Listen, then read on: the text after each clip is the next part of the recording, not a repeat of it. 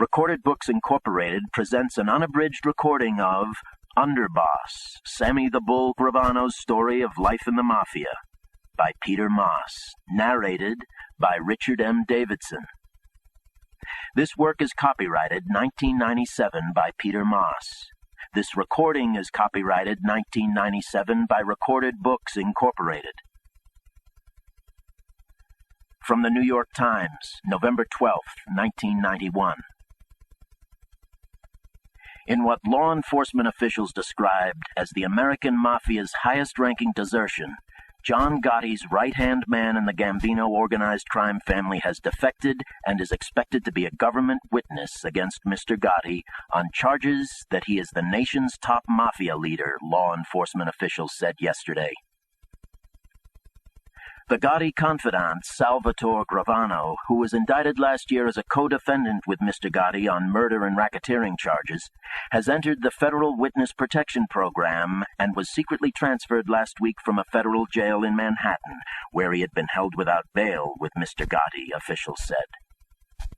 The authorities asserted that because of the two men's close ties, Mr. Gravano's testimony could provide a crushing blow to Mr. Gotti, who has been acquitted on lesser charges at 3 trials in the last 5 years and has become the #1 target of federal investigators. And now, Underboss.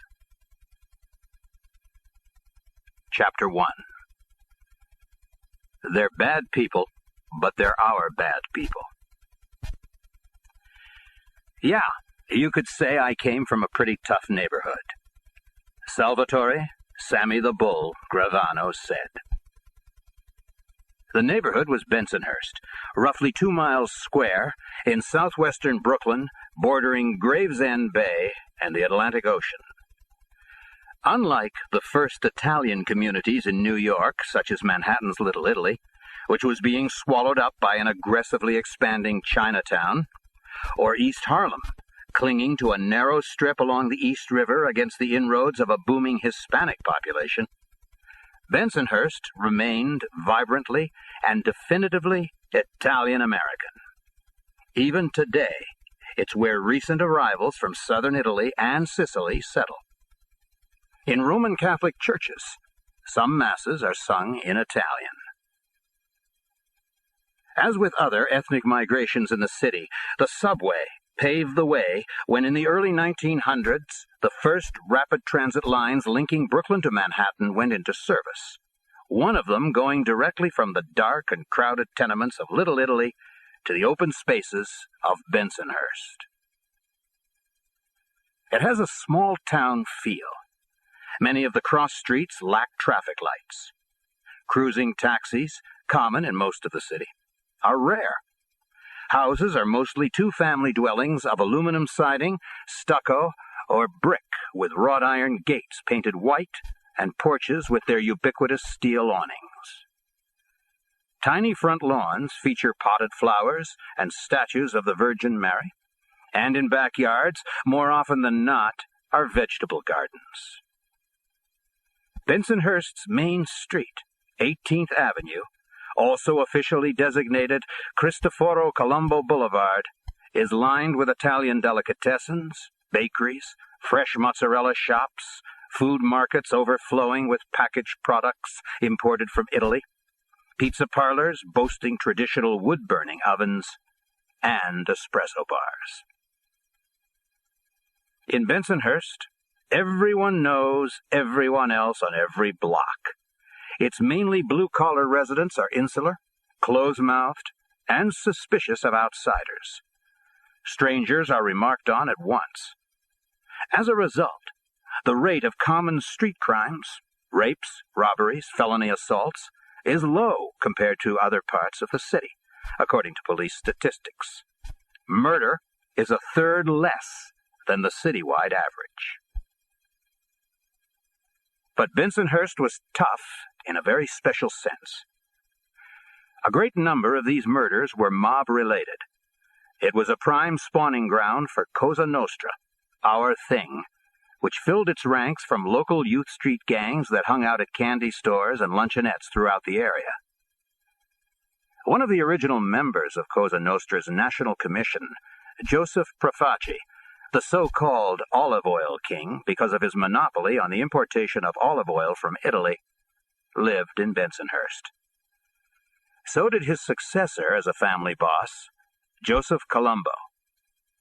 One of the grandest underworld funerals ever seen in New York, complete with 38 carloads of flowers, took place in Bensonhurst following the Prohibition-era slaying of a celebrated mobster named Frankie Yale, who had a falling out with Al Capone. As in a Sicilian village, Cosa Nostra's shadow loomed large over Bensonhurst and was spoken of only in whispers. They just shoot themselves. A resident confided after 2 corpses were found in a car, gazing vacantly into space, each with a bullet hole behind the ear. The thing is, you mind your own business. You don't hear nothing, you don't see nothing. Another said, you got to admit the mafia, whatever, keeps the neighborhood safe. You don't see all them other people coming in to mug and burglarize here. So their presence is kind of good, is my opinion. Salvatore Gravano was born in Bensonhurst on March 12, 1945. He had 2 older sisters. Another sister and a brother had died before his arrival. His mother, Caterina, was born in Sicily and brought to America as a baby. His father, Giorlando, also from Sicily, was on the crew of a freighter when he jumped ship in Canada and slipped into the United States as an illegal alien. For Sammy, and for friends and neighbors, his parents were always Kay and Jerry. English was the language of the house, except during visits from his grandmothers who spoke a Sicilian dialect. Sammy was especially close to his maternal grandmother and picked up enough to be able to converse with her, but forgot it all after she died. He was called Sammy instead of Salvatore or Sal for as long as he can remember. Someone had said that he looked just like Uncle Sammy, a brother of his mother's, and the name stuck. The uncle was Big Sammy, and he was Little Sammy. He grew up on 78th Street in the heart of Bensonhurst near 18th Avenue. His father owned the house, the middle one of 3 identical brick row houses, each with a garage. Steps led up to the front porch. The basement apartment was rented out, as well as an apartment on the 2nd floor. The Gravanos lived in the middle apartment. In a small plot behind the house, Sammy's father cultivated tomatoes and beans and tended to his prized fig tree. Kay was an exceptionally skilled seamstress who worked for a Jewish dress manufacturer in Manhattan's Garment Center. Jerry was a house painter until he was felled by lead poisoning and could no longer continue his trade. The dress manufacturer then financed the Gravanos in a satellite factory of their own in Bensonhurst. Kay supervised the filling of the orders he sent her and rode the subway to the garment center to sew the sample dress for a forthcoming line, while Sammy's father took care of the business end. Things went so well that Jerry was able to afford the purchase of a summer cottage for $8,000 near Lake Ronkonkoma in the middle of Long Island. On Sunday mornings, Sammy usually accompanied his father to Mass at the Church of Our Lady of Guadalupe. Down the block, they would pass a corner saloon. There would always be a cluster of men in front of it, still others at the bar inside. They were all smartly dressed in suits or in sharply creased slacks and Italian knit shirts. Sammy could see the glitter from the diamond rings many of them wore. There often was a crap game in progress right on the sidewalk, with wads of bills being passed back and forth.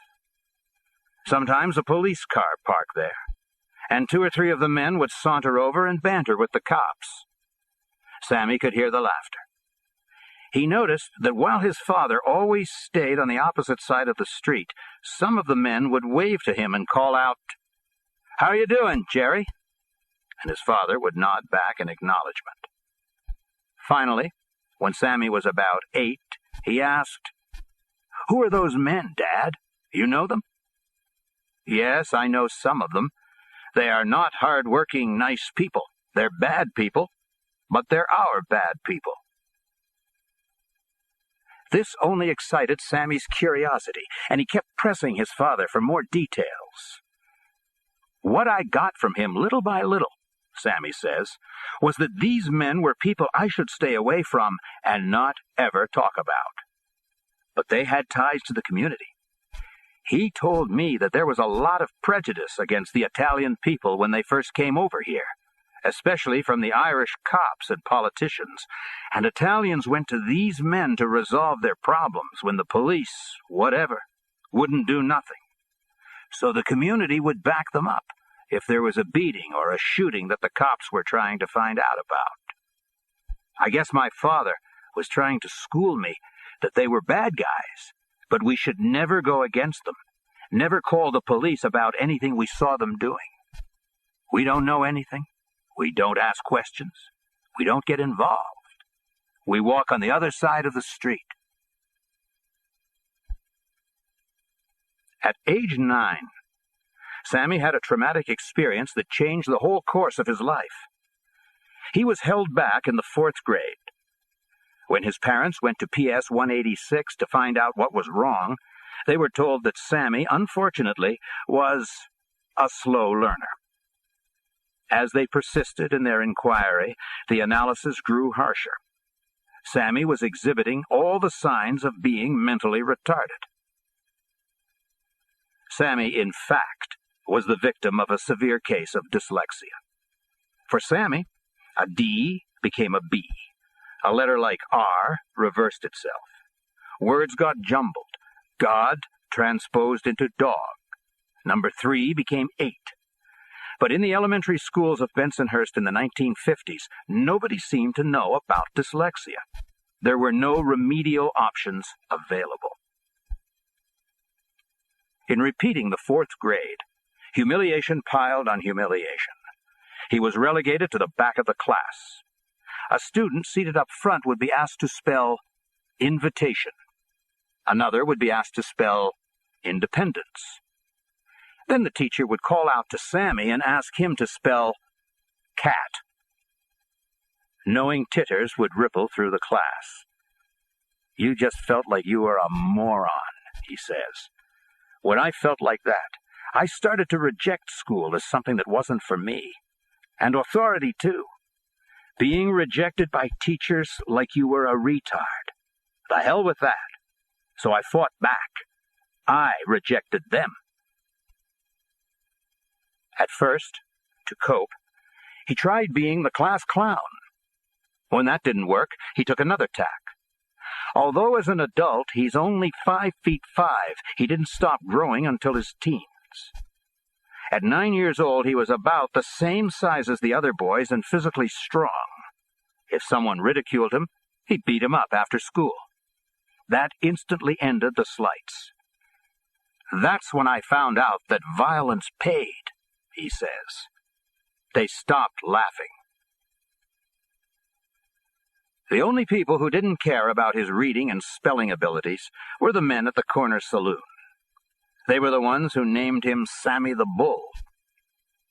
"It was my 10th birthday, I think," said Sammy, "and my father and mother gave me a brand new bike. We didn't have a lot of money to throw around, so when they gave you something, you had to take care of it. I was real happy, but then the bike was robbed. It was my fault. I left it unwatched, unprotected. Maybe a week later, a couple of my friends, little kids like me, told me that they saw the bike near a fruit stand on the corner across from the bar where those wise guys hung out. I ran down there, and sure enough, 2 kids bigger and older than me from 79th Street had it. I went and grabbed the handlebars, and I said, 'Hey, this is my bike.' But they wouldn't give it back. So I started fighting both of them. It was hard going. I mean, I was getting a little beat up, but I was fighting my ass off. I wasn't giving up that bike. I was doing pretty good, but I wasn't winning either. It was like when somebody would look at you and say, "Wow, you must have been in some fight," and you'd say, "Yeah, well, you ought to see the other guy." Now, some of the wise guys outside the bar were watching all of this, and a couple of them came over and broke us up. I was so mad I was crying, and one of the guys rubs my head and says, "Sammy, what are you crying for? You're destroying these kids." And the other guy says, "What's this all about, anyway?" And I said, "This is my bike, and they took it, and I'm taking it back." These two wise guys that came over started to laugh. It was amusing to them, I guess. Then they told the two kids to beat it. It was my bike, and I was keeping it. If their fathers had any problems with this, they should come see them. Then one of the guys says to me, "Come on, Sammy, stop crying." And he calls out to some of the other wise guys who were watching, "Did you see this Sammy? He's like a little bull." Word got around, and pretty soon all the kids were calling me Sammy the Bull, and that was that. Even later on, when I started getting into trouble, the cops would come by looking for me, and they would say they were looking for the bull, Sammy the Bull. So you see, it wasn't how good I was sexually that I got the name.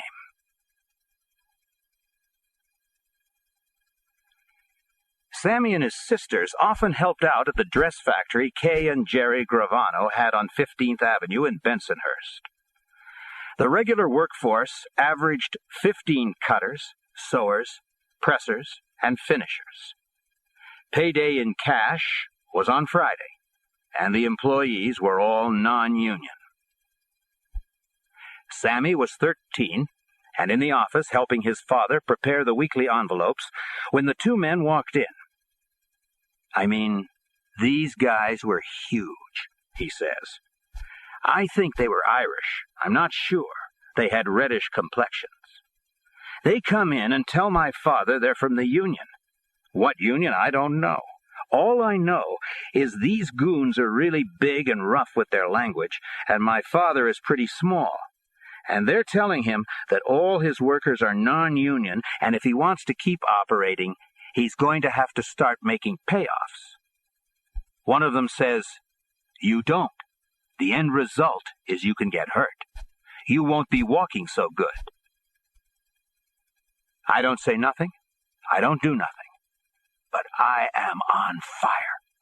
Listening to them talk to my father this way has sparked a rage in me. There is no fucking way that I'm letting these bums hurt my father. And my father is just sitting there, calm as a cucumber. Yeah, okay, you come back, I talk to you," he says with a little Italian accent. He isn't fazed at all. I tell you, I'm plenty fazed, but he isn't. So one of them says they'll be back on Monday, and this better be settled. After they leave, my father must have sensed my emotion, but I don't think he understood the depth of my rage or the violence I was capable of. Instead, he tried to calm me down. I said, "Dad, what's the story? Who were they?" And he said, "Nobody's. Big mouths. Don't worry about it. It's nothing. I'll talk to Zuvito about it." Zuvito? I think. Old man Zuvito? What good's he? He's a frail little old guy half the size of my dad. A strong wind would knock him right off his feet.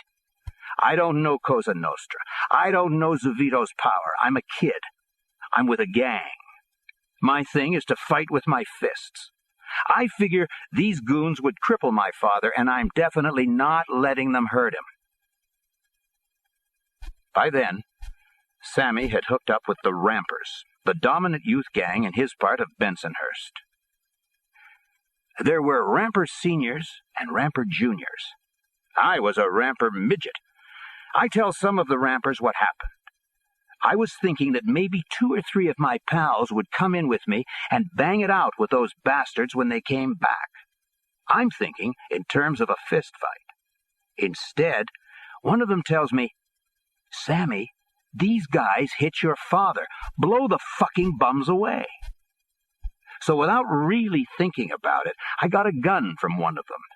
I'm totally geared, nervous as a bastard, but I was ready to whack the two of them out if they got into my father. I got the gun stuck in my belt. I have a jacket on to cover it when they come in. I can't believe it. They are totally different.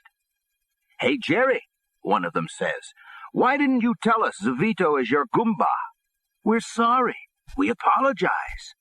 You ever have any union trouble, call us up and we'll resolve the problem. Don't forget, Jerry. Please tell Zuvito we were here, that we apologized." And they grabbed my father's hand and shook it and kissed him on the cheek. I'm watching this in total amazement. After they walk out, I said, "Dad, what was that? What happened?" And he said, "It's nothing. I told you. They talk too much, these people. There was no problem. Like they said, Zuvito is my Goomba from Italy. Zuvito spoke with them.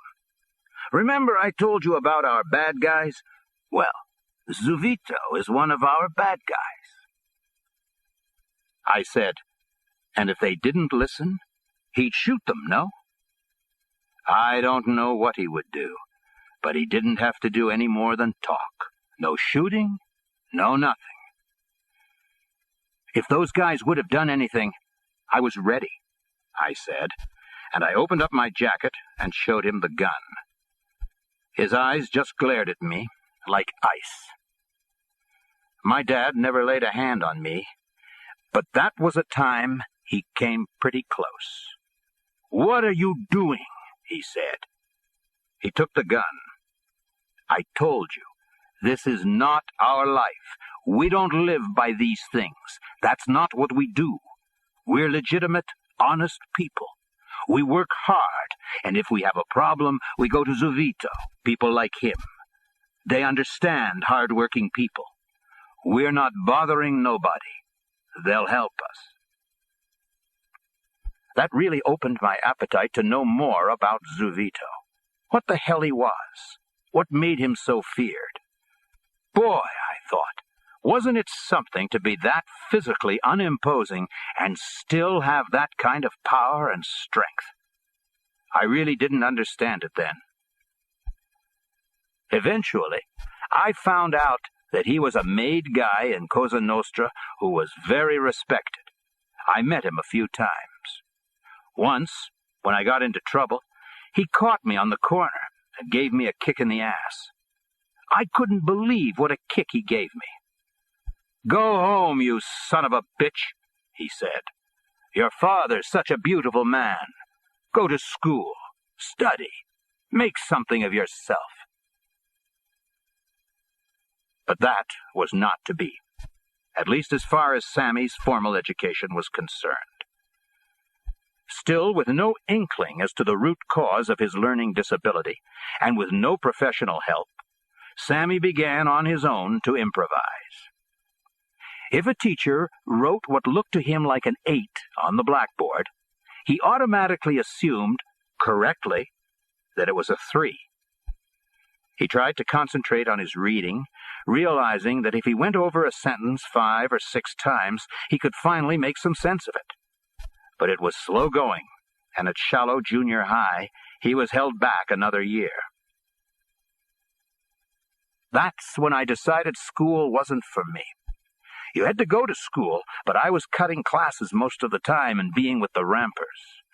We were pretty tough, and when I was there, I was getting into fights all the time. Then one day, one of my friends told me that a teacher had touched the ass or something of this girl I was going out with. And me, like a ham bone, went in, and I just punched the shit out of him. I got suspended for a while for that. But the straw that broke the camel's back was when I was playing hooky and got a little drunk with some other kids. They caught us, and they brought us back to the school. We went up to the principal's office, and he started yelling and blasting me out. And then he finally said to another teacher in the office, "It's their upbringing. Their mothers and fathers are irresponsible." In other words, he was blaming everything on my mother and father. About halfway through listening to this, I hit him a shot in the mouth, and I guess I broke his jaw. I was thrown out of school. I went in front of the Board of Education, and they reinstated me in school, but not at Shallow. I was officially switched to McKinley Junior High School. McKinley's on Fort Hamilton Parkway. I had to take buses there. It was out of the neighborhood, and there weren't any rampers around. There are different gangs, different guys. Like there were Irish gangs, and I got to make my bones all over again in that neighborhood, which I did. I was in a lot of fights. But the one thing I remember from McKinley was a teacher, a math teacher, who also was my home study teacher. I still remember his name, Mr. Mandrakia. He looked like a football player, strong-looking, about 5'11". He wore glasses. Really wanted to take you out of this problem situation you were in and move you into the mainstream. He gave everybody a chance to shine, whether it was in class, in gym, whatever. He figured out what you could do well, and he gave you the chance to do it. I got to like him, trust him, and for a while everything seemed to improve. My attendance, my marks. When you had a problem, he wouldn't just look at you like you were an idiot. He'd say, "Okay, everyone has a problem with that." I never heard of the word dyslexia then, and I don't think he did either. But he would sit with you and work out different ways of how to solve the problem, which maybe wasn't the system's way, but it made it easier for me. One time he told me, "Sammy, I've gotten to know you. You're far from being stupid. You just don't want to try anymore. Try for me. If something's a problem, if you feel frustrated in class, let me know. I'll give you a pass. You want to go into the yard? You want to play handball or something? You want to walk out of class? Don't do it on your own. Don't defy me. Just tell me. I'll let you do it." It became easy to live with the guy. After a while, you don't even want to walk out on him. Because here's a guy who's put such an effort, an honest effort into you, and you wanted to make him look good. If it wasn't for him, I would never have gotten out of that school. But I graduated and went to New Utrecht High School. In 2 or 3 months, it was the same thing all over again. I couldn't keep up. For all the teachers, I was a dummy. That was it. So, okay, I'm stupid. The other thing I thought is that when I was in the neighborhood hanging out with the rampers, it was those other kids who went to school and really tried who were nerds. They were nothing. They were taking the easy track. We were the guys who did it the hard way, helping our families by robbing and getting money, which a lot of them didn't have too much of. I felt that we were doing the right thing. You have to understand that the people I was looking up to by now, almost like they were my big brothers, were people in the mob. These guys knew me, and I knew them. Even as a kid, before the bike thing, they knew me because they knew my father. After the bike, I was Sammy to them. Plus, I had 2 older sisters, and they were attractive. It's not like I was trying to impress these guys or anything like that, but when I fought, and I got a pat on the head from them, it was a compliment. You did right defending yourself, taking back what was yours, like with the bike and the wise guys on the corner.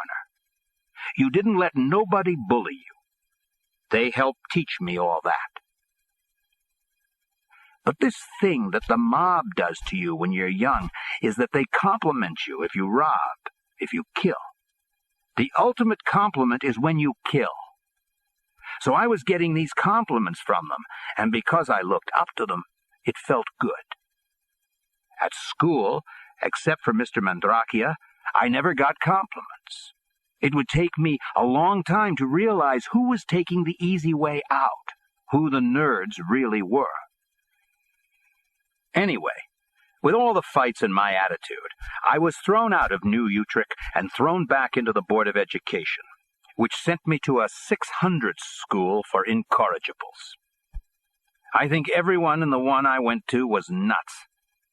The second day, there was a kid in front of me reading the Bible, mumbling to himself, and the teacher asked me something that I gave a smart-ass answer to that got the other kids laughing, and this other kid all at once started quoting from the Bible and calling me the devil.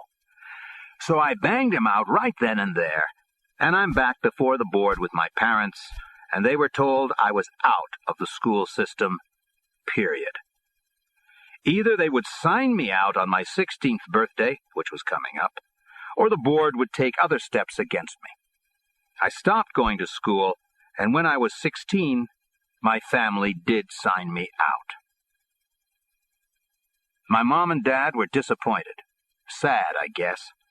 But they never ranted and raved that I was no good. They knew that I was having education problems.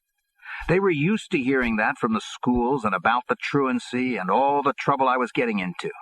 That was the reality. There wasn't anybody they could turn to for help. Believe me, there weren't a lot of psychiatrists in Bensonhurst, even if they would have thought that way. They knew I had this reputation on the street that I was a tough kid. They heard it from people they knew, but they never saw it themselves. They loved me and looked at the good in me. I mean, I never did drugs or acted up at home. I respected my parents. As the only son in the family, I did what was expected of me. Like when my mother told me to take out the garbage, wash down the walk, shovel the snow, lug home groceries. Maybe I'd piss and moan a little, but I did it. I got along great with everybody who lived on our block. I liked them, and I think they liked me. The old lady who lived a couple of houses down and had a sick husband would say, "Sammy, could you get this prescription filled at the pharmacy?" "Sure, why not? No big deal." My father didn't give up on me. He was still trying to get me to do the right thing. "You can learn a trade," he said. "Use your hands, your back. A little honest sweat never hurt nobody." He tried to bring me into the dress factory, which I did do from time to time. Some of his friends would say they could get me a job in construction, a machine shop, car repair. But it was too late. I was into another life now, running with the Rampers. When we were young and in the Rampers, we took an oath. We were going to be together forever. Fuck the world. Fuck everybody, even the mob. Later on, that changed, but that was our attitude then. We became so tough, with such a dangerous reputation, that the other Italian gangs, the Irish gangs, the black gangs, the Puerto Rican gangs from different neighborhoods, from Coney Island, downtown Brooklyn, guys from Avenue U, used to come to us in the summer and say, "Listen, we don't want no trouble with you." In the 60s, there was nothing but gangs all over the place, and none of them would fuck with us. There was a mob war going on in the Profaci family. The Gallo brothers from President Street, downtown Brooklyn, were in that family. Larry Gallo and his brother Joey and their crew, and they didn't think they were getting a big enough piece of the action.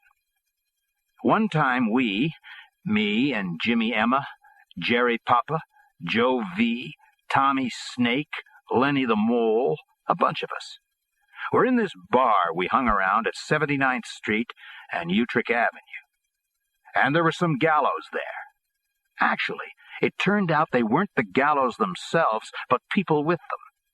Anyway, they were a lot older than us, and there was some kind of beef with Jimmy Emma. So now they're going to fuck us around, but not with their hands. They got guns. So we left and loaded up and went back into the bar. It was a long bar. They were at one end, and we were at the other end. It seemed like one of them went for a gun. We went for guns. There was a ton of shots thrown back and forth. It was like a cowboy movie. Totally unbelievable. Glass breaking, women screaming, things falling on the floor. One of the Gallo guys got hit like 11 times. He staggers out of the bar and falls in the street. And lived, believe it or not. Another guy in the bar, an innocent bystander, got hit in the foot. He went on his own to a doctor and never said nothing. The Gallo guy at the hospital don't say nothing either. But now, the Gallos let it be known they're coming after us. Everybody in the neighborhood is talking about it, and the neighborhood wise guys on the corner get involved. There are huge sit-downs. The Profaci family is involved. The Gambino family gets into it. People from the neighborhood tell the Gambinos we're tough kids, but good kids, so they step in for us. They say, "Hey, you ain't doing shit to these kids. They're good neighborhood kids. They didn't come into your neighborhood and fuck with you. They're in their own neighborhood. You ain't doing nothing." We only hear about all this. We're ready for anything. But then we're told it's over. It's been straightened out. But we stay healed. You never could be sure. The Rampers had a network in operation. For guns, for fences to handle stolen goods, for bail bondsmen, for lawyers, long before Sammy joined up. We did mostly burglaries and stealing cars, he said. We did cars for their parts or to be shipped out of the country. We never burglarized homes. That was against what we wanted to do. It was all commercial places. We'd break in at night, robbing clothing stores, hardware stores, stuff like that. We'd hold up jewelry stores, with ski masks on.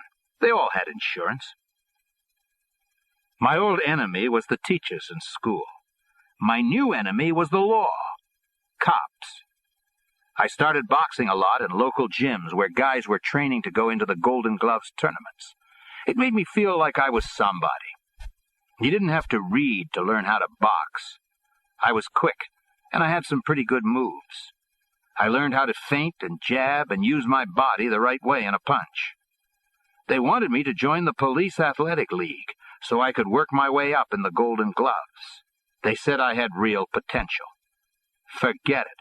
I wasn't fighting for no cops. Cops would always be hassling you. It got me my first arrest. We were in front of a luncheonette, and this cop car pulls up. The cop driving was Italian. I can't remember his name exactly. Let's say Benocchi. He was a real pain in the ass. He yells at us to get off the street. Everybody scatters. I go down the block and stand in the doorway of a little bar. So I was off the street. This Benocchi had followed me, and he says, "I told you to get off the street." I said, "You got eyes? I'm off the street." With that, he's out of the car and starts towards me. "Think you're smart, you punk bastard?" he says. I assume he's ready to hit me with his nightstick, whatever, like they normally did. As soon as he got within range, I set myself, and I nailed him with a shot to the jaw. He goes down. I kicked him in the face. Now the other cop in the car is on his way. His gun is out. I'm pinched for assault on an officer. Through some of the Rampers, I get this lawyer. He's supposed to know his way around the state courts, and he does. And I get a good lesson about real life and how important it is to be connected. A couple of times, my case is postponed. I was out on bail. Then, the third time, it's on. When I meet this lawyer outside court, he says, "Stay downstairs till I come for you." In court, my name is called. Gravano, not here. Gravano, not here. The judge issues a bench warrant for me, and the cop, Benocchi, leaves. Next, the lawyer gets me and brings me up into court. First, he talks to the prosecutor. He's been getting delays to get this particular prosecutor. Then he says to the judge, "Your Honor, my client just arrived. He was delayed because of a car accident. I know you have a full calendar, and there are extenuating circumstances to this case. Your Honor, what I would like is to plead my client guilty to a misdemeanor." The judge goes for that. He doesn't have to reschedule the cop and start this over again. He grants the motion. All I get is a $500 fine. Benoki don't know it, but he's been set up. Right after court, me and my friends go back to the luncheonette where this started. It's right by the precinct house. We're eating hamburgers, and sure enough, Benoki walks in. He sees me, and real cocky, he says, "You didn't show up in court. There's a bench warrant out for you. I'm taking you in." "Not me," I said. "They got a bench warrant out for your mother is what. The case is over. I went to court. I copped to a misdemeanor. I got a fine, and I got to go back in a couple of days and pay it." My guys are laughing. He's all red in the face. "I don't believe it," he says. "I'm checking this out." He's so confused, he sits down on a stool. I say to the guy behind the counter, "Hey, Bo, what's Benoki eating? Hamburger? Put it on my tab. I'm celebrating today." He says, "You can't pick up my tab." "Yeah? Well, that must be a first for you," I said. And we walked out, giggling. Sammy's next encounter with the police, however, was not so amusing. "There were 4 of us rampers," he said. "We're looking to score in this lumber yard. We break in. There must have been an alarm we didn't know about because all of a sudden the cops arrive. The other kids get away. I'm the only one who gets collared. They bring me into the precinct, and it's the old story. Who were my accomplices? What accomplices, I say? In those days, there wasn't no Miranda warning. The cops did what they want. They asked me a couple of more times, and I'm not giving them anything. So they handcuffed me to a pipe and started working on me. I mean, they beat me to a pulp. It was bad. There was blood all over the place. My nose was busted. I couldn't see out of my eyes. I could hardly hear. Finally, they gave up and threw me into a holding cell. This ends side 1 of cassette 1. Please turn the cassette over and start side 2 at the same point. When my mom and dad came, she fainted dead away when she saw me. In court, my lawyer got it knocked down from a burglary felony to a misdemeanor. The case wasn't all that strong. I got caught in the lumberyard, all right, but I hadn't actually taken anything out, and they didn't have the other kids. I was 18 then, and the war in Vietnam was heating up. What my lawyer told the judge was that if there wasn't any jail time, I would join the Army. That way, everyone was a winner. The judge agreed, and all I got was another fine. Afterwards, I told the lawyer I ain't joining no Army, and he says, "You don't have to. I just said that to get you off." I ended up in the Army anyway. I got drafted.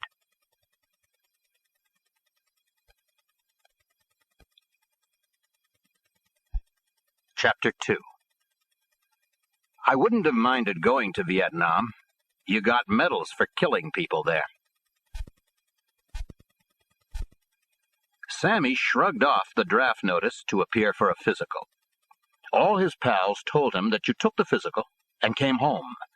It would be months before there was a call to report for duty, if it came at all, and in any event, plenty of time to find the right doctor or lawyer to keep him out of military service.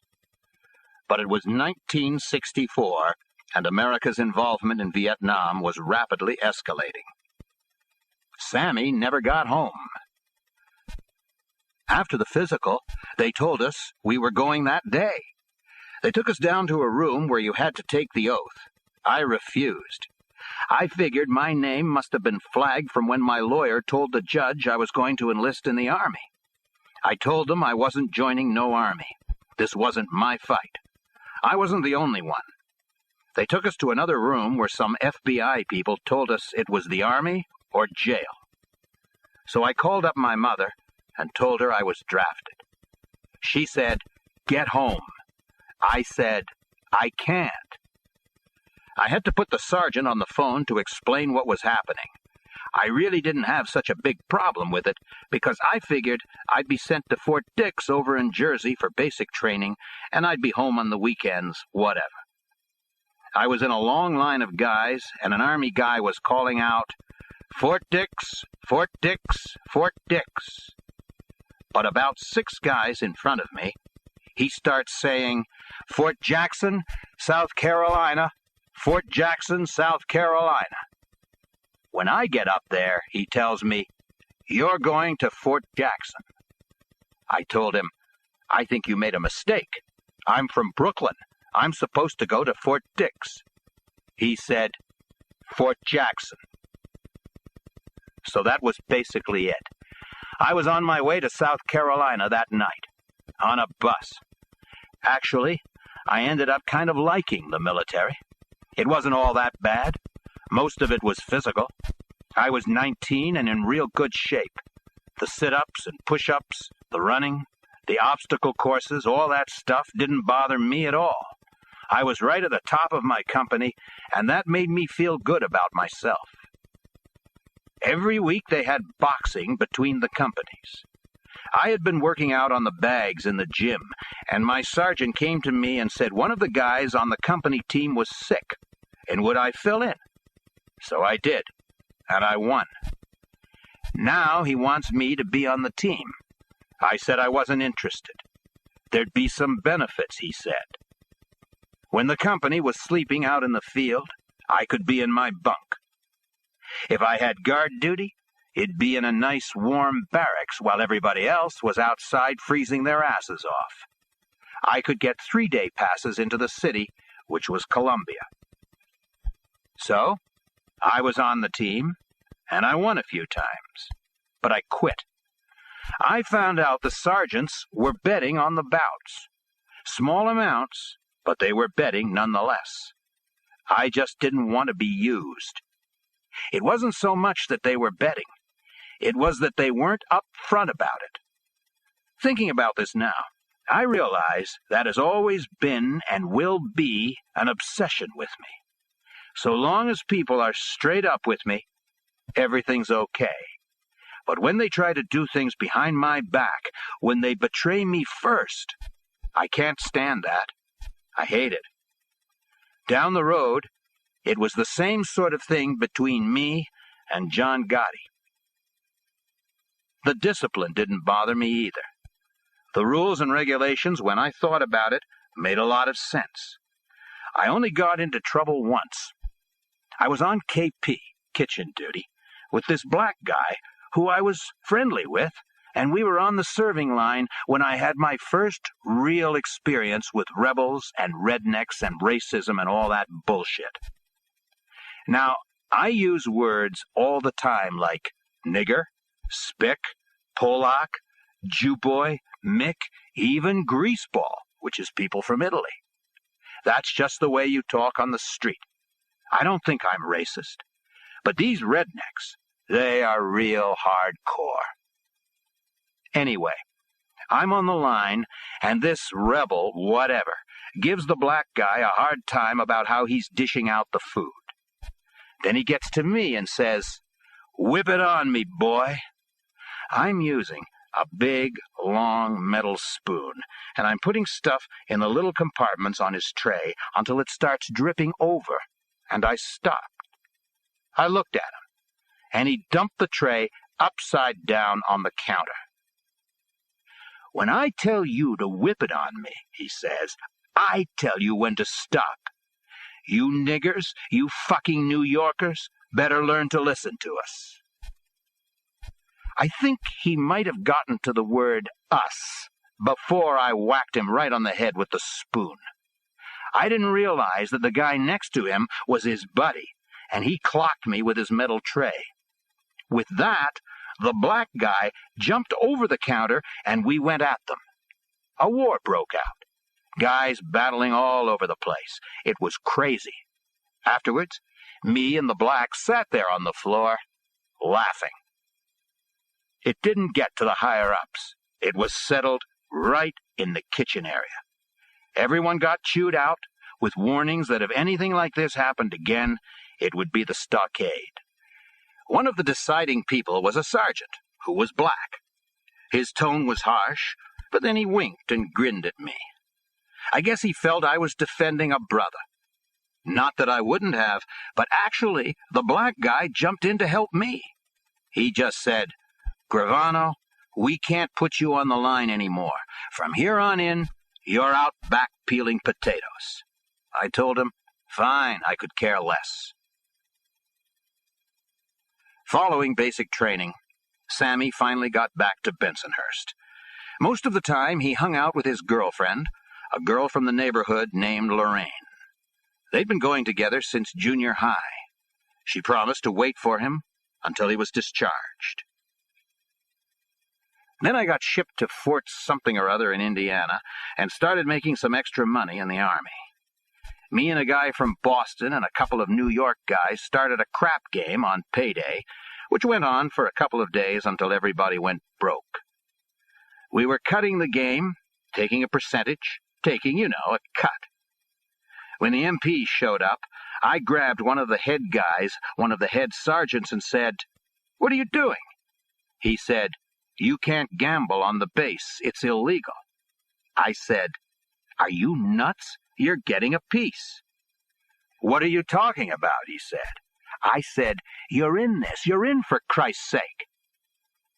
It took him maybe a minute to get my drift, but all of a sudden, he's nodding his head and smiling, and he tells the other MPs, "Hey, come on, let's get out of here."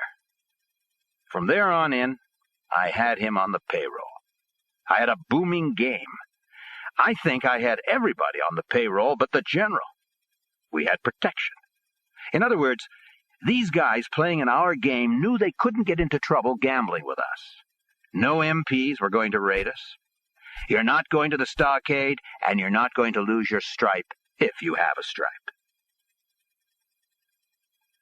The crap game led to another profitable line of business, loan sharking. We backed our game 100% with cash money. When guys went broke, we shylocked them. We paid off their debts, and they owed us. Sometimes we had to chase them at payday, but mostly they came back. If you played in another game and guys busted out, how could you know you'd be paid? With us, nobody had to worry. We were full service. Sammy brought the crap game and the loan sharking with him to his next post, Fort Meade, Maryland. I was assigned to the headquarters company, 2nd Brigade, 5th Infantry Division. There was a major in charge of the office. I was part of his staff. We were in communications. He had a black guy for his driver and a buck sergeant who handled the paperwork. Me, I was his bodyguard. When we went into the field in a jeep, I sat behind him. My thing was to secure his position if we were in combat. But we weren't, so it was nothing, really. The major was a real good guy. He told me that I was a damn fine soldier, and I should think about the Army as a career. As a matter of fact, he had me to his home for dinner several times. He had a daughter around my age, a real good-looking girl. He wanted me to take her out. "You kids want to go to the movies?" he'd say. Believe me, I was very careful around her. All in all, I did very, very good in the Army. It was a hell of a lot better than jail. I got promoted to corporal. By the end of my 2 years, they wanted me to re-enlist. They offered me sergeant's stripes and any place I wanted to go in the country if I signed up for 4 more years. Orders had come down for the company to go to Vietnam. But I had only 4 months left, and you needed something like 10 months before they shipped you out. There were about 100 guys, and maybe 20 of us were scratched for different reasons. I wouldn't have minded going to Vietnam. You got medals for killing people there. Anyway, I got an honorable discharge. Back in Bensonhurst, Sammy returned to robbing with the Rampers, hanging out at their favorite corner luncheonette at 79th Street and Utrecht Avenue. His mother and father had retired. They had enlarged and winterized the vacation cottage on Long Island, and were now living there permanently, but they still owned the house on 78th Street, and Sammy moved into the downstairs apartment for a while. Then his father sold the house. He urged Sammy to join him and Kay in Ronkonkoma. "There's a lot of construction work out here," Jerry told him. "You could make a nice living." Instead, I had made a nice little score, Sammy said, and I rented an apartment in Bensonhurst near the water. It had a doorman. Like she promised, Lorraine had waited for me. But now she wanted to get married. I should get a steady job and settle down. But I was high-rolling again. I wasn't interested in a legitimate job. Still, he was torn. He loved her, and despite his reputation as a tough street kid, he had excellent relations with her family. Her father was a baker, Nick the baker, a real sweetheart of a guy. I go by her house and watch TV with him. I go to the bakery, not to work, just to go there. They had a family operation. Her grandmother was the actual owner. I'd go in the back room. They had a big table where they'd all eat. I got along great with them. But me and Lorraine were living in two different worlds. She wanted me to get a job, have kids. But I was too far gone. There was never an argument or a beef. It's just that she was going for a legitimate life, and I was 1,000 miles in the other direction. Breaking up with Lorraine became much easier when he met another neighborhood girl, Louise Grimaldi. She was the most beautiful girl I'd ever seen in my life. Absolutely, totally gorgeous. She had big blue eyes, blonde hair, beautiful skin. A completely innocent kid, too.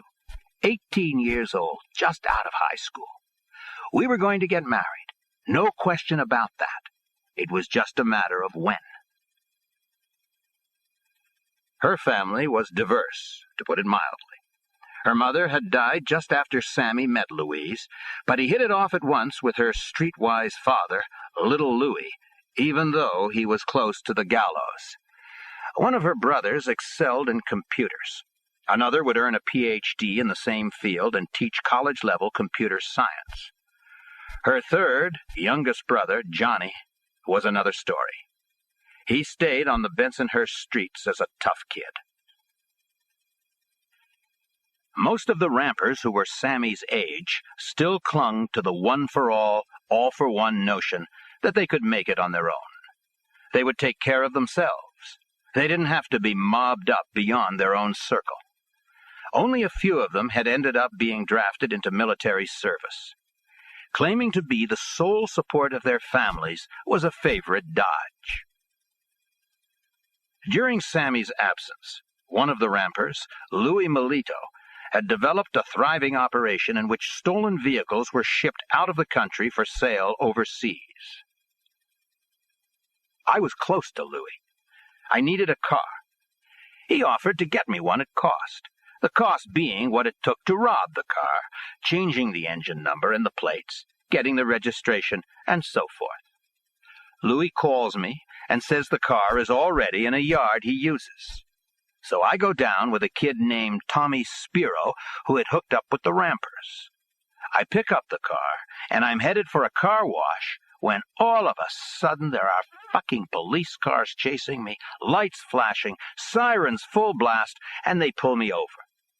The cops were coming at us with guns out. I said, "What's the matter? What happened?" This cop says, "You're in a stolen car." I said, "No, I'm not. Here's the registration. Here's my license. Here's everything." I was real cocky. He tells me, "Look, the plates don't match. These are stolen plates." So now I know what happened. The guy in the yard didn't change the plates. Next thing, the cops are under the car with mirrors, and they spot where the numbers have been changed. I can't believe it. I've been breaking in, doing stick-ups all over the place, and this is my first pinch since I'm out of the Army. I told the cops that Tommy Spiro was just riding with me, keeping me company. He don't know nothing, and they just took his name and let him go. Louis Melito is fucking fuming. He was even thinking of whacking the guy about the plates, but I told him, Louie, come on, the guy forgot. Maybe it's, partly my fault.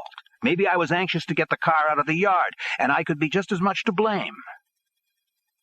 The guy naturally is scared to death. He pays for my lawyer, and he tells the cops that, yeah, I had come in to buy the car legitimately. He's in the used car business. He didn't know it was stolen. He said that if he ever thought it was stolen, he wasn't stupid enough to leave the wrong plates on it. So even though I knew it was a swagged car, my lawyer's argument is that I'm an innocent victim. He talks to the prosecutor, and they knocked it down to a misdemeanor. I don't mind taking a plea, because misdemeanors really don't count. It's felonies that screw up your life. I think the lawyer got $2,500, $3,000. My fine was $500. The yard guy paid that too.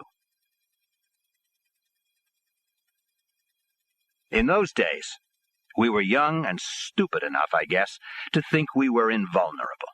Nothing could touch us. That changed. One night, I was with one of the rampers, Joe V. We were going on a robbery, and we had to rob a car first. I had a .45 with me and a ski mask. I was getting known well enough that I was using masks. We saw this car and hot-wired it. I was driving. We were about 4 or 5 blocks from where we took it. We stopped at a light, and another car comes right up to us.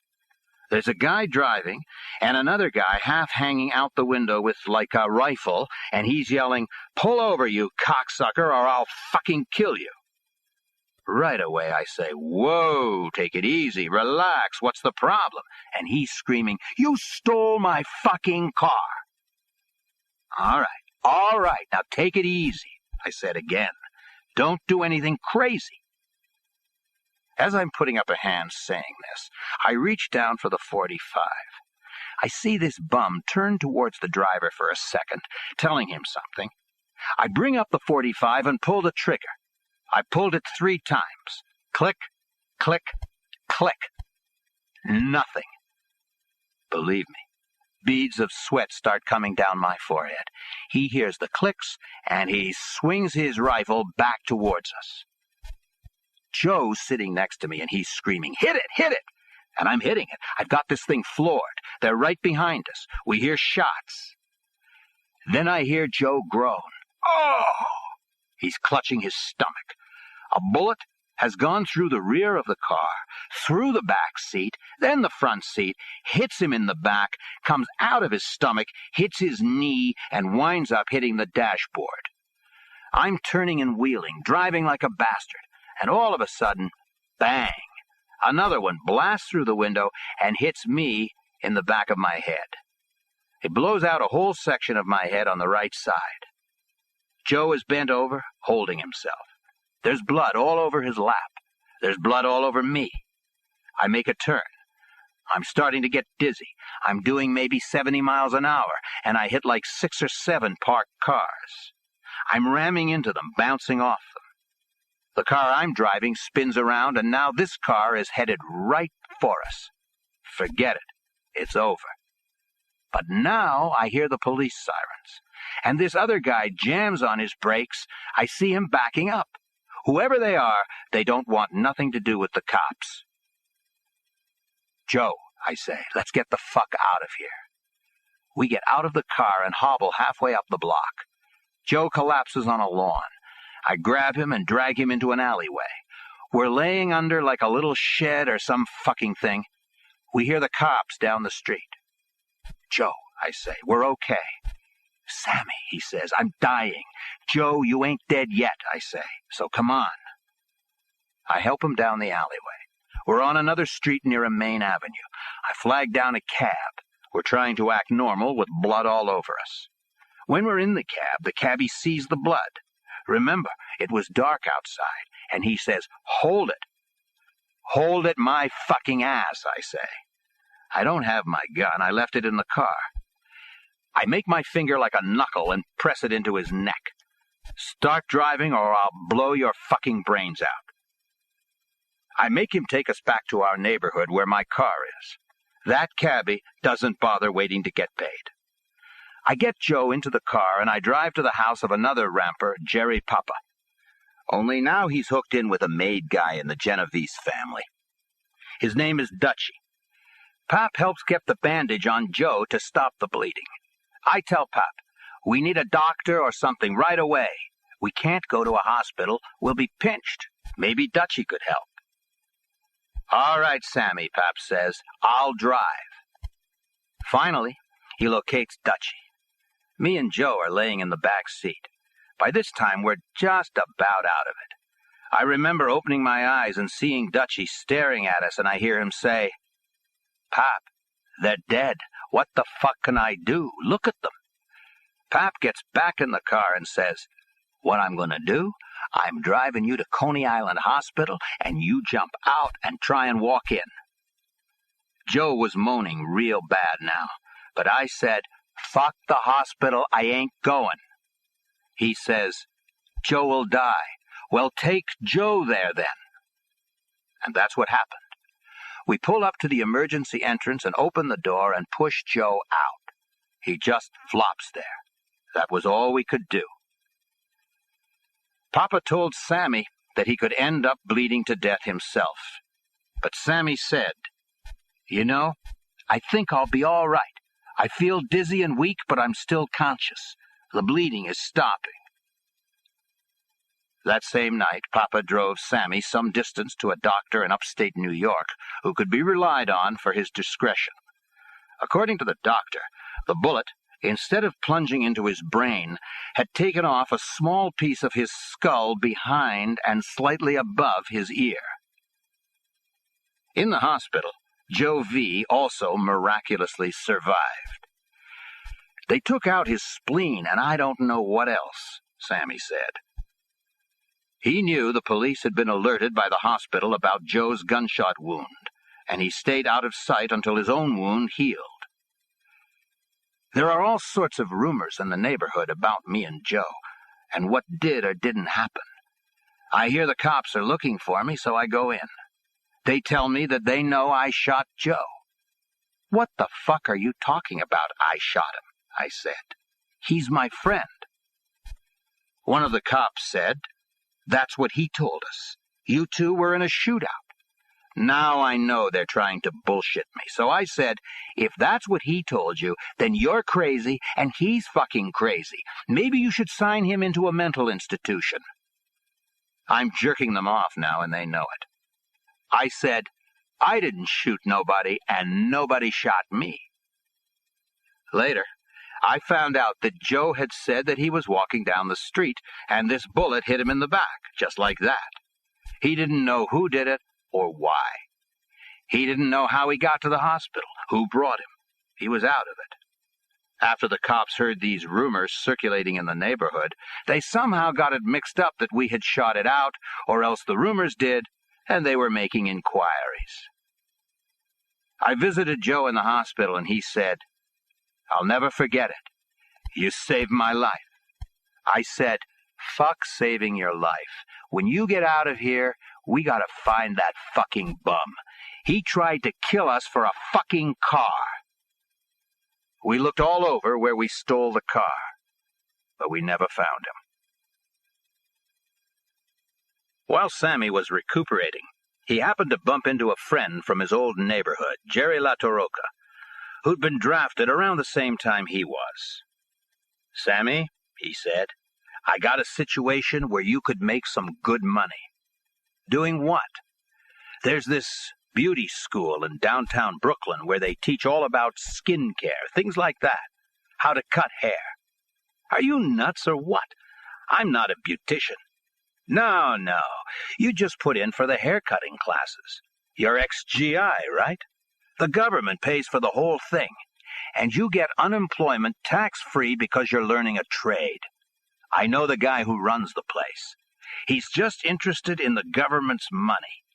You walk in, walk out, do whatever you want. And listen to this. There's about 600 girls in there, full-time and part-time, and only 5 guys, including me. 2 of them are stone faggots. You can consider them women. Of the other 3 of us, 1 is part-time. He only goes at night. I don't know, Sammy said. I'll think about it. Then he met a neighborhood girl named Lorraine who turned out to be attending the school.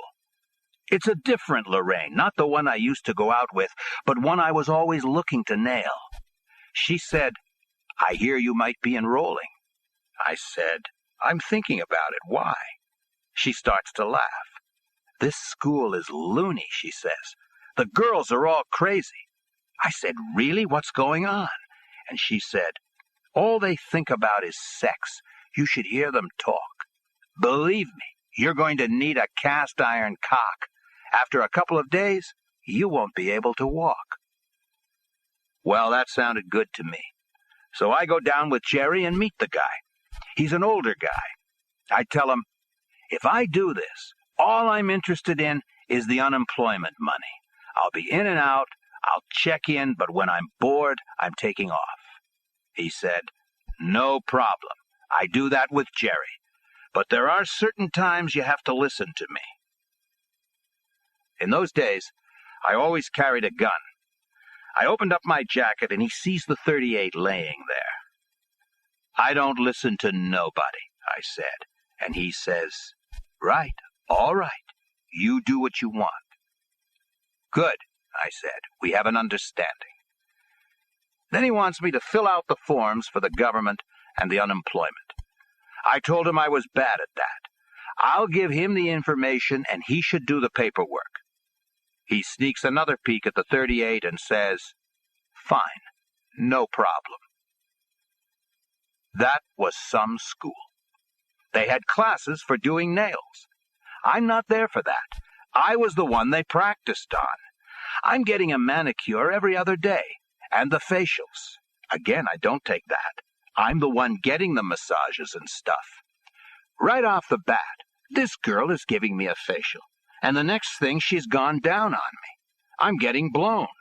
I'm getting laid every 3 minutes, in closets, on massage tables, every time I turn around, practically.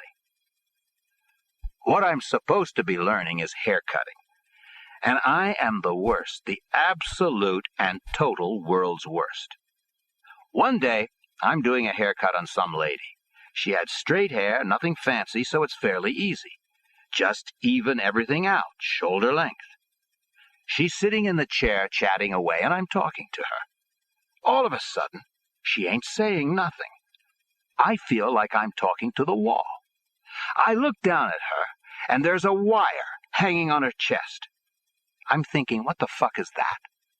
I said, sweetheart, I'm talking to you. Are you deaf? She turns around and says, what? That's when I saw it. She has a hearing aid, and I cut the wire going to it. Unfucking-believable. In haircutting, you had to learn how to color hair, too. But I pushed it off. The girls at the school would do it for me. One day, this older woman comes in. She wasn't really that old, maybe in her 50s, but that was old to me then. She's got gray hair, and she wants a blue rinse. Everyone's tied up, and they tell me, Sammy, you can do it. It's nothing. I just have to put this blue stuff in her hair, like shampoo, that brightens it up, takes the yellow, whatever, out, gives it a sheen. Let it sit for a while and wash it out. So I said, okay. I put this blue stuff in her hair, and it's blue, I mean really blue. Next, I take her over to the sink to wash it out and nothing happens. It's still fucking blue. It turns out you're supposed to mix this blue stuff first and water it down. But how was I supposed to know? I never done it before. I put it in her hair the way it was in the bottle. Excuse me for a minute, I say, and she says, is something wrong? I said, no, I'll be back in a second. I grab the boss and tell him that there's this woman in the back. You can't miss her. Her hair's fucking sky blue, and the blue won't come out. I'm going to lunch. Take care of her. What do you mean? He says. She's your customer. He tries to give me another shampoo. Use this. This is sure to work. I ain't taking nothing, I said. I ain't going near this woman again. When she looks in a mirror, she'll go nuts. When I got back, the whole school was hysterical. Of course, the guy couldn't get the blue out either, and the woman did go bananas. He had to promise her I don't know how many free haircuts and everything else. Another thing I learned at that school is how women, I mean the customers, talk in beauty parlors. They're loose as a goose. They talk about every fucking thing. It's incredible. You can't believe how dirty they talk. One day, I'm working on a woman, and she starts telling me, I was with my husband last night, and I put ice cubes in my mouth and gave him the best blowjob ever. And she's telling me about a lot of other things she has in mind. She ain't bad looking, and she's turning me on. I can't concentrate no more. I say, you can't tell me these things. What do you think, that I'm a fucking fag? And I throw down the comb and walk out. I had another problem. My girlfriend Louise finds out about what's going on at the school, that I'm supposed to be screwing everything in sight, and she joins up to keep an eye on me. These other girls know she's my girlfriend, but they don't give a fuck. They're real cagey and sneaky. Louise never actually catches me, but she hears rumors. I luck out, though. She blames them. When it's time to graduate, to get my license, I figure I don't stand a chance with the state board tests. And by now I'm thinking I want the license. I'm looking ahead. Somewheres down the line, I might open a string of beauty salons, and I'll need it. Some of the girls tell me what to do. I use my sister Franny as a model. I had her hair cut professionally, and I saved what was cut. I take it in a bag down to where the board tests are. So it's haircut time. And okay, boom, boom, I take the hair out of the bag, wet it, and sprinkle it around her chair. I'm pretending to cut. Then I'm done. The woman inspector comes over. She looks at Franny. She looks at the hair on the floor. I think she checks it out with a comb. I'm on the money. I passed. She nods and says, "You're good, pretty good at cutting hair." I said, "I know. Thank you very much." For the rampers around Sammy's age, a new reality set in as they grew older. They could rob commercial establishments and steal cars all they wanted to, but there was a ceiling on how far they could expand their activity. To take the next step up, to open a business, say a bar, a disco, an after-hours club, which were especially popular in Bensonhurst, or to run a gambling operation, to loan shark, to pull off a major hijacking, they had to be connected, mobbed up. Some rampers drifted into legitimate blue-collar work. The rest, if they could, became associated with one of the 5 Cosa Nostra families in New York. In Bensonhurst, the Profaci family had been dominant. When Profaci died and Joe Colombo was anointed his successor as boss, it became the Colombo family. The Gambino family also had a major presence locally. The Genovese, Bonanno, and Lucchese families were in the picture as well. A few rampers ended up in the De Cavalcante family across the Hudson River in New Jersey. And for Sammy, the message was especially clear when Jimmy Emma was murdered. Of all the rampers, he said, Jimmy was the wildest. One time, we're standing on our corner, and we're all heavy, and a police car pulls up. A cop rolls down the window and says, "Hey, Jimmy, we got a report somebody saw you with a gun. We're going to have to search you." We're all nervous. Every one of us has a gun on him. Jimmy walks forward 3 or 4 feet towards the car and opens his jacket. He's got 2 guns in his belt. "Draw," he shouts. And the cop who's driving hits the gas. You could hear the tires squealing. We all ran up to him and said, "Jimmy, what the fuck? Are you crazy? There's going to be 8 million cops back here." "Fuck 'em," he says. "We'll hide the guns." Which is what we did. When they came back, we had no guns. But they pulled in Jimmy. I don't know what happened, but he was out in an hour. No arrest, Nothing. Lack of evidence, I heard. Now, the Rampers are tough. We're always banging heads. And there was a club that was run by a captain in the Colombo family. His name was Dominic Sciallo. They called him Mimi, a real mean, rough-and-tumble guy. So we're in his club a lot, and it seems there's always trouble with Jimmy in the middle of it, fights and so forth. Finally, there's one fight too many. I don't remember what it was about, but Mimi has had enough. When Mimi has a problem with somebody, his solution is to kill. He goes to his boss and asks permission to whack us out. And he got permission. He sends a team of shooters down to the corner where we hung out, at 79th and Utrecht. It was late afternoon, and only Jimmy and Jerry Papa were there, washing their cars. These shooters ran up, and they blew Jimmy away. They start shooting at Pap. Just then, a car passes by, and Pap dives into an open window. It was some neighborhood kid who didn't know from nothing. The kid was so scared when they started shooting at his car that he took off. Pap got lucky and got away. I was at home at the time. It wasn't late enough yet. I got to the corner about an hour after they took Jimmy's body away. Then I hear the story. One of the guys says, "Pap's at the precinct, I think."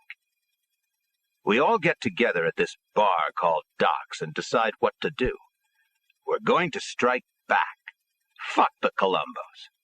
It sounds nuts, but we're full of piss and vinegar and stupid.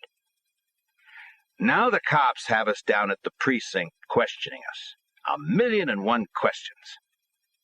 I think it was Joe Vitale who called me over and said, "Sammy, look at this." On the desk there was a protection order filled out for Jerry Papa, and he'd signed it. He'd signed himself in. A rat move. We were going to stick together and fight back. What's this? Fuck signing anything. Our relationship and friendship and everything died out from that point on. There were a lot of sit-downs amongst the families about us. Basically, what we heard was, the decision was that Jimmy was enough. This Dutchie spoke up for Pap, and they gave him a pass. Papa eventually became a made member in the Genovese family himself, and then got killed. He was shot to death in a restaurant on 69th Street and 14th Avenue. A guy blew his head off with a shotgun, point blank. Shortly afterward, Tommy Spiro, who had been with Sammy in the stolen car arrest, came to him. He said, "My uncle would love to meet with you." "About what?" "He just wants to talk to you and stuff." Now, I know who Tommy's uncle is. His name is Tommy, too, except everybody calls him Shorty. He's a big shot, whatever, with the Colombo family. So I say, sure, why not? This ends side 2 of cassette 1 of Underboss. Please fast forward to the end before loading cassette 2. Underboss, cassette 2. Chapter 3. You can't live your whole life on your own. Sooner or later, you're going to get in real trouble or get killed. In 1931, warring factions of the Italian underworld, primarily Sicilian and Neapolitan, came together to form Cosa Nostra. This union enabled it to completely dominate organized crime, both ethnic and homegrown American, throughout the country during the next decade. By the end of World War II, Cosa Nostra consisted of 24 crime families from coast to coast, each with an identical organizational structure. It flourished in cosmopolitan New York City, as well as Cowtown, Kansas City. 2 resort cities were ordained to be open to the activities of any family, Las Vegas and Miami. Policy was determined, and inter-family disputes settled by a national commission composed of 11 of the most powerful bosses. Then, in 1957, when Sammy was 12 years old, Cosa Nostra was racked by a series of internal convulsions. After Lucky Luciano, one of its original architects, had been deported to Italy, Vito Genovese sought control of his family by attempting to assassinate the acting family boss, Frank Costello. Costello decided to step down, and the Luciano family became the Genovese family. Still, Genovese feared retaliation from another trigger-happy family boss and Costello ally, Albert Anastasia, the most notorious killer in Cosa Nostra's history. So he conspired with a wily Anastasia underling, Carlo Gambino, to do away with the Mad Hatter, as Anastasia was called. On October 25, 1957, Anastasia was relaxing under a pile of hot towels in a Manhattan barber shop when two gunmen walked in and gunned him down. The Anastasia family was now the Gambino family. Even more unsettling was the discovery that while Anastasia was still alive, memberships in his family were being secretly sold for $50,000 each. To deal with all of this, the national conclave of Cosa Nostra's leadership was scheduled for November 14, 1957, in the small upstate New York village of Appalachian, where a captain in the Buffalo family lived. The idea was that a meeting in such an out-of-the-way rural setting would go unnoticed. Just the opposite happened. An alert New York state trooper spotted an unusual number of black limousines full of silk-suited strangers converging on the residence. Roadblocks were set up, and soon the nation's top mobsters were scampering through the woods trying to avoid detection. Many of them were arrested and convicted on charges of obstructing justice by refusing to explain their presence in Appalachian. These convictions were reversed on the ground that merely meeting as they had was not by itself a crime. However, they effectively ended any more National Cosa Nostra Commission get-togethers. If families around the country had to communicate with one another, emissaries were dispatched. Only in New York City, where 5 families uniquely rubbed shoulders, did the commission system continue to function.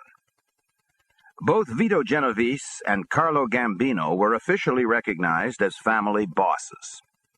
And to regain some measure of stability, because of the sale of memberships, the membership books of the New York families were closed.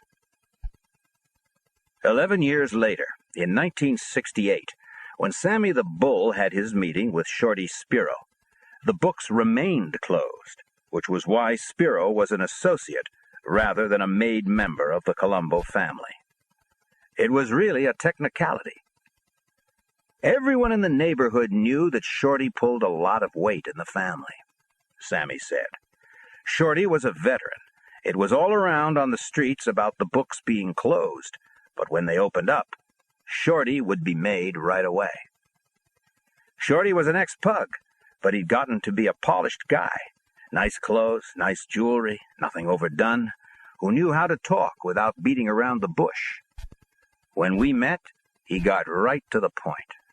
His message wasn't anything I hadn't heard before. Eventually, I'd have to hook up with the right people. But the way he put it was different. "I've had my eye on you," he says. "Why not come with me? You're a tough guy, but you can't keep doing things your own way. You can't live your whole life on your own. Sooner or later, you're going to get in real trouble or get killed. I'll give you a different relationship where you can be somebody. I'll never stab you in the back. I'll never bullshit you. I'll never ask you to do anything I wouldn't do myself." Those were the words. That was the pledge I wanted to hear. Like I've said, I'm obsessed with people being up front with me. Once Sammy had agreed to go on record with Shorty, to be associated officially with the Colombo family, he was taken to meet Shorty's captain, Carmine Persico, Jr. Persico was called Carmine, or Junior, to his face, and behind his back a name he detested, the Snake, because of the suddenness with which he would strike when provoked. "It was an honor for me to meet him," Sammy said. "He was a living legend, not just in Bensonhurst, but all over. He shook my hand and said, 'I'm real happy about this. I heard a lot of good things about you.' I still have high regard for him.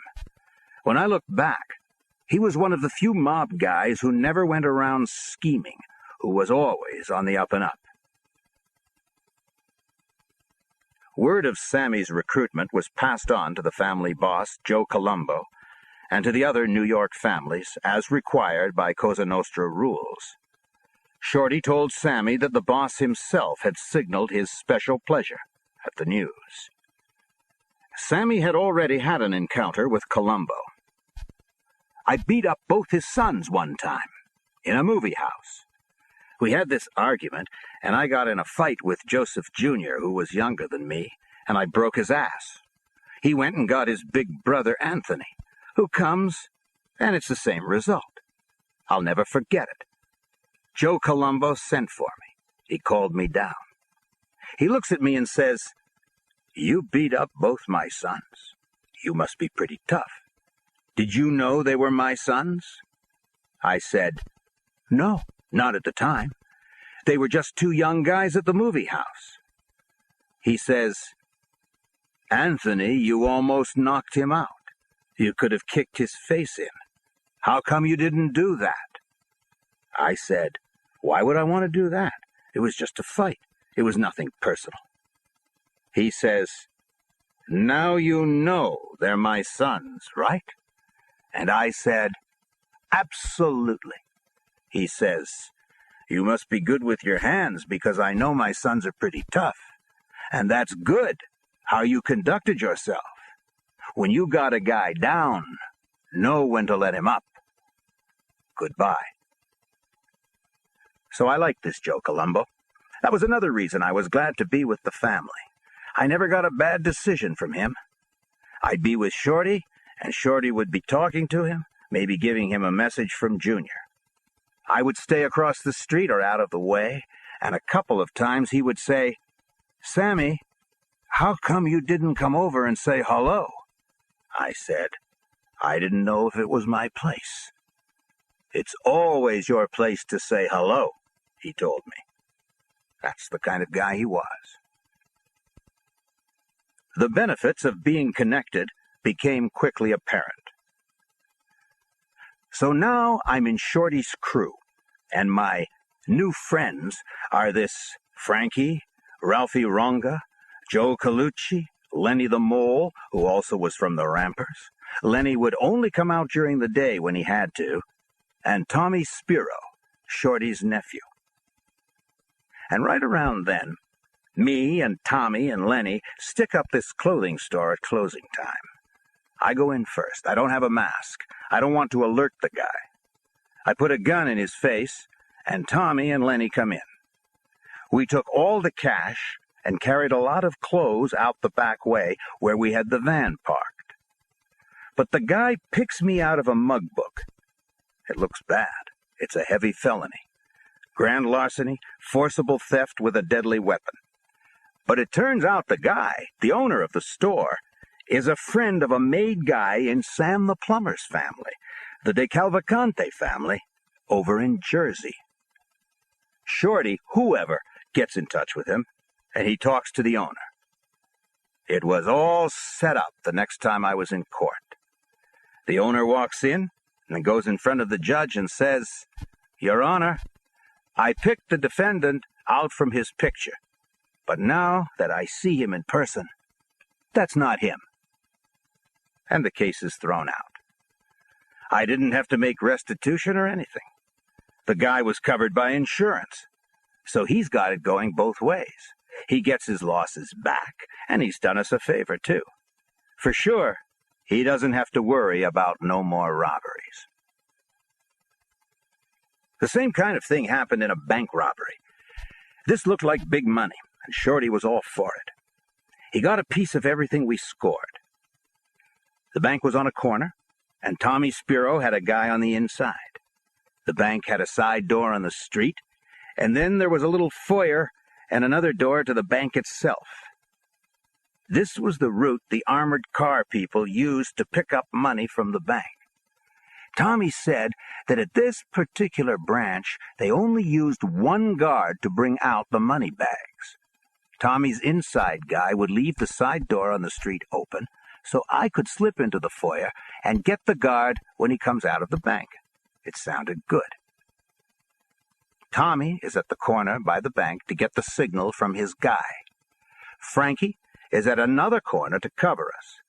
Lenny's driving the getaway car.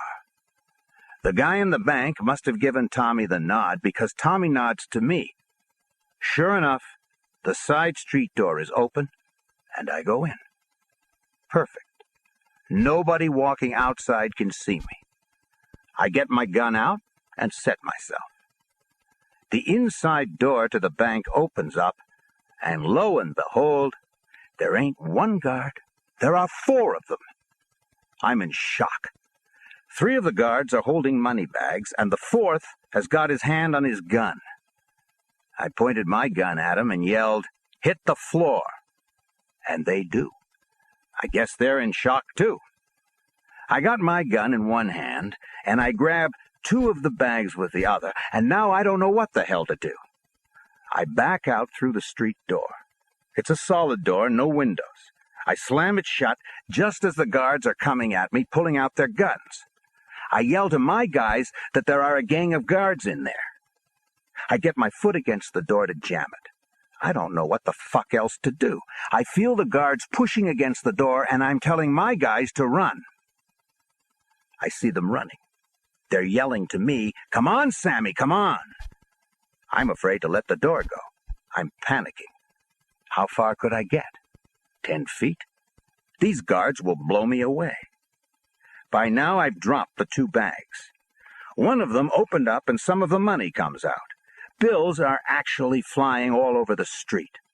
By now, a crowd has formed. People are looking, yelling, screaming. People are chasing the bills. Fuck it. I take a shot and let go of the door. Instead of running to the car where Lenny is, I run straight into the crowd, figuring the guards won't shoot with so many people around. I run through the crowd. As I'm running up the block, there's a guy standing there and he's yelling to me, "Sammy, come here, come here." Zoom. He takes me into his house. I never knew who the fuck he was, but he knows me. This is at 86th Street and 21st Avenue. It's not far from my old neighborhood. He must know me from there. He tells me he's going to look outside, and I'm wondering if he went to tip the cops. Finally, he comes back and says they were searching all over, but they're gone. He asks me if I want to leave my gun with him. I say thanks, but no thanks, I'm keeping it, and walk out. Good luck, he said. I make it to Tommy Spiro's father's house.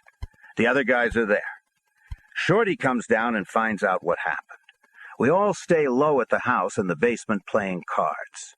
Sure enough, we find out one of the guards made me, and the cops are looking to arrest me.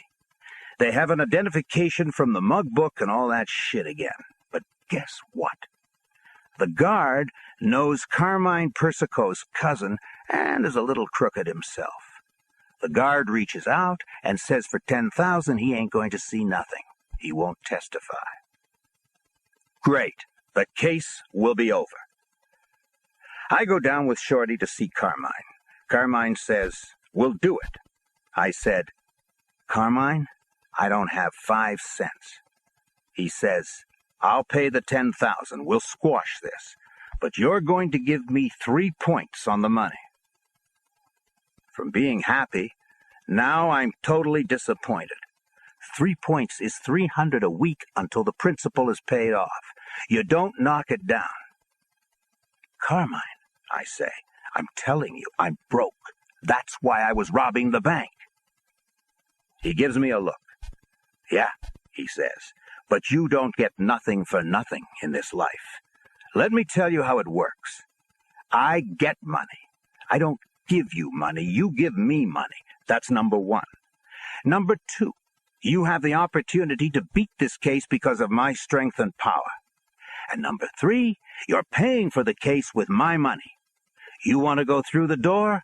I'm the guy who opens it. You don't seem to appreciate that." I sat and thought about it for a minute.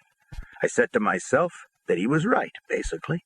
Streetwise, he was 100% right. In other words, I'm beating the case. I was looking at 7.5 to 15 years minimum. I'm borrowing the money to do it. So I got to pay the vig. That's the life. I realized that he was training and schooling me in the right direction. The money don't come down free of charge. You don't get nothing for nothing. First off, I'm scrambling to come up with the 300 a week so I don't look bad with Carmine. And then I go after the 10. I know how to do it. With a gun. Robbing and stealing left and right jewelry stores. It took me about 3 weeks. I just couldn't live with paying out that 300. Gradually, Sammy's new status enabled him to begin moving out of his old routine of stick-ups and break-ins. I'm starting to become more of a true gangster and racketeer, getting into business. Even if they're not stone-legitimate businesses, they're real on a business level. One of the first was this after-hours club on 62nd Street and 17th Avenue. This guy, Billy Stagg, told me about it. Billy wasn't mobbed up, but he knew the ins and outs of running a club like that. He said old man John Rizzo, who was a made guy in the Gambino family, and Matty Gambino, who wasn't made but pulled weight because he was related to Carlo Gambino, a nephew or something, were opening this club. "Sammy," Billy said, "they want me to manage it, but I'll need somebody on my side. They'll drive me crazy, especially Matty, who thinks he's a big fucking gangster. Why don't you get a piece of it?" I've accumulated some money, and I go down to see John and ask if I could have a piece of the joint. Now, I know an old-time wise guy like him ain't interested in being there every night. He just wants to collect his end. And when I go down, Louis Melito, who's close to him, happens to be there. And Louis says, "Sammy will be great for the fucking club because Matty Gambino is a fucking waste." And the old man says, "I love the idea. You're in." The joint was half done at that point. I'd done construction work on and off, and I dived in to help finish it up. When you went in, there was a big front room. To the right and along the back was an L-shaped bar. There were cafe tables and chairs and a little dance floor and nice soft lighting. Behind the front room, there was another room with a big green felt table where we ran a poker game that we cut, and there's a small kitchen for sandwiches and stuff. Right from the start, the place was extremely successful. I put it on record with Shorty and the Colombo family that I got a piece of this club. I'm there like every minute, working like a dog with Billy, stopping fights, seeing everything is okay. I'm taking shifts in the card game. I'm watching the door. If there's a fight, I'm in between guys. Hey, I'm 5'5". Some of these fucking guys fighting are 6'1", 6'2", and they don't give a fuck. It's an after-hours club. They're drunk. We'd start around 10 or 11 at night. People would come in and leave, and then others would come in, and we'd be filled to 7, 8 in the morning. Sometimes a poker game would go on for 2 or 3 days straight without stopping. The only problem was Matty Gambino. He'd strut in with his overcoat draped over his shoulders. He'd come in like a fucking Don Juan. He was a good-looking kid. Have a couple of drinks, pick up a girl or two, and leave. Louis Melito would be around a lot. He's got nothing to do with the joint. He's just helping out, bringing in people to drink, play cards, whatever. "Sammy," he'd say, "how are things going?" And I'd tell him, "It's going good." He'd say, "How come you and Billy got it all on your backs? Why don't Matty work? Louis, I said, you trying to break my balls? He's only his nephew, but he thinks he's Carlo Gambino himself. He comes in and he's gone. The truth is that I wish he would never come into the club at all. One night, me and Billy had finished doing the books, breaking down all the ends everybody got, and sure enough, this Matty Gambino comes in with a couple of guys and some broads. He walks over and he said, "You know, Sammy, the bills don't seem right with the amount of liquor we're selling." He keeps on about this and that. "It don't seem right," he says. "What do you think is wrong?" "Wrong," I said. "Do you think me and Billy are robbing you? If I were you, I wouldn't even answer that." He kind of draws back, stunned. "I tell you what," I said. "Why don't you take that fucking greaseball coat off, roll up your fucking sleeves, come in here and roll on the floor every time there's a fucking fight and work the fucking joint. As a matter of fact, you handle the cash. You divvy it up." "Sammy," he says, "don't you think you're out of order?" "Fuck you out of order. You come in here. You want to abuse people. You're a fucking punk. You come in here with your friends and don't do no fucking work. Then you make a fucking accusation that something ain't right. Let's stop this conversation, because it's going to get worse and worse, and I'll knock your fucking head in. You understand, you fucking greaseball? Just make another accusation about something that ain't right here with me or Billy." The next thing I know, there's a massive meeting. Shorty's there. John Rizzo says, "Sammy, he went to his uncle, he went to Carlo. I'm sent down to talk to you about it." How could you do that? How could you say those things? How could I do it? He's lucky I didn't put my motherfucking foot up his ass. Who the fuck does this bum think he is? John, I give you the respect, I give Carlo the respect, but this fucking bum ain't going to come in on Carlo's name and reputation, or your name and reputation, and make accusations against me and Billy. I turned to Shorty. "Shorty," I said, "I'll declare it right now. I'll take my end back. I'm out of this club, if that's what everybody wants." Old man Rizzo starts laughing. "Take it easy," he says. "Don't get so fucking hot. You're 100% right. Fuck this bum. He'll come in like a mouse from here on in. I know what happened. I heard it from Billy, but I had to come down about it and hear the story from you. Let me go back to Carlo and tell him how his nephew was acting. There's nothing to worry about. Don't pull out. Shorty, tell him to calm down." So I learned a big lesson. Number one, you got to stand up for yourself. Number two, I didn't stand a chance if I wasn't hooked up with the Colombo family. Shorty's getting a piece of my end. That's how it works.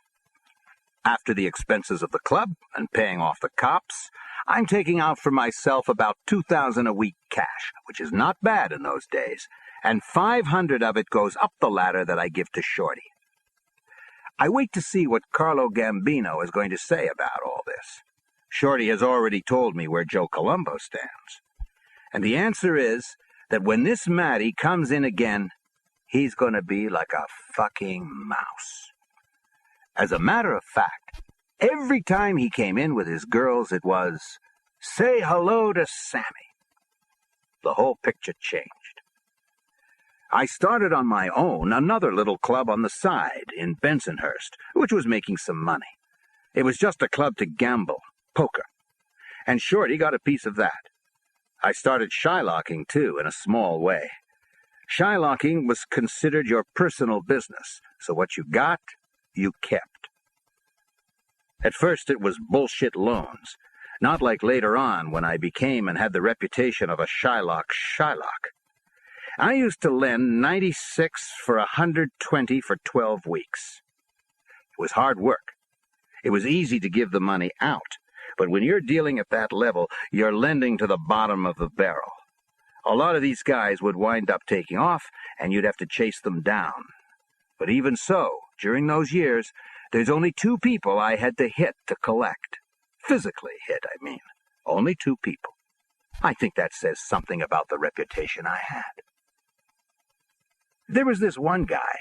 He didn't pay me for months and months. I kept having to chase him. I was yelling at him, and he told me to lower my voice. I said, lower my voice? You take my money, you give me a tough time, and then you tell me to lower my voice? Boom! And there was this other guy who owed me money. My friends were teasing me in a bar one night about it. He'd made an appointment and didn't show. He made another appointment and still didn't show. They're breaking my chops that he wasn't never going to pay. He don't care. As they were joking and laughing and teasing, he comes into the bar with some heavyweights in the Colombo family. I grabbed him and took him outside. First off, I tell him he's going to pay up. Second thing, when you make an appointment with me, you better show. Or send somebody down to tell me you ain't going to show. Don't fucking make me just stand on a street corner waiting for you. He got a little nervy. Sammy, he says, I'm tied up. I'm not paying the loan. I'm with Joe Colombo in the Italian-American Civil Rights League. I said, you're with what? The Italian-American League? And you ain't paying? Who the fuck do you think I'm with? The Jewish Defense League? I gave him a tremendous beating right there. And then this other guy who's going to be made, remember, all them years the books were closed and nobody got made, comes out of the bar and says, what are you doing, Sammy? He's with Joe Colombo in the league. I said, he owes me money, and that's the bullshit answer he gives me that he ain't paying up. Fuck him and fuck that. How much does he owe? The guy asks. I tell him it's a couple of $100, and he takes out the money and paid me. The next day, Shorty got in touch with me that Joe Colombo wanted to see me again, the boss himself. I go down to the real estate office on 86th Street where he stayed. He came out and said, Sammy, you know that kid, the one you beat up the other night? He's working with the league. I said, Joe, before you say anything or get mad, let me tell you what happened. I explained the whole circumstance about him borrowing the money, not paying, and then telling me to my face that he's not paying, not showing, that he's with the league. Joe Colombo starts laughing and says, Are you paid? I said, Yes. He says, Okay, this is the end of it. I said, Of course, Joe. That kid just got me to a point where I lost it. Well, make sure it never happens again. And I said, all right. Joe Colombo was a street guy. I heard from Shorty that after I left, Joe said that if I hadn't given the kid the beating I did, he, meaning me, wouldn't be one of us. A guy gives a fucking answer like that, he's supposed to get a beating. As far as I was concerned, that was the sort of thing that made Joe the boss, the reason you had to love the guy.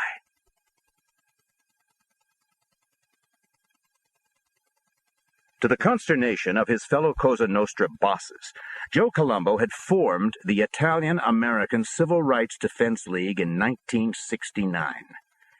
The declared goal was to make Italian-Americans proud of their heritage, to combat the gangster stereotype that all Italian-Americans supposedly had to endure, and to force the media to stop using the buzzword mafia in stories about organized crime. One of the first tactics to gain attention was protest marches at the New York office of the FBI. Sammy the Bull was in the initial picket lines along with Shorty Spiro. I mean, Sammy recalls, it was crazy. We were up there at the FBI in Manhattan around 69th Street and 3rd Avenue, and there wasn't more than 12 or 15 of us in the beginning. I remember it was raining, and the FBI was clicking cameras on all of us. That's all I needed, I thought. Who gave a fuck about mafia in the papers? It was just asking for trouble. I felt like a fool. So did Shorty. But the boss was the boss. To everyone's amazement, the movement caught on, culminating in a huge unity rally on Columbus Day, June 29, 1970, at Columbus Circle, with well over 50,000 people cheering Joe Colombo. New York Governor Nelson Rockefeller accepted honorary membership in the league.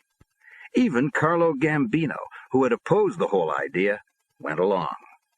The Gambino family controlled the Brooklyn waterfront, and for the first time in history, a complete 24-hour work stoppage was ordered on the docks so that longshoremen could attend the event.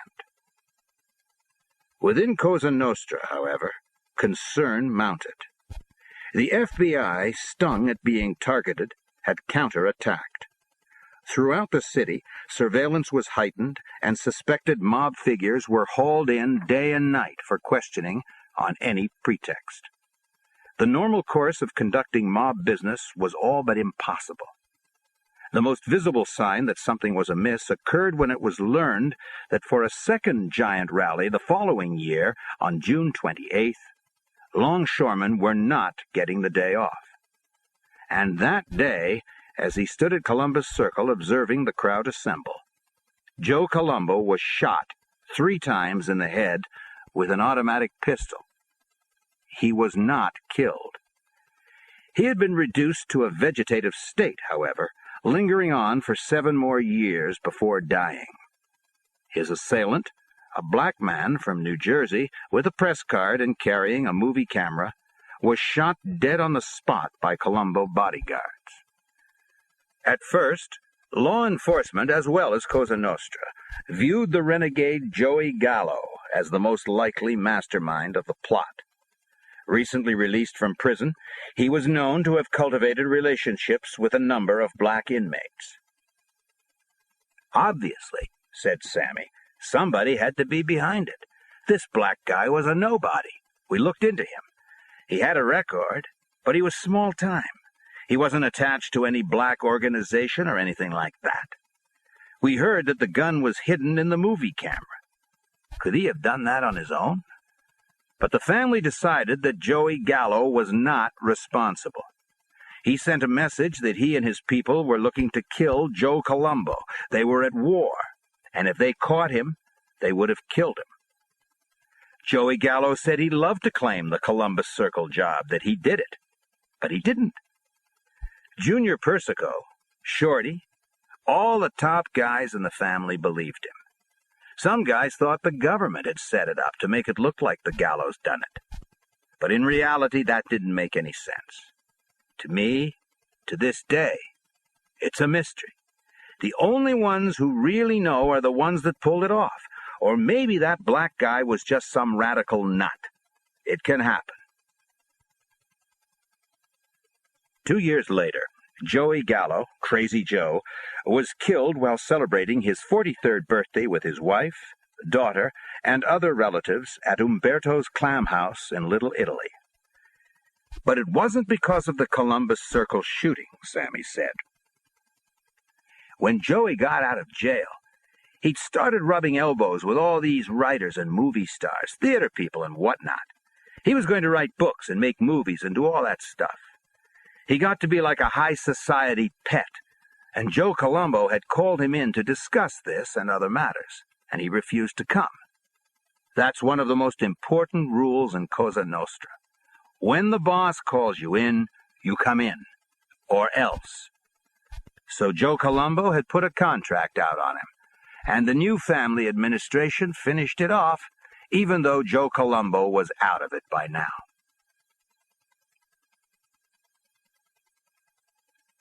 Being with the family was a two-way street for Sammy. He had the clout of the association, but he also was expected to obey orders, no questions asked. One day, with Shorty Spiro present, Carmine Persico summoned him and Tommy Spiro. A Long Island distributor of commercial washing machines and dryers had been discovered having an affair with the wife of one of Persico's brothers. They were to give the distributor a beating. Persico wanted an ear of the distributor brought back to him.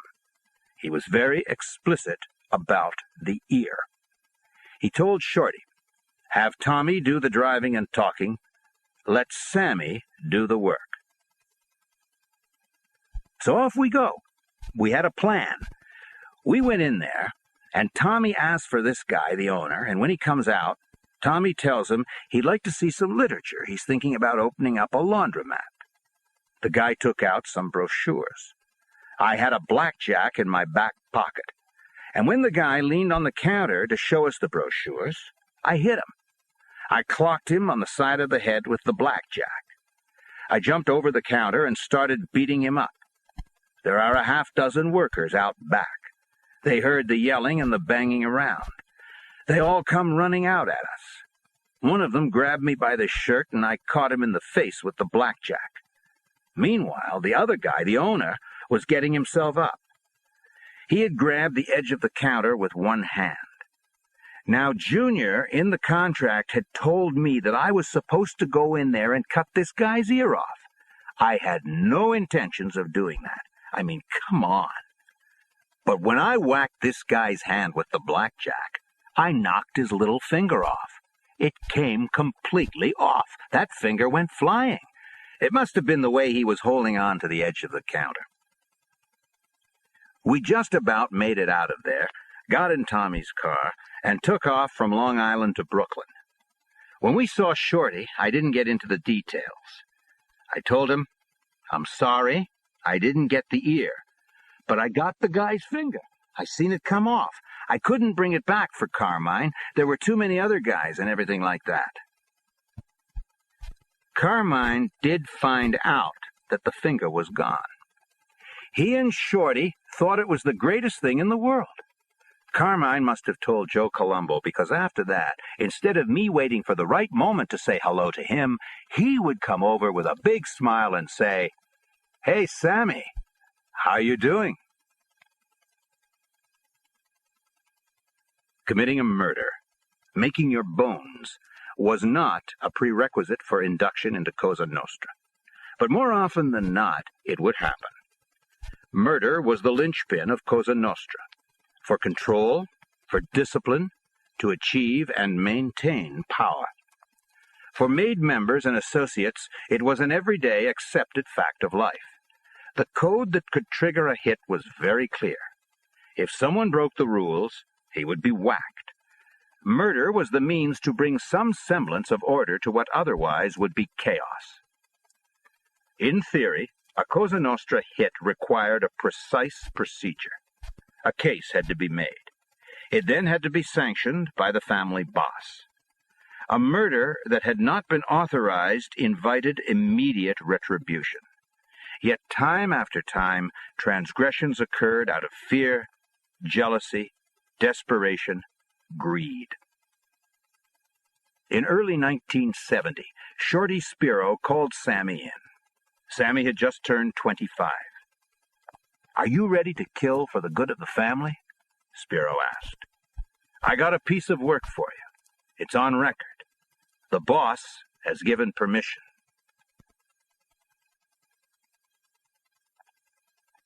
Chapter 4.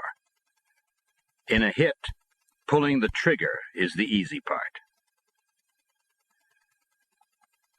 The intended target was Joe Colucci. I was stunned. He was with Shorty like I was. I knew him real well. He was a bruiser. He had this drop-dead gorgeous wife named Camille, jet black hair, great legs. I'd heard some rumors that Tommy Spiro was coming on to her behind Joe's back. I didn't pay much attention. It wasn't my business. But I already know that fooling around with another guy's wife is one of the worst rules you could break. So this isn't making sense to me. "Joe is looking to whack you," Shorty said. "Me? Why me?" I said. It's making even less sense. Now I gradually get the story. But the truth is that it wouldn't have made any difference. If it's put to you that something has to be done for the good of the family, that it's been authorized, you got to do it without question, without hesitation, without personal consideration. It seemed like Joe Colucci had heard the rumors too, and he's going to make a move. He's got a plan, real devious. I had to admire it, but he outsmarted himself. Joe figures that if he asks permission to kill Tommy Spiro, he ain't going to get to first base. Tommy is Shorty's nephew, so from being in the right, he's in the wrong. And that's where I come into it. If Joe just whacks out Tommy, it really don't take a brain surgeon for Shorty to figure it out. Joe's plan is to whack Shorty and me. Me because I'm somebody he has to worry about coming back at him. With both of us gone, there'll be confusion. Nobody will know what the fuck is going on. Then he can rub elbows with Tommy. Hey, we'll find out what happened. Gee, your uncle, what a shame. And later on, in a couple of months, he'll take him out. And nobody's the wiser. Joe's big mistake is that he confides in another guy with us named Frankie. Joe needs Frankie because he can't do this on his own. He and Frankie are pals, and Colucci knows Frankie don't like Tommy. Frankie asked him, "Why do you want to kill Sammy and Shorty? If you think Tommy's fucking your wife, why them?" That's when Joe Colucci tells him, "If I whack Tommy, it's guaranteed Shorty'll put it together in 2 minutes flat, and Sammy will take me out in a minute flat." Frankie don't buy it. He's nervous about this whole scheme. So he goes to Shorty and says how he was approached by Colucci and everything. And Shorty sees Junior Persico and reports this. And I'm told the two of them went right to the boss, Joe Colombo, and got the permission to go after Colucci. That's when it becomes a hit for the family. At that point, I'm getting all of this from Shorty. I said, "Yeah, okay, but I don't know if I'm totally buying what I'm hearing. Am I being conned? I can't get it through my head that Joe would want to kill me. Shorty tells me that Tommy is going to be in on the hit, and so is Frankie. Now, I'm close to Frankie, too, and I went and questioned him. I want confirmation. I asked him, "Frankie, are you sure Joe said this?" He says, "Sammy, take it from me, it's for real. I'm sick. I'm in the middle of this thing. I'm sick, Joe told me, but I'm not killing you and Shorty and then killing Tommy down the road. I ain't getting involved in this plot. Suppose you and Shorty had found out I knew what Joe was intending and I never told you. Wouldn't you whack me?" "Absolutely," I said. "You did the right thing. I heard it from Shorty, but I wanted to hear it from you." So I went with it. Personally, I think that if Joe Colucci had gone straight to Shorty about his beef with Tommy, Shorty would have understood it. Shorty was a tough guy and a man of honor. I think he would have turned around to his brother Ralph and told him, "Listen, what your son is doing is against our life. This Colucci kid is right. What would you do if somebody was fucking your wife?" I think that's how Shorty would have answered the problem. He would have got Joe to back off. Joe would never get permission to kill Tommy. Joe wasn't a major player. He was in the crew, but he's not a made guy, and he's not with somebody else's family. On top of it, there's complications because personal family blood is involved. They would have probably appeased Joe, whitewashed the whole thing. Tommy would have been reprimanded for pulling this shit, told to cut it out with Joe's wife, and put it on the shelf. But Joe Colucci didn't go that route. He had devised this plan and didn't give a fuck who he was hurting in the process. This ends side 1 of cassette 2. Please turn the cassette over and start side 2 at the same point. This was my first hit. I was in charge. My hit team was Tommy and Frankie. I told Shorty I didn't need any more help. I was used to being in charge. I'd always been the front guy in burglaries and armed robberies. I got the gun and worked out how we were going to do this. I felt I had it all covered. Looking back, I can see how lucky I was that I missed a lot of basics. I had plenty to learn. In a hit, pulling the trigger is the easy part because it takes no brain. It was about a week after I met with Shorty when we made our move. Time was important. At any second, Joe could have told Frankie to get ready to help take out me and Shorty, and Frankie could have fallen apart and warned him off. I set it up that me, Frankie, Tommy, and Joe would spend the night bouncing around from one club to another. That was some irony there. Here was Joe Colucci joking and drinking it up with Tommy, who was coming on to his wife, the guy Joe wanted dead. Here was Frankie, who was in on both sides of the story. And here was me on my first hit, the hunter and the hunted all at once. Just another day in the life of organized crime. Finally, at this one club, after dancing and kidding around with some neighborhood girls, we left to go to a cafeteria to grab a bite before calling it a night. This was when it was supposed to happen. Tommy was driving. We were in a two-door car.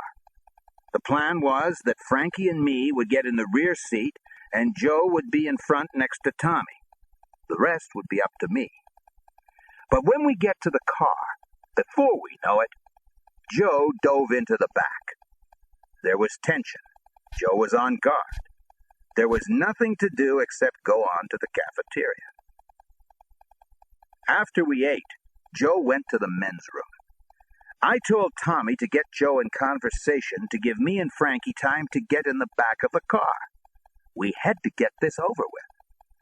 By now, Joe was tired, and when we got to the car, he dropped his guard. He jokingly told me to get in the back seat, but not to sit behind him. But he was a plotter. Did he suspect anything? I started feeling edgy. Then, after he didn't say anything more, I relaxed. By now it was 4 a.m. He had said it just to say something. I climbed in behind Tommy. It's amazing to me how the details of first events get etched in your mind. I remember everything about that night, as if it were last night. We kidded and joked as we slowly drove down the street. Tommy turned up the radio. A Beatles song was on. The seating arrangement wasn't exactly what I wanted. I reached under my jacket for my gun, which was a .38. It seemed like the music was getting louder and more intense. As that Beatles song played, I became a killer. Joe Colucci was going to die. I was going to kill him because I had been ordered to do it and because he was plotting to kill me. I felt the rage inside me. You fucking cocksucker, I thought. Even if I wasn't directly behind him, I felt invisible. I pointed the gun at the back of his head. Everything went into slow motion. I could almost feel the bullet leaving the gun and entering his skull. It was strange. I didn't hear the first shot. I didn't seem to see any blood. His head didn't seem to move, like it was a blank instead of a real bullet. I knew I couldn't have missed. The gun was only inches from his head. But I felt like I was 1,000,000 miles away, like this was all a dream. I shot a second time in the same spot. This time everything was different. I saw the flash. I smelt the gunpowder. The noise was deafening. Now I saw his head jerk back, his body convulse and slip sideways. I saw the blood. Joe Colucci was dead. He looked like he was sleeping. He looked peaceful. You going to blow me away now? I thought. Tommy and Frankie started yelling at one another. I can't remember what they were saying. That's the only thing I can't remember from that night. I told them to shut the fuck up. I told Tommy to get on the Belt Parkway and get off at the Rockaway Park exit. We had to dump the body. I can't describe the anger, the violence, the intensity that filled the car, but I can still feel it. After the exit, we drove for a few minutes into a quiet residential area. We were on a side street. I told Tommy to push the body out of the car. I couldn't believe it when Tommy told me he couldn't. He didn't feel so good, like he was going to vomit or something.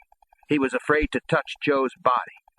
So I climbed over Frankie and out the rear passenger side window. I opened the door and put my arms around the body. I'll never forget that feeling of dead weight. I wasn't too graceful about it, but the adrenaline was still pumping. I pulled Joe's body out and dumped it face down in the street. I got in the car where he'd been sitting and shut the door. Then I rolled down the window and shot the body 3 times. It lurched with each shot. There could be no doubt. The contract was carried out. I told Tommy to get going. He was as nervous as hell, and first thing, He goes through a red light. All we needed then was to get stopped by the cops. I yelled at him to calm down. As I tried to relax, one of my hands was resting on the seat. It felt wet. I realized it was in Joe's blood. Thinking back, we should have used a stolen car. When we went over a bridge, I threw the gun in the water. The car was a mess. Back in the neighborhood, we washed down the inside real good. We were all scared, not like afraid, but excited. I can't really describe it, but then I felt a surge of power. I realized that I had taken a human life, that I had the power over life and death. I was a predator. I was an animal. I was Cosa Nostra. I stayed at Tommy's house. I took a long, hot shower. I slept like a rock. Tommy's mother made us a late breakfast. She always treated me like a son. She said we shouldn't be staying out all night like this. Tommy's eyes showed shame and fear. He pulled me aside and begged me not to tell his uncle how queasy he was about touching Joe's body. I told him to stop worrying, it wasn't important. That afternoon I was hanging out on a street corner, listening as everybody around was talking about Joe Colucci being hit and who would want to kill him. I felt like I was in space as I listened, like I wasn't there. I was thinking, am I supposed to feel remorse? Aren't I supposed to feel something? But I felt nothing, at least nothing like remorse. If anything, I felt good, like high, like powerful, maybe even superhuman. It's not that I was happy or proud of myself, not that. I'm still not happy about that feeling.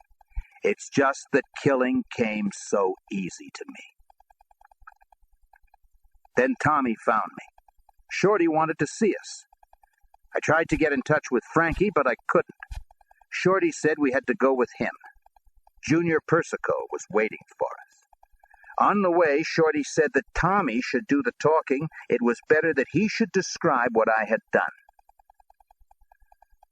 Carmine Persico, soon to be the new Colombo family boss, was ensconced in a midtown Manhattan hotel suite. A coterie that made up his inner circle was present. His future underboss, Gennaro Jerry Lang Langella, his brother and future consigliere, Alley Boy, and the man perhaps closest of all to him, his constant companion, Hugh Apples McIntosh, who could never be a made member because his father wasn't Italian and whose specialty was to dispatch a victim with an ice pick in the ear. Junior looked right at me when I walked in, Sammy said. I might have looked nervous because he said first off not to be nervous. Everyone there had done what was done to Joe, and there was a blood bond in that room. He asked for the details. Shorty nodded at Tommy, and Tommy talked for maybe 5 or 10 minutes. The way Tommy told it, it'd been a piece of cake. He glanced at me, but I didn't say a word. After that, Junior took Shorty into another room. When they came out, they shook hands and we left. Going back to Brooklyn, Shorty said Junior said we did a good piece of work. He told me, Junior loves you. He's real proud of you. We all went to Joe's funeral as grieving friends. Sometime later on, me, Frankie, and Tommy were in another car. The seating arrangements were the same as the night Joe got clipped. Except in front of me now, Frankie was in Joe's seat. Tommy was driving along the Belt Parkway headed towards Long Island. We were going out to do a score. All of a sudden, as we were passing the Rockaway Park exit, Frankie said to stop, he don't feel good. He got out of the car and started throwing up on the side of the highway. When he finished, I said, Bro, you all right? What's wrong? He turned to me. He was as white as a sheet. He was practically crying. He said that ever since the hit on Joe, he was scared he would be next, because Joe had come to him for help. I was in shock. I had just killed a friend of mine because I was ordered to do it by the mob. This was the life I'd chosen. Now I was watching another friend of mine tell me that he was afraid that I would do the same thing to him. I tried to soothe him. I said, "Frankie, are you crazy? You saved my life. I would never hurt you, no way." It was no use. He said, "Sammy, in my head I know that, but my stomach's churning all the time. That's all I could think of with you sitting behind me." We never made the score. That was the last time I ever saw Frankie. He just took off, out west somewheres, to the heartland of America. This life wasn't for him. I think about him a lot. I wonder if he ever thinks of me. After the Colucci hit, Tommy Spiro wound up marrying Camille. It didn't last long. She saw him for what he was, a total nothing, and left him for another guy. Tommy never got made. Later on, both his father and his uncle got whacked, and the Colombo family chased him. He was whining at some meeting, and I heard Jerry Lang slapped him in the face. That's the worst insult you could have. He didn't have no standing after that. They told me he ended up half a junkie.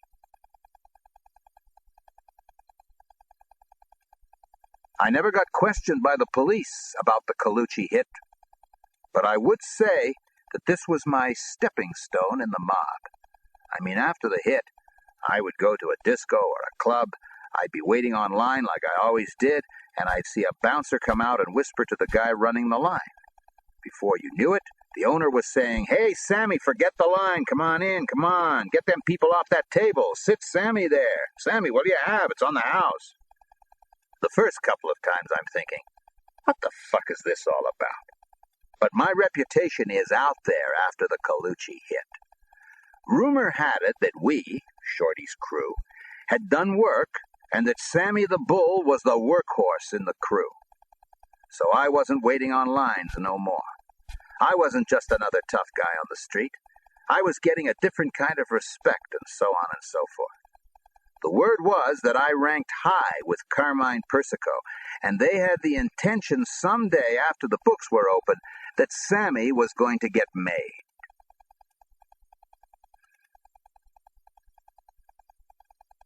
Chapter 5. The next time you call my house and talk to my wife in that tone, it'll be the last time you'll ever do anything.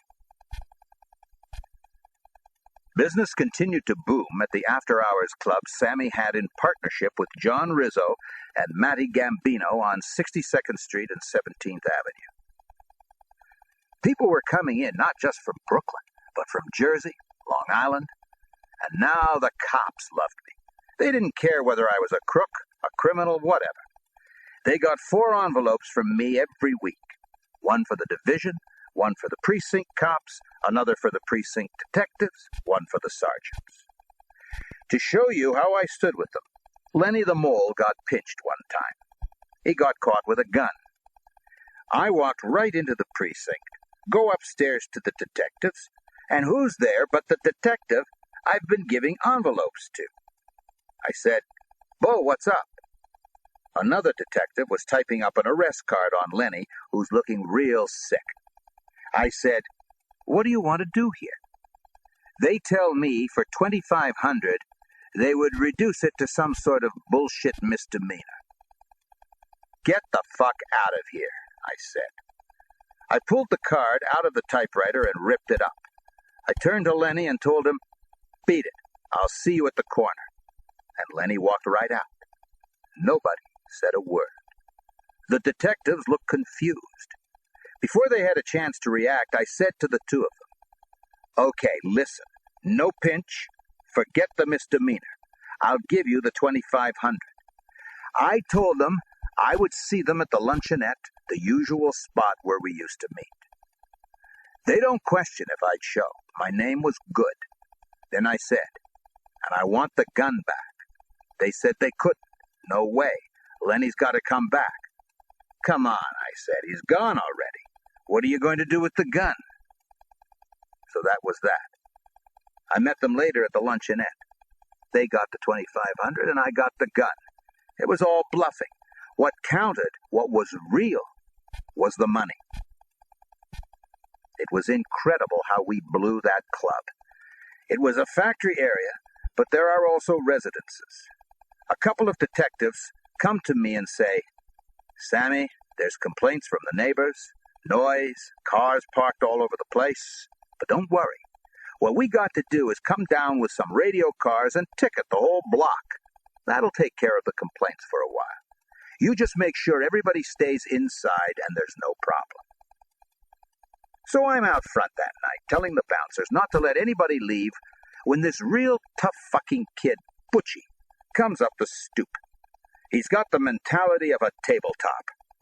He had just parked and sees the cop cars and says, "Let me go get my car, I'll get a ticket." I said, "Butchie, forget about it, I'll pay for the ticket, just stay in the club." He don't listen. He runs to his car, jumps in and starts the engine. A cop says, "Shut it off. You can't move. Stay here." Butchie don't do it. The cop reaches in for the key, and Butchie yanks him through the window and starts giving him shots to the face. Now cops come flying from all over. They drag him out, and they're batting him around. Me, I stick my 2 cents in because I've been paying them all off. I'm yelling, "Stop!" One cop hits me with his stick, and I hit him back. The whole club empties out. There's a riot in the street. I can't believe it. 16 guys got pinched. 2-3 cops went to the hospital. After that, the detectives come back. "Sammy," they said, "there's no money in the world that can straighten this out. We spoke to the captain. We did everything. You're closed down. You can't open anymore. Every single time you open, we'll pinch you, everybody." So that was the end of it. Not long afterwards, Sammy had a new club. Formerly a funeral parlor, it was in a different police precinct off Fort Hamilton Parkway. It was started by a group of guys who weren't connected, Sammy said. So I moved in on them. If it wasn't me, it would have been somebody else. They still had a piece. They were the front guys, but I was the boss off the record. They were happy. They didn't have to worry about the cops or wise guys. No worries about deliveries, garbage collection, some drunk starting trouble, all that stuff. It was doing good business right away from the following I had before.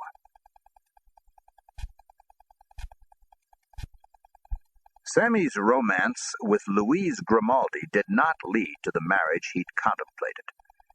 It wasn't Sammy's idea to part with her. The problem was her exceptional beauty. Guys were hitting on her every 3 seconds, and she gets the idea that she wants to date. She wants an arrangement.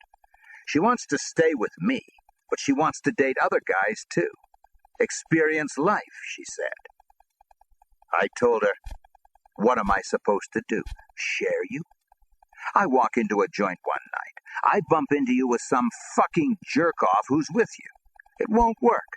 Live your life. Find out what's out there. Let's break up and see what happens down the road." Then 2 or 3 months passed by, and now she wants to come back. I just couldn't do it. I wanted to.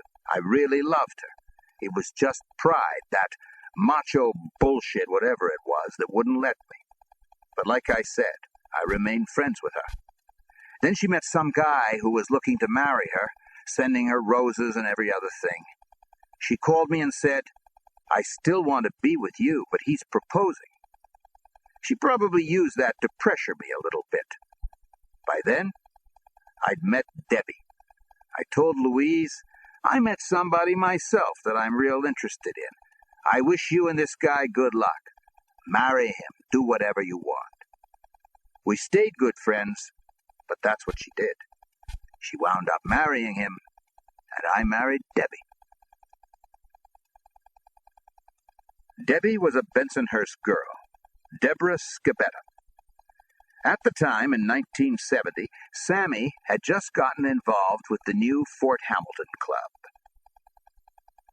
One night, I'm hanging out on the corner, Bay 23rd and Bath, by where I have my apartment, with Lenny, a guy named Louie, and this girl, Diane Scabetta, drives up. I've known Diane for a while. As a matter of fact, she was one of the girls we bumped into the night Joe Colucci got hit. She was with 3 other girls. She asked if we wanted to go to Coney Island, to Nathan's, to get something to eat. Sure, why not some hot dogs, have some laughs? We get into the car. There's like 7 of us. We're on each other's laps, talking, giggling. I'm in the back when I really looked at her. I don't know her from a hole in the wall. "Hey, Diane," I said. "Who's this one?" She was real cute, brunette, nice figure. Diane said, "Oh, that's my sister. Deb, say hello to Sammy." I said to her, "Where you been hiding?" And she smiles and said she was going out with this guy and they'd just broken up. At Nathan's, we gobbled down hot dogs, and then Diane said, "Come on, let's go on some rides." We end up on this ride that's called the Hammers. You get into these little things and they swing back and forth and around. I really don't have the stomach for these rides. I think I was with Diane. The girls are screaming and I'm turning green. Those hot dogs have got to me. I'm nauseous. I'm yelling at the guy to stop the ride or I'll fucking kill him. Instead, the more the girls scream, the faster he makes it go. By the time he does stop it, I couldn't have killed him if I wanted to. I was so sick, I couldn't even look at him. I didn't throw up, thank God, but I went straight to the car. I told Diane, "Listen, get me back to Bay 23rd. A couple of nights later, I see Diane and she said, "Is it all right if I come by your club with my sister?" I said, "Of course, come down." She asked me what I thought of Debbie, and I said she was good-looking and all, but the truth was I couldn't remember much except trying not to throw up after that ride. "Well," Diane said, "she's heard about you, and she thinks you're cute and this and that."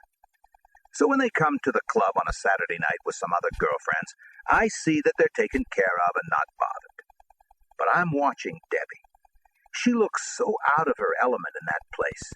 I mean, I'm used to seeing a certain kind of woman in there, and she is not that kind of woman. She seems so fresh, so innocent. More than anything, that's what caught my attention. After a while, I go and sit with them. I offered Debbie a drink, and then I said, "Let's take a walk." It was a nice summer night. I needed a breather now and then from the club. It ain't a place where I'm having fun. I mean, when I'm there, I'm working my ass off. We walk and talk. She told me about her mother, what a great mother she was, and that her father worked nights for Western Electric, putting together circuit boards for the phone company. She said he was a terrific father, but very strict, that the only reason she could be out so late was because she was with Diane. By the time we went back to the club, we were holding hands. She told me her parents were going to be away on Sunday, and why didn't I come, and she cooked dinner. I went over with a couple of guys. They were watching some game on TV. I'm not really interested in sports except boxing, maybe handball. And I saw her in the kitchen. She had an apron on. She looked like a little house mother, cooking away, cooking and tasting the sauce and the sausage and the macaroni. She was so different from the sluts that I'm dealing with every other minute at the club. The only one who could hold a candle to her was Louise. Then and there I realized that she was for me. And I was right. We would be like wolves who mate, that stay with one another for good. If something should ever happen to one of them, they still don't ever mate again. The problem was her father. I guess he asked around and heard about me, and he told her to forget it. I was an out-and-out hoodlum. Besides, I was a lot older than she was, 8 years older. But the main thing was, I was a bad dude. There was another factor that might have influenced Deborah Scabetta's father, which Sammy was not aware of.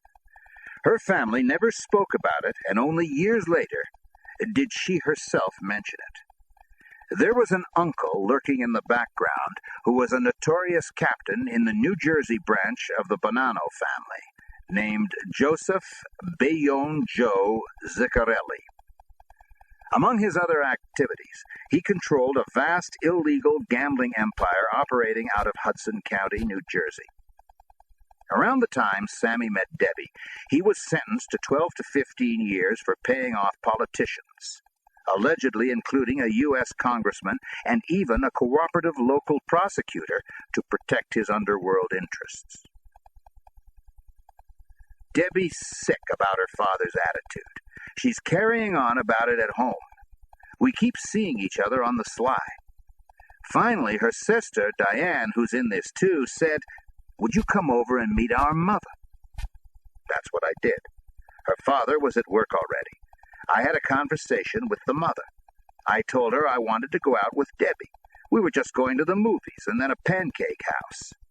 I promised to get her home by 10:30, the latest. We talked for about 20 minutes and she said, "All right, I trust you." Then right in front of me, she told Debbie not to say anything to her father. They were hiding it from him. That annoyed me. I said, "Why did we have to hide this? For what? What did I do? The hell with this. I don't need to come to the house." Her mother said, "Sammy, I don't want you to feel like that. Let's see what we can do." So I do meet the father. He turns out to be a beautiful guy, a mild-mannered guy, totally legitimate, one of the nicest guys I ever met in my life. His whole thing was looking after his baby daughter, which is completely understandable to me. I didn't have a problem with that. I told him, "Listen, I'll respect your wishes. Anytime you want to do anything or say anything, I'll respect it." That's the way it went. But towards the end of the year, we decide we want to get married. Now there are protests from both her mother and father. She's too young. She's only 17. At first, they're totally against it. Then they try to postpone it. Finally, they say we should at least wait until she's 18, which will be in May. I said, all right.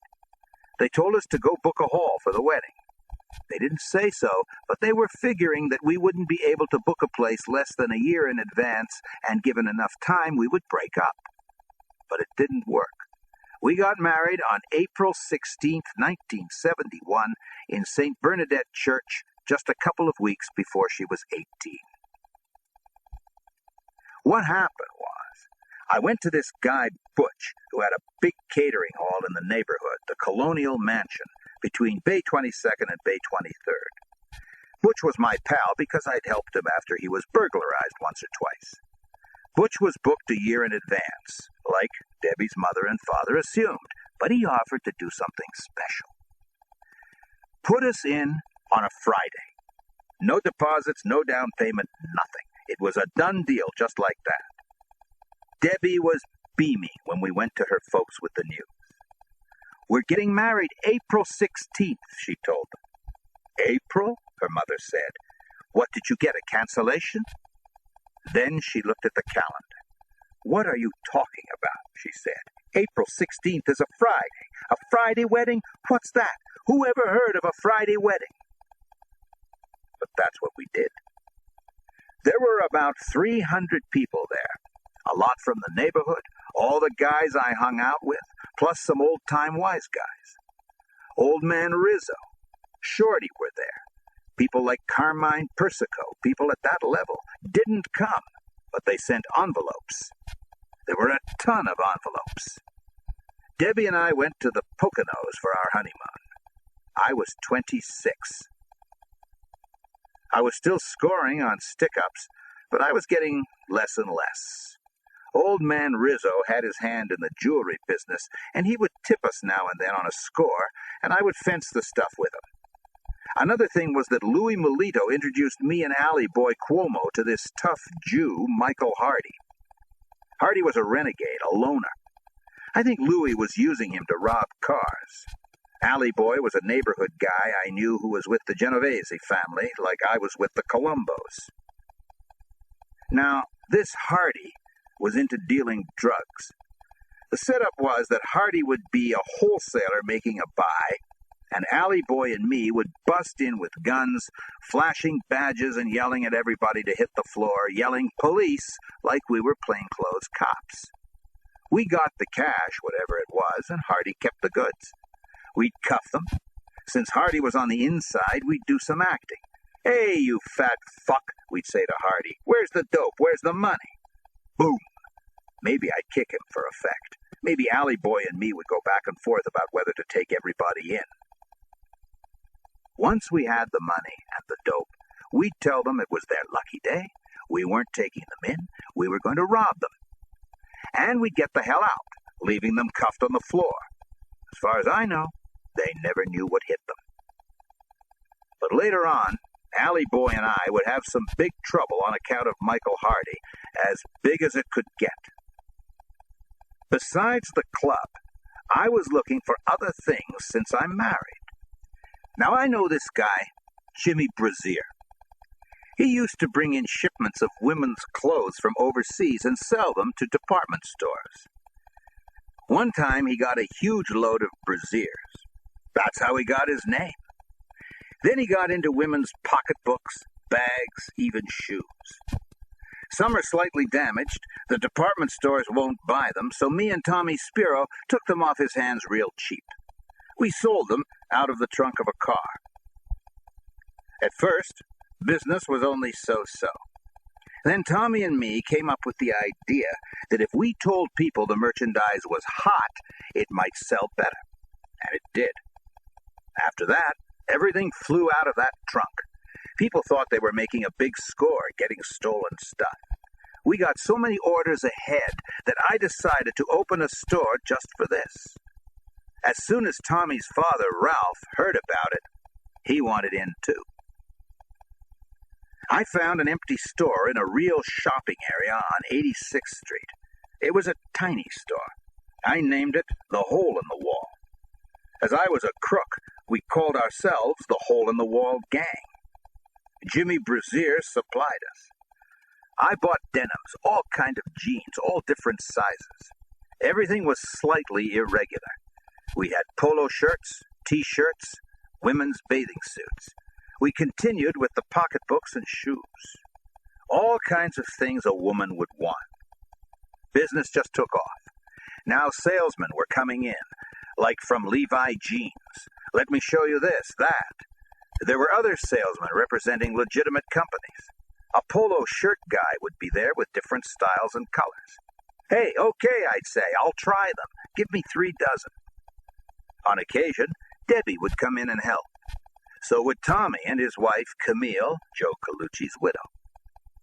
Tommy's father, Ralph, was there. We were so busy, I hired a girl for an 8-hour day, so we were always covered in case none of us could make it. I'm there too, on and off. Then one time when I was there, a lady came in and said she wanted to return something, whatever it was. I said, sure. Did she have her receipt? She said no, she didn't get no receipt. I asked her who sold her the item, and she said it was the older man. She was talking about Ralph. It happened again. I caught him 6 times.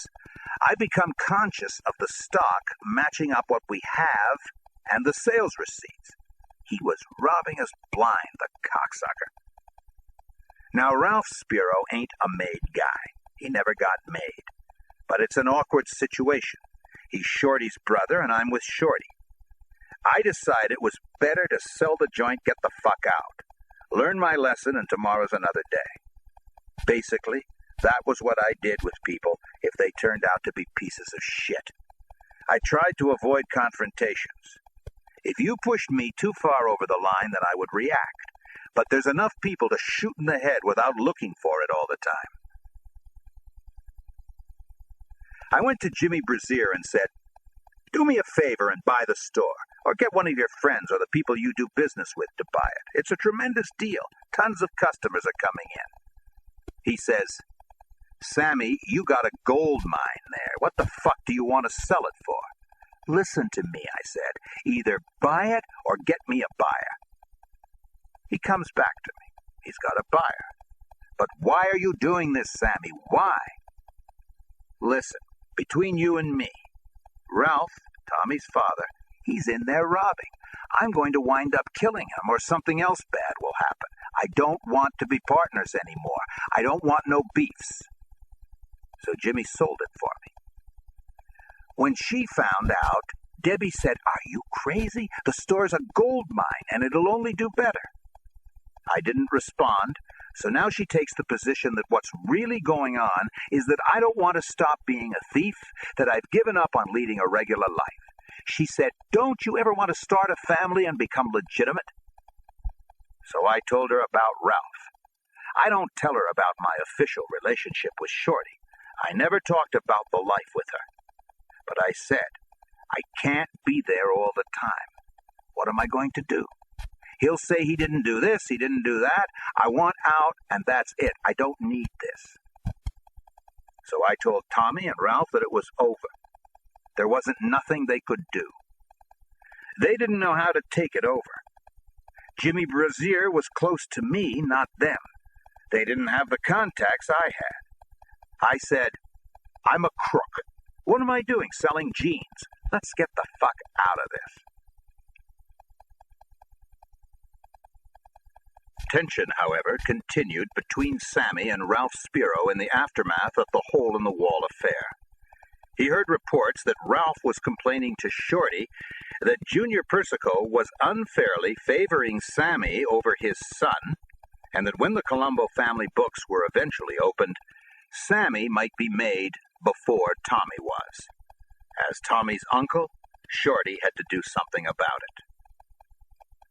Then a member of Shorty Spiro's crew, Ralphie Ronga, was shot dead by police during an armed robbery.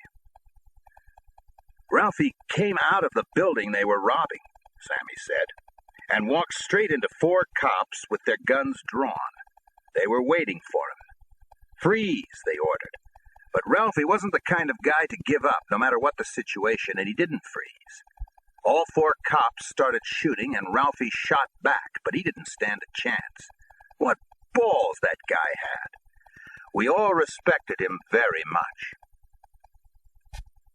About a week later, after Ronga's funeral, Sammy was in a saloon with several friends, including John Rizzo, Louis Melito, and Alley Boy Cuomo.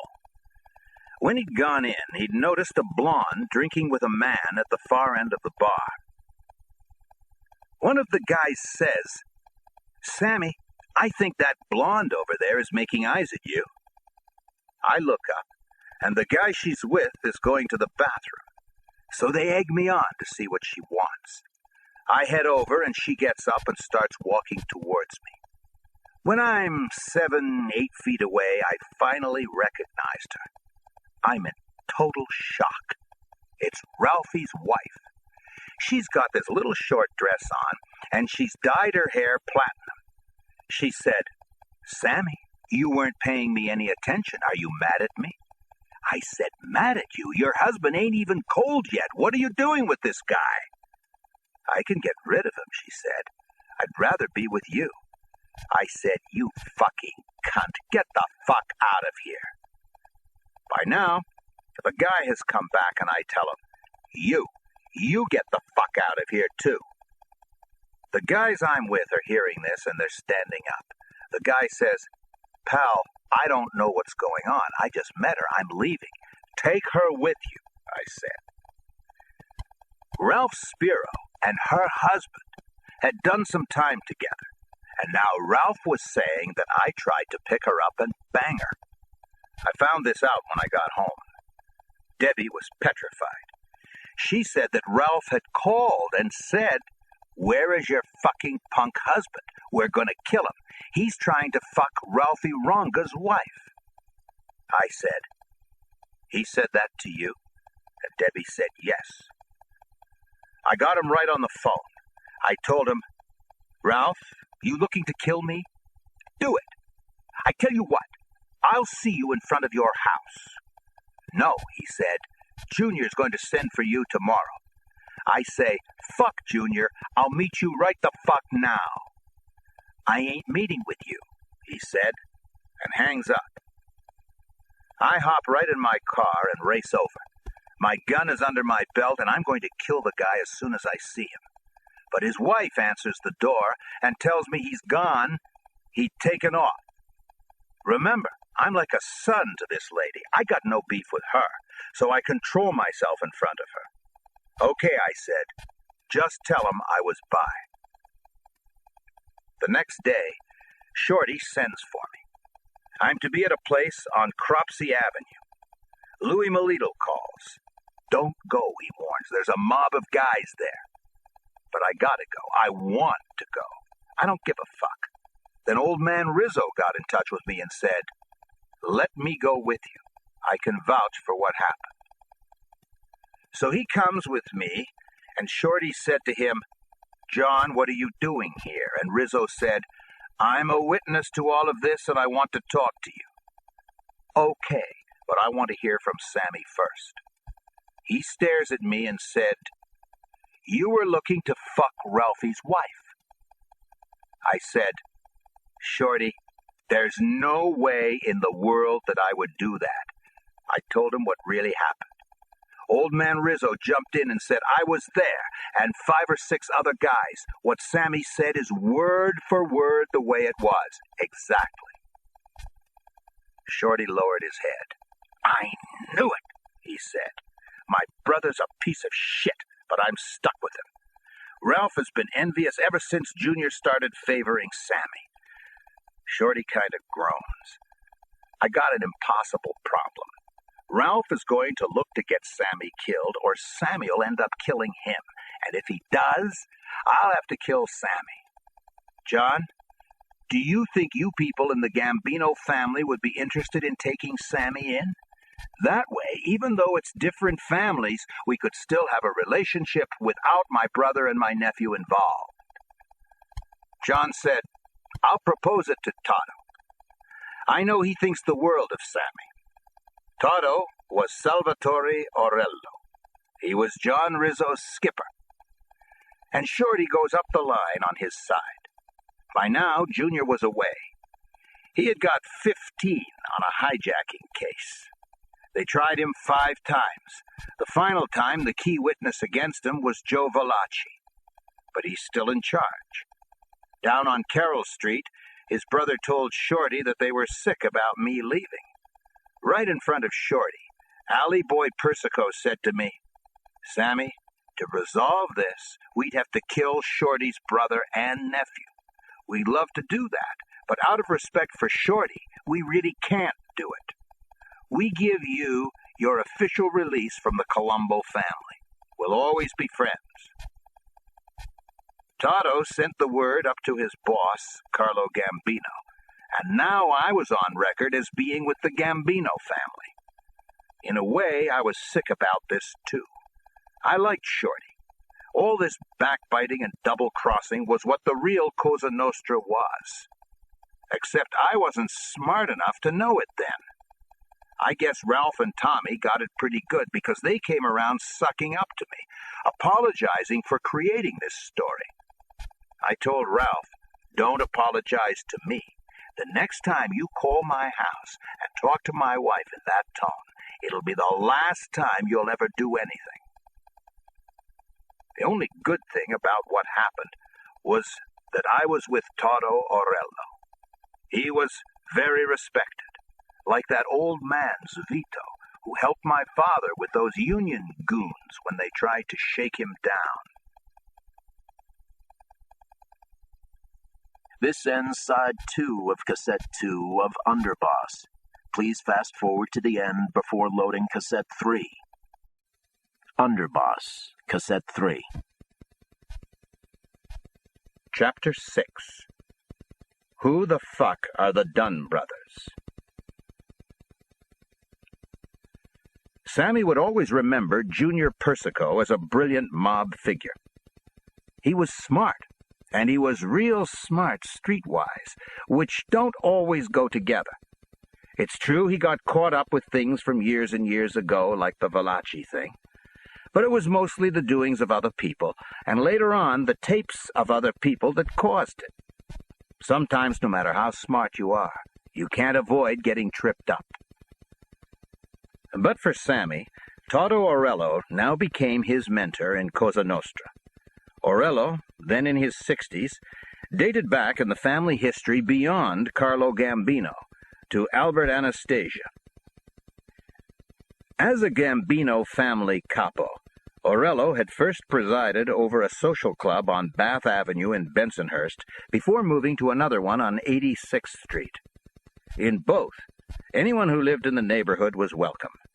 Weather permitting, he would receive supplicants for his help or counsel in the yard behind the club, where he tended his garden. The switch that had been arranged for Sammy from the Colombo family to the Gambino family and Orello's crew was unusual. It gave him the sense of being valued. First thing, Toto Orello had taken Sammy aside and asked and received Sammy's word that he would leave Ralph Spiro alone. "What's happening here is a big thing," Orello said, pointing out that the next time, if there was any more trouble between them, it would involve two families with all the ugly possibilities that this could trigger. "I want you to stay close to me," Orello told Sammy. "Come to the club every day. I want to really get to know you." "So," Sammy said, "I used to go there in the back. I'd have on nice slacks, nice shoes, a nice little shirt, nothing fancy, but nice, and a little moderate jewelry. And there he'd be, his pant legs rolled up, wearing rubbers, watering his garden with a cigar in his mouth. He had a whole garden. He loved that garden. This was the way it was in Italy," he said. He had tomatoes, he had fig trees, he had the whole 9 yards, everything. When he finished watering, he'd sit there and smoke his cigar and talk with people that came in to see him. He'd point to a chair and say, "Sit there, make yourself comfortable." And he'd listen to their problems, whatever they were. I really enjoyed being with him. What made me love him more than anything is that he just reminded me of my father. He had all them same ways, all them same mannerisms. He was small like my father, the same build, same height. My father was 1,000,000,000% legitimate. Toto was a mobster, but the most honorable guy you ever wanted to meet in your life. I like to think that the honesty that I got from Toto and my father rubbed off on me. Once, when I was a kid in my mom and dad's dress factory, I was doing the payroll. My father would give me the breakdown for the workers. They're piece workers, so they got from how much work they did. I'm breaking it down, so many 20, so many 10, so many 5s, and so much change to whatever it said on the envelopes. I don't seal the envelopes until I'm finished. I do the whole payroll, and I have about $500 left. I do it all over again. Same 500 again. What could I have done wrong? Finally, I tell my father, "Dad, there's $500 extra. The bank made a mistake. I think they overpaid you when you went for the money." We do it a third time, together. Same result. I'm psyched. To me, it's like a score. It's like money from heaven. But my father says, "We can't keep it. It would not be right." Not right, I'm thinking. Who gives a fuck? I said, "Dad, it's a bank. They got billions of dollars. Who cares? They probably won't even pick it up." "No," he said. "The girl who gives me the payroll money works for a living. She didn't do anything wrong. She just made a mistake, but she could be fired." So he calls up the bank, and the bank president is over to our house with the girl, and the president says, "Oh, Mr. Gravano, you're a good man, an honest man. I appreciate this very much. We've been tearing our hair out all day trying to account for these funds." The girl's got a grin from ear to ear. She hugs my father. "Jerry," she says, "I would have lost my job if it wasn't for you." I was sick. We didn't even get a reward. I think the bank guy said something about my father being rewarded in life, but that's how honest he was. Not that I took the legitimate road, but I was fairly honest in my dealings with people. When I gave my word, I kept it. Later on, I did have a reputation all through the mob as being honorable, as being trustworthy with money. Toto was an honest man within the life. It may be hard to understand that. He was a gangster and a crook, but to us he had honor. You hear the expression about honor among thieves. Well, some thieves do have honor among other thieves. A good part of them don't, but some do. So I think I picked that up from Toto, too. Sitting there in the garden listening to him, he'd be so wise. A lot of times I thought he was like a witch. How the fuck did he know how this or that would turn out? But he did. It was amazing. Like he'd always known when to pull out of a deal, right before the bust. So one day I finally asked him how he did it. He told me, "You know what it is, Sammy? In my position, 100 people a day come to me with different problems. You see that roof over there? Say you ask me what would happen to you if you jumped off it. If I've never seen anybody jump off before, I don't know the answer for sure. But if I've watched 100 people jump, maybe I've seen 92 of them break an ankle, crack a hip, sprain their knees. 8 of them are in real good shape. They don't get hurt. Now, person 101 comes to me and says, 'I'd like to jump off that roof.' 'Don't do it,' I tell them. 'You'll break your ankle. You'll hurt yourself.' I know now that 92% of the time, I'll be right. I'm not that smart. I know from my age and from the amount of people who ask me for advice what the outcome will be. I've done it over and over. Someday you could be in the same position. You'll see. This will come naturally to you. I think you have all the right qualities." One time, I was sitting and watching Toto watering his plants when one of his people tells him there's a guy inside who wants to see him. I get up to go inside myself when he says, No, Sammy, stay. Sit down. I want you to sit and learn. Just keep your mouth shut and listen." So this guy, a sharp guy, comes out and tells this whole story about another guy. He's got a beef against the other guy. I don't remember what it was. Toto listens without saying anything. Then, when the guy is finished, he tells him, "All right, you know what you do? Sit tight. I'll get back to you in a day or two." After the guy leaves, Toto starts puffing on his cigar. He leans back in his chair and looks at me and says, "Assume you were me right now.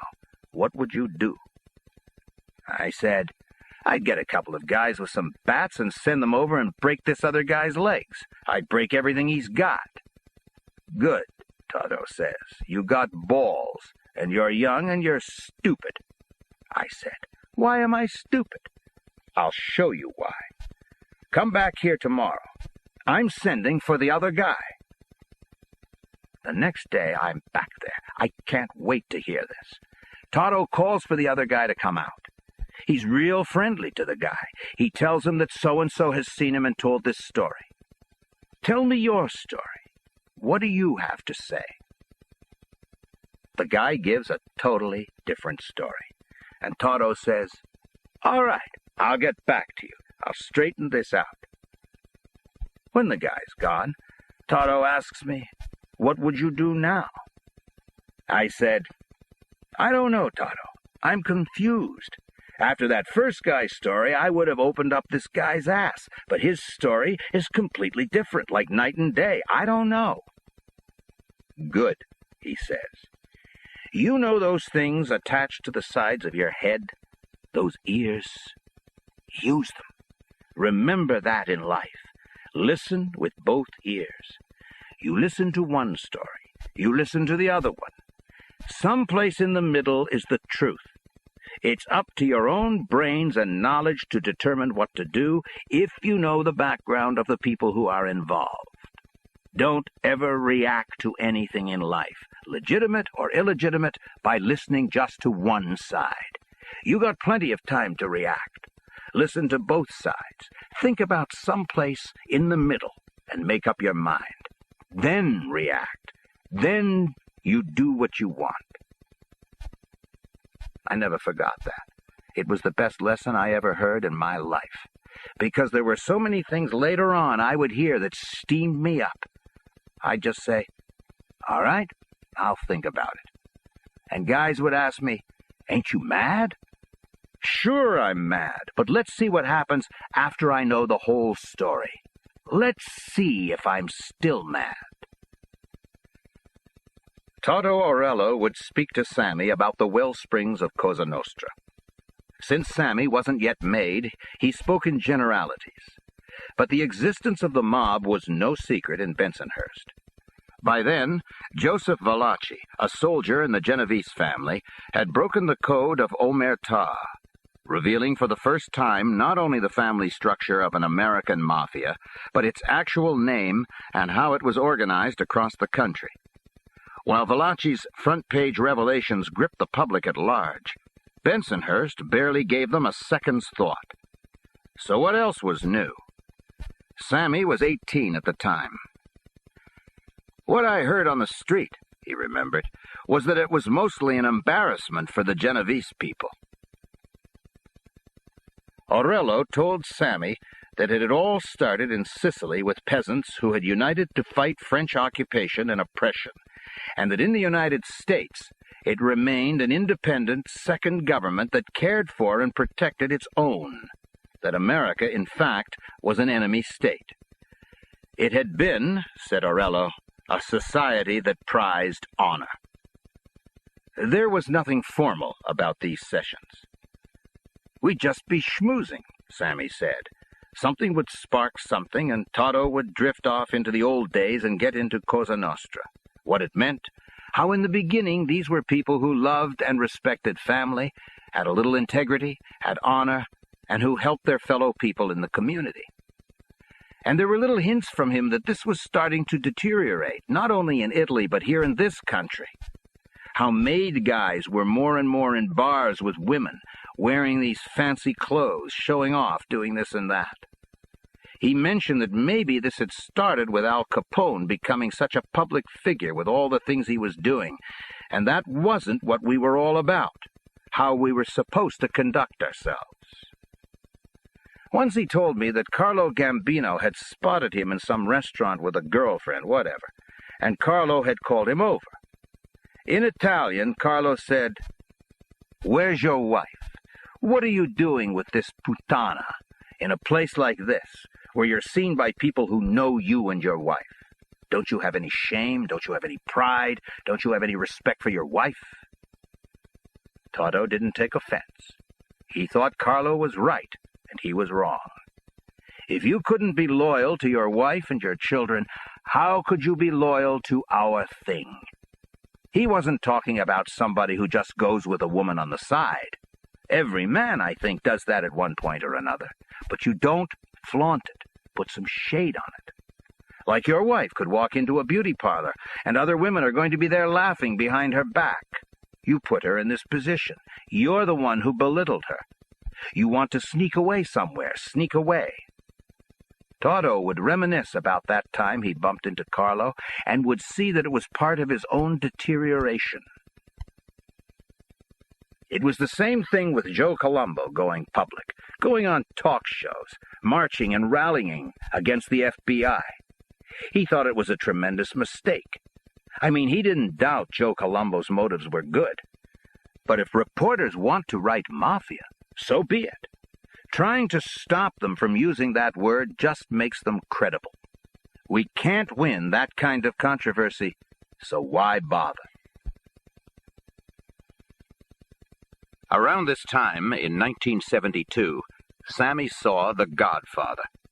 It was a validation of everything he believed in. I left that movie stunned. I mean, I floated out of the theater. Maybe it was fiction, but for me then, that was our life. It was incredible. I remember talking to a multitude of guys, made guys, everybody, who felt exactly the same way. And not only the mob end, not just the mobsters and the killing and all that bullshit, but that wedding in the beginning, the music and the dancing. It was us, the Italian people. The mob end was so on the money, it was crazy. It was basically the way I saw the life. Where there was some honor, Like when Don Corleone, Marlon Brando, says about the drugs, sure, he owned these people, but he would lose them with that. It wasn't like gambling and certain vices we do, loan sharking. His thinking and what he said was how the life was supposed to be. Even when Michael says about killing the police captain that he wasn't just a captain, he had crossed the line into our world. That is true. In Cosa Nostra, it's an unwritten rule. You don't kill news people and you don't kill cops. But we wouldn't think twice about killing a cop or a news guy if they had come in with us. It happened in Philadelphia when the boss down there, Nicky Scarfo, had a judge killed. That judge took money for a situation and then double-crossed Nicky, and Nicky blasted him. Nicky was right. Fuck that judge. As with Shorty Spiro, a portion of every score Sammy made was shared with Toto Orello. Financially, life was a roller coaster for him. 1 week he'd be flush with cash. 2 weeks later he would be dead broke. Neither he nor any of the mob associates of his age saved any money. Their safety net was another score. Cash left his pocket at a dazzling rate, buying clothes, out on the town night after night, grandly picking up restaurant and club tabs, handing out huge tips, champagne and filet mignon at the Copacabana nightclub, a favorite watering hole in Manhattan for wise guys. It was, let's go to the Copa, Sammy said. Fucking kids, all dressed up like jerk-offs, running around, doing a little gambling, doing a little of this and that, and I'm broke again, and it's macaroni and ricotta at home, or spaghetti, pasta e olio with the oil and the garlic. But then Sammy confronted a new reality. He was now the father of a baby girl, Karen, and Debbie would soon be pregnant with a son, Gerard. His epiphany came when he and Debbie actually had to open up baby Karen's piggy bank to buy enough food for dinner. He decided to dramatically change his ways. He relived memories of childhood summers spent at the cottage his parents had bought near Lake Ronkonkoma on Long Island, which had become their permanent home.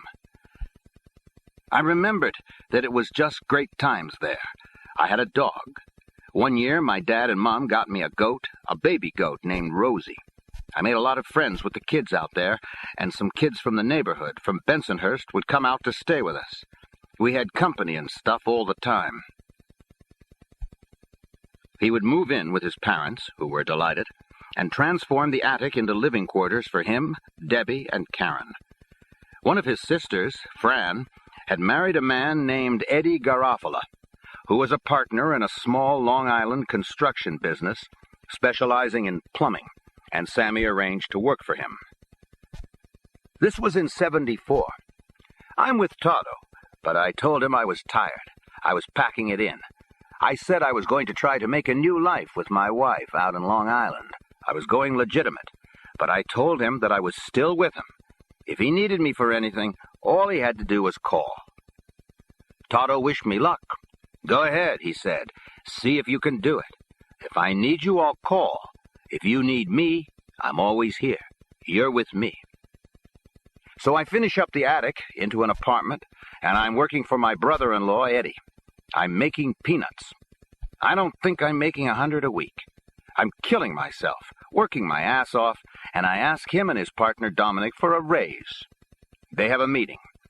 They needed this big meeting to give me a raise?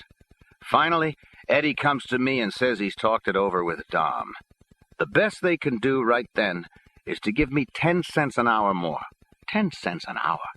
I go home and I'm devastated. I'm sick. I can't believe it. Without me knowing it, Debbie calls up her Uncle Danny, an Irish guy. He's married to one of her aunts. Her aunt's Italian, but he's Irish. He's out in Long Island, but closer to New York, like around Amityville. My wife says, "My Uncle Danny wants to talk to you. Ring him up." I called him, and he says, "I spoke to Deb. I hope you're not mad. I heard you were working and how much you're making and the kind of raise you were offered. There's somebody I can talk to." I told him that I would appreciate anything he could do, but I said whatever happened, I'd be okay. I didn't want to reveal nothing. I got a little mad at Debbie. Don't ever tell anybody our business unless I know about it, I said. The next day, her uncle called me back. He set up an appointment for me with this guy Mike Perry, an Irish guy who's in housing construction. He calls me in and says, "Could you work one day before I make up my mind what I'm going to pay you?" "Sure," I said. Their work was carpentry.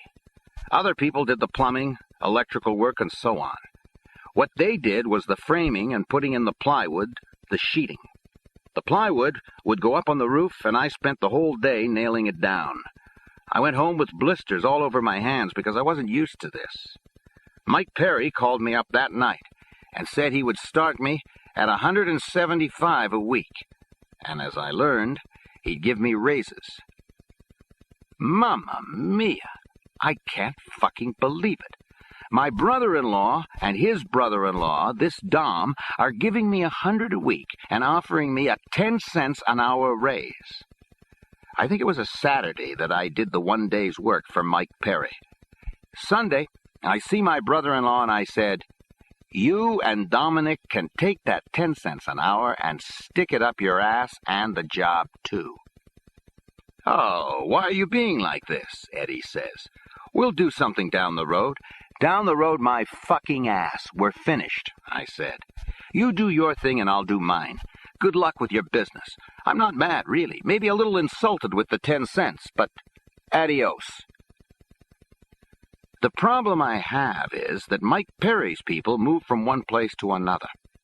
After a couple of weeks, a month, whatever, you're in another spot, and I don't have no car. He says to me, "I have an extra car." And I'm breaking my ass. Like if I worked 9 or 10 hours, I don't think about asking for overtime. By the same token, when I work only 6 hours, if it's a short day, he still gives me a full day's pay. So there's a relationship there. Debbie's Uncle Danny has got a union job in the city, but on weekends, if he wants to pick up some side money, he works for Mike. So I see him a lot. He's a great guy. After about 8 months, Mike raised me to $250 a week, a $75 raise. I'm looking ahead to a real good future. Maybe going into construction on my own. After about 10 months working for Mike Perry, Sammy received a phone call that would forever alter his life. The call was from Alley Boy Cuomo. "Goomba," Cuomo said. "I got bad news." "What?" "The cops are looking for me and you." Cuomo said that he didn't yet know all the details. "It came out of the precinct in Coney Island. They're looking for us for a couple of murders." "What murders? What are you talking about?" "I tell you, I don't know, but you gotta come in. We got to get together." When I hang up, I told my wife, I got to go into Brooklyn. There's a little bit of a problem. Indictments had been handed down and arrest warrants issued. Sammy and Alley Boy were wanted for the double homicide of 2 Coney Island brothers named Dunn. "Who the fuck are the Dunn brothers?" Sammy asked. Cuomo replied that he didn't have the slightest idea. The twists and turns of the case as it began to unfold were Byzantine. Their accuser turned out to be the Jewish hoodlum Michael Hardy, with whom Sammy and Alley Boy had once posed as plainclothes cops to shake down drug dealers targeted by him. Louis Melito had provided the introductions. Apparently, Hardy had continued to work for Melito's car theft ring. He then had a falling out with a member of the ring named Larry Martieri. Hardy claimed that Martieri owed him $5,000. When Martieri refused to pay, Hardy kidnapped one of Martieri's associates. When Martieri still wouldn't come up with the money, Hardy first clubbed the associate nearly senseless, shot him, then shoved a gun barrel up his rectum, ripping it open, and finally tied him to a shower head and left him writhing under a stream of scalding water. Somehow, the associates survived. Martieri enticed Hardy to a meeting where he was arrested by the police on kidnapping and assault charges. In an effort to make a deal, Hardy offered the Brooklyn DA, Eugene Gold, an irresistible catch. It was as if part of Sammy's past had returned to haunt him.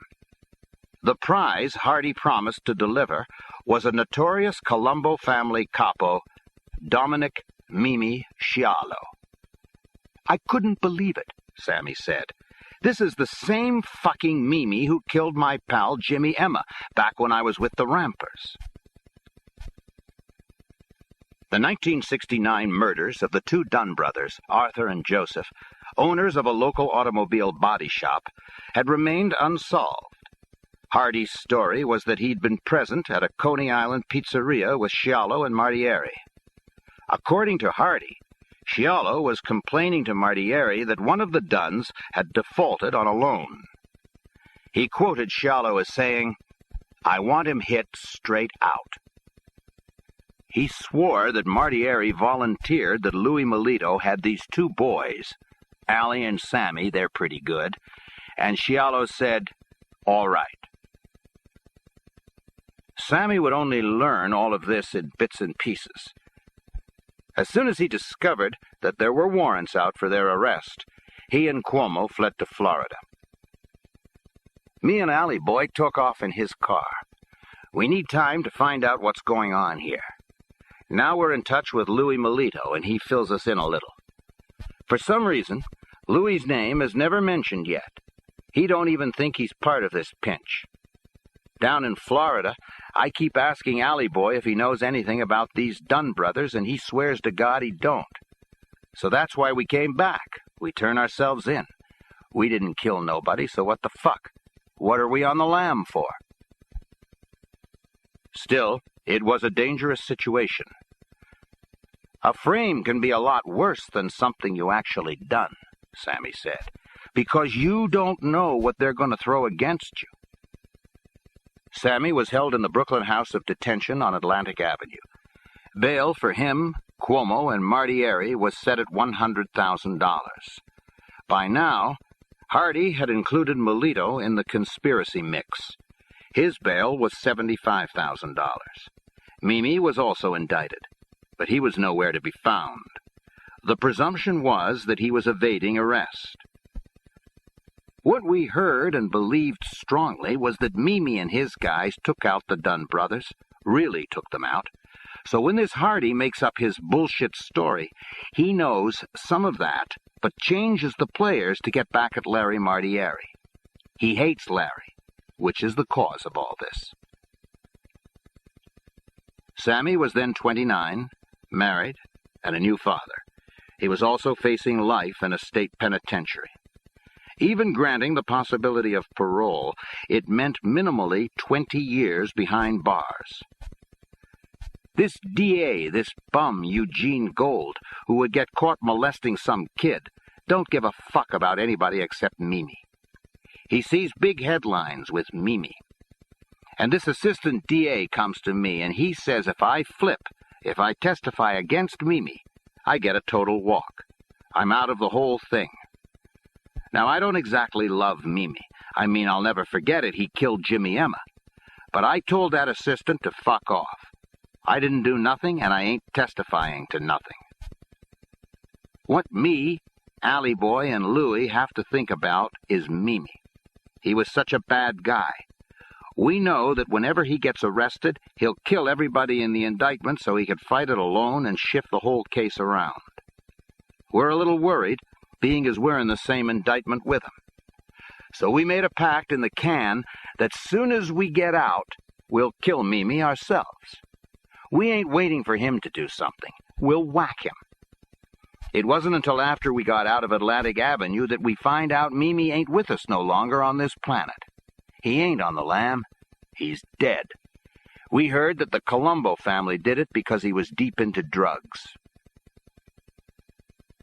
Sammy finally made bail, putting 10% down. Toto Aurello supplied the money. It was practically a regular loan, he said. Toto only charged me 1 point. Michael Hardy continued to embroider his story. He's got Louis Melito at a meeting with Mimi and Larry Martieri negotiating for $2,500 each for me and Allie Boy for the hit. He's got us all at another meeting, with Mimi ranting that we were only supposed to whack out one Dunn brother, I forget which one, not both, and he's got me saying what the fuck did he want us to do. The other brother had walked in right in the middle of everything. Once back on the street, Sammy returned to Long Island. I told my mother and father I had to go back to Brooklyn.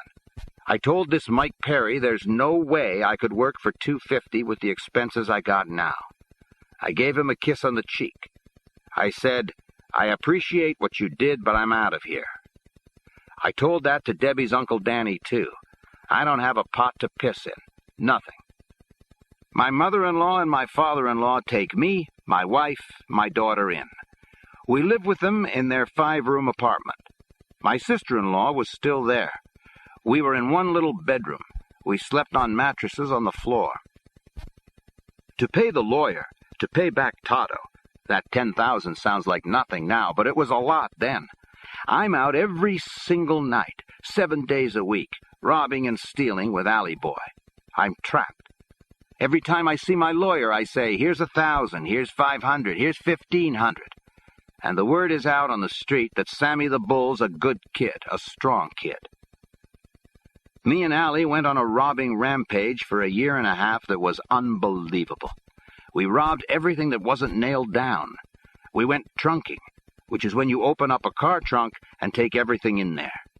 We had connections to get rid of golf clubs, even bowling balls, tires, rims, you name it. We didn't leave nothing. 3 times while Sammy was out on bail, he was arrested for criminal possession of a weapon, for possession of burglary tools, possession of stolen property, and attempted petty larceny. In 2 of these cases, he copped misdemeanor pleas. The 3rd was successfully appealed. The criminal justice system was in such disarray that none of these arrests and court appearances affected his bail status on the murder charges. Indeed, only one of them, an arrest in Manhattan, even wound up being listed on his rap sheet. Sammy's legal fees ate up all of his nightly robbery profits. I have lawyers going on 3 different cases at once, and in the murder case, I'm having to pay for an investigator, too. My lawyer fees were killing me. Plus, I was trying to take care of my family. We were still living with my in-laws at the time. Debbie and my little girl and I, the dogs, the cats, Debbie always had animals around, were crammed together in my sister-in-law's room. She was sleeping on the couch in the living room. On top of everything, I didn't even have a car. He had to find a way to obtain some kind of steady income. Old man Rizzo told me that a friend of his had this luncheonette and was selling it. Me and Alley Boy went in it together. Toto loaned us the money, again for just a point. Next door there was a tailor shop that was going out of business, and we took the lease. We made it into a convenience store where you could get some groceries, cigarettes, some ice cream, eggs, butter, milk, and cheese, all that stuff you would use every day, ketchup, mayonnaise, mustard. I got some carpenters, did some wood paneling, a drop ceiling. There was already air conditioning. I wheeled and dealed with various companies. The milk company I made a deal with put in a refrigerator. The ice cream outfit gave the freezer. I made a deal with Wise Potato Chips. They provided racks and displays. We started doing good business. The defense attorneys, meanwhile, managed to get separate trials for the 4 available defendants. By then, Sammy said, even the great Eugene Gold, that fucking pedophile whatever, knew that Mimi, who was going to get him all that publicity, was long gone. But I was starting to wonder if maybe I had killed the Dunn brothers. Hardy's story was so detailed. The meetings, times, the dates. It sounded real. Innocent or not, I figured I was in deep shit trouble. But then one day, during some preliminary hearing, Hardy was talking about how we all left some meeting and got in my white '72 Lincoln. And my father-in-law says, "Sammy, you didn't even have a car then." Sure enough, I had bought it used a couple of years after all this was supposed to have happened, and I could prove it. I started feeling a little more optimistic at that point. The first to be tried was Martieri. He was acquitted after the defense pointed out one inconsistency after another in Hardy's story. The following week, the Brooklyn DA's office moved to dismiss the charges against Sammy, Alley Boy Cuomo, and Louis Melito. If Sammy's childhood dyslexia was instrumental in turning him toward a career in crime, the indictment for murdering the Dunn brothers sealed it permanently.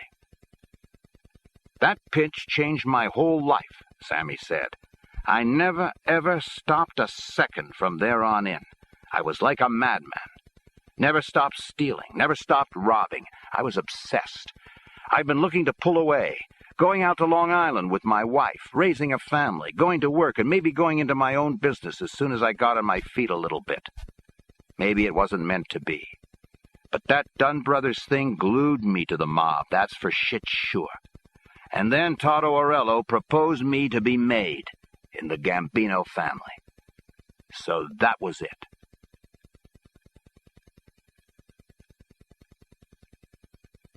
Chapter 7.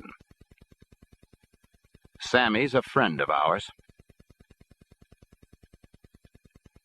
In October 1976, Carlo Gambino, who'd been in ill health for some time, finally succumbed to a heart attack at age 74. Given his slight frame, droopy eyes, banana nose, and upturned fedora brim, he'd seemed an unlikely organized crime don. But his 19-year reign as a family boss was exceptional in its longevity. And even though another famous mob boss, Joseph Bonanno, had once characterized him as a squirrel of a man, servile and cringing, he had the last laugh.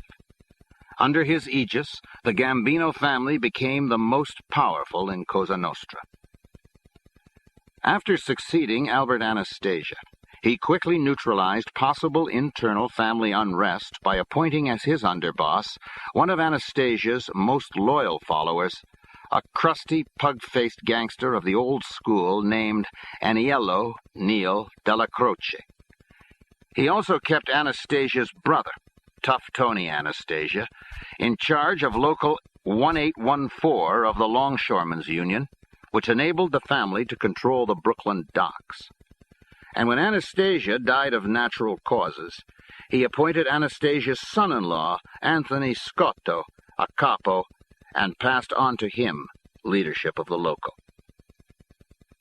Carlo Gambino desired to take the family in new directions. While the Valachi revelations may have left Bensonhurst unmoved, they gave new impetus to the federal government's prosecution of the mob under Attorney General Robert F. Kennedy, and also led to a powerful new legal tool passed by Congress in 1970 called the Racketeer-Influenced and Corrupt Organizations Act, RICO.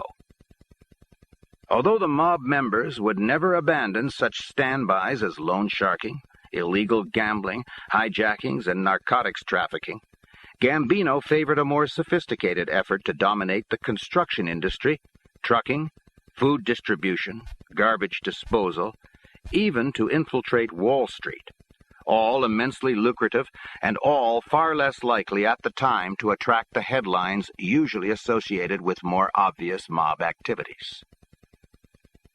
Gambino was especially adamant about narcotics trafficking and the unwelcome public attention it provoked.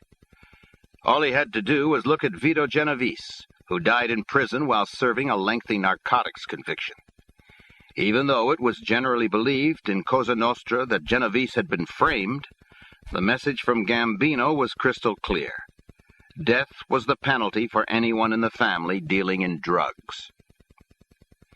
Gambino's reliance on personal family relationships, replete with marriages of in-laws as well as cousins, reflected his inbred, secretive ways, his profound wariness. The Gambino and Lucchese families had traditionally shared power in New York's garment industry. In former times, they'd extorted protection money from manufacturers to safeguard against the extreme likelihood of hijackings. That had changed. Now control was exerted with a stranglehold on the industry's trucking. Nothing moved except in trucks owned by the two families through front companies. Garment manufacturers, comforted by this new stability, to say nothing of the guaranteed soundness of their kneecaps, immediately acquiesced and passed on the cost to the unsuspecting American consumer. Don Carlo saw to it that a son, Tommy, received a proper Christian Brothers education at Manhattan College. He was then assigned to oversee the family's garment industry interests. As he neared the end of his life, married to his first cousin, who was also the sister of a capo named Paul Castellano, Gambino chose Castellano to be the new family boss, bypassing his expected successor and underboss, Neil Della Croce. Sammy, of course, attended Carlo Gambino's funeral. He had only met him once. I was with Toto somewhere, and he introduced us. Toto and his crew was backing Paul Castellano. Carlo was still the boss, and he was going with his boss's wishes. Toto said something like, "This is Carlo Gambino, this is Sammy." It was hello and hello. I don't think he really knew who I was. He may have heard the name. I don't know how sharp he was, but he gave me the courtesy of saying hello, and that was it. What I heard was that he was pretty sick for a while, and everything wasn't right with him, that he was losing it. There were problems. Like you owed him $30,000 and brought it to him, and 3 days later, if you saw him again, he'd be saying, "Where's the $30,000? That's not him. He wasn't no shakedown guy. He was just getting old and senile and fucked up and sick. He must have known it. That's why he made Paul the acting boss maybe a year before he went. Neil was in jail on an income tax rap. Then when Carlo died, he wanted Paul to be the boss, and Neil was still in jail. This ends side 1 of cassette 3. Please turn the cassette over and start side 2 at the same point. It was not a sure bet that Castellano would be ultimately accepted. Within the family, there was a Castellano faction and a Della Croce faction, and no final decision was made until Della Croce was paroled from prison about a month after Carlo was buried. On November 24th, 1976, a meeting of the family captains, with both Castellano and Della Croce present, was held at the home of a capo named Anthony Nino Gaggi, who was supporting Castellano. The Castellano faction was taking no chances. Della Croce was known to be as tough as they come. According to FBI sources, Gaggi had stationed his nephew Dominic, an ex-Green Beret sharpshooter, at an attic window where he could survey the front of the house. The nephew's instructions were that if he heard shots, he was to gun down anyone who ran out of the house. But there was no confrontation. Toto Aurello would tell Sammy that Della Croce was a real hoodlum. He could have told Castellano that he didn't give a fuck what Carlo made him. He was still the underboss. He would put it to a vote. But Neil didn't even do that. He said, "I know this is what Carlo wanted. I'm just out of jail. I've been away for a while, and I don't know basically what's going on. I'm happy with my position. If you don't want me to be your underboss, fine." And Paul said, "No, I want you to continue with me." That was the deal. No arguments, no nothing. The ones who would be sick about this were John Gotti and his pal Angelo Ruggiero. John was close to Neil, and if Neil was the boss, the power would be over there. I think it was very obvious from day one that Paul didn't have any love for John, and especially Angie, who always had a reputation for drug dealing. In 1975, the year before Carlo Gambino's death, the membership books of the families, closed since 1957, were finally reopened. To be eligible, your father had to be Italian. I guess the public could say mob guys were racist because they just strictly deal with Italians, Sammy said. But I think they're the most unracist people in the world. They're just greedy. The only color they care about is green, the color of money. They do their thing. They don't give a shit about any nationality, any religion, anything. Nothing. They're not really racist or prejudiced against anybody. It came from Italy, Sicily, staying tight with your own. Years and years ago, you had to be Italian on both sides. Then it became that you only had to be that on your father's side, not your mother's. Because they say you are what your father is, you carry his name. Like John Gotti's wife is part Russian Jew. So his son, John Jr., got made, right? He's part Italian and part Russian Jew.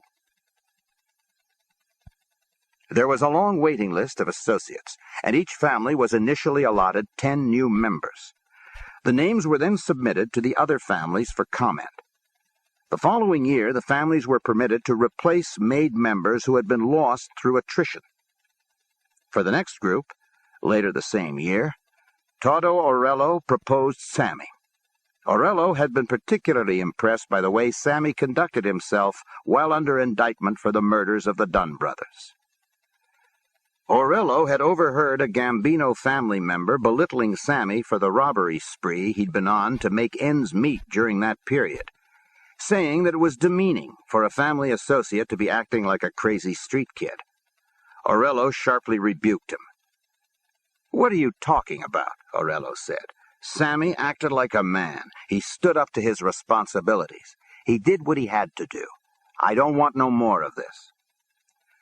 The first Sammy heard about being proposed came from Sal Albanese and the Colombo family. Sally told me, "Sammy, I hear good things about you.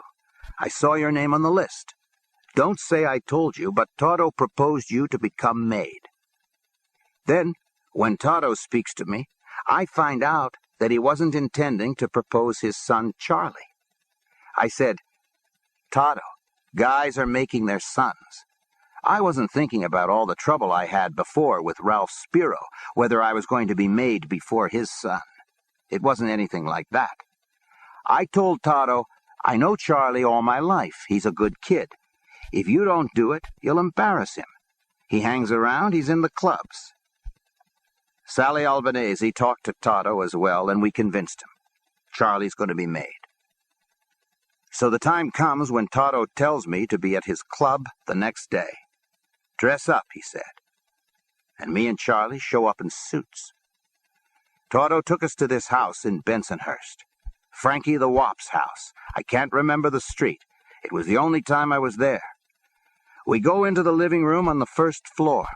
A bunch of other guys are there. They're calling one guy at a time to go to the basement. I'm as high as a kite. I mean, this is the biggest day of my life, especially at that point. Finally, I'm told, "Sammy, we want you to come down." I'm nervous as hell, but happy nervous. I walk down the stairs, and again, I'll never forget any of this as long as I live. The stairs are squeaking. They're wooden stairs. It's like I'm in slow motion. I hear every one of those squeaks. I walk down nice and easy, and when I get to the bottom, I turn and I see into the room. It was very dim, really smoke-filled. There's a big, long table. At the head of the table is Paul Castellano, and sitting next to him is Neil Della Croce. And next to him is the consigliere, Joe Gallo. Not those gallows, Joe N. Gallo. Toto was sitting there. People who I know are captains, like Jimmy Brown, are all there. The guys that were called down before me are sitting at the table, too. There's an empty chair next to Paul. I'm told, "Just go to that chair by Paul." Paul said, "Sit down, Sammy. Sit down here." Paul stares at me and said, "Do you know why you're here?" This is the only thing that Toto has told me, what my answer should be. "No," I said. Then Paul asked, "Do you know everybody here?" "Yes, most of them." "Do you like the people here?" "Yes." "Do you know that this is a brotherhood? This is a secret society?"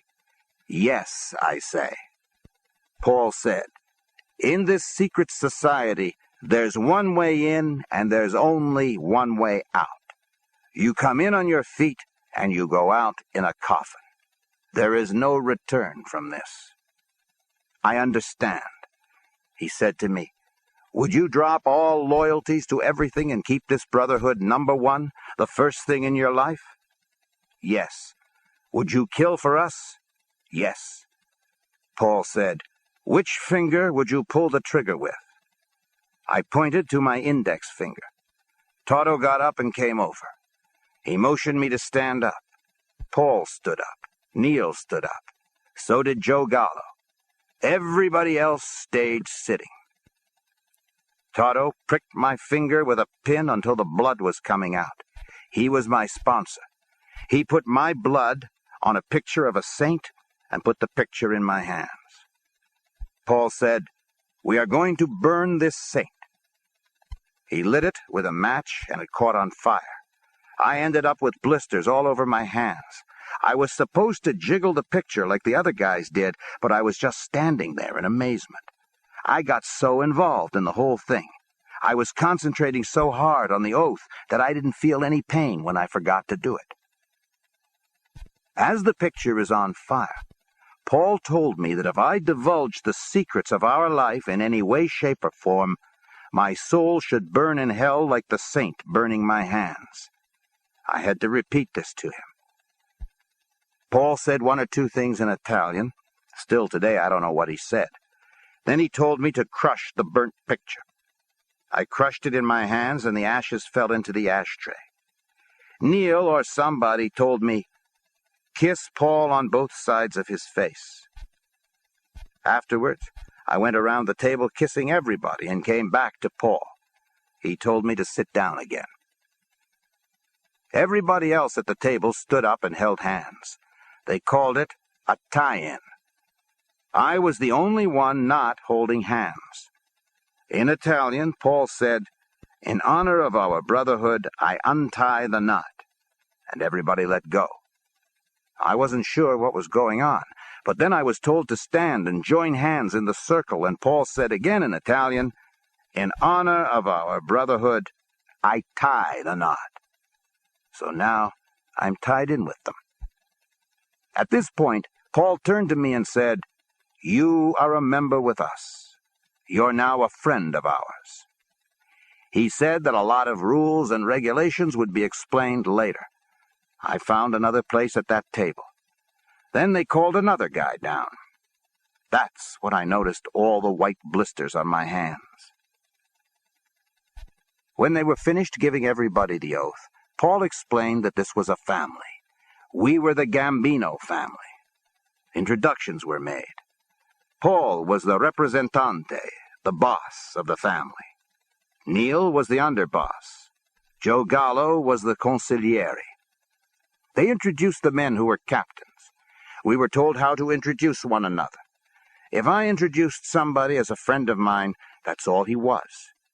But if I'm with a made member and we meet another made member, I would be introduced as a friend of ours.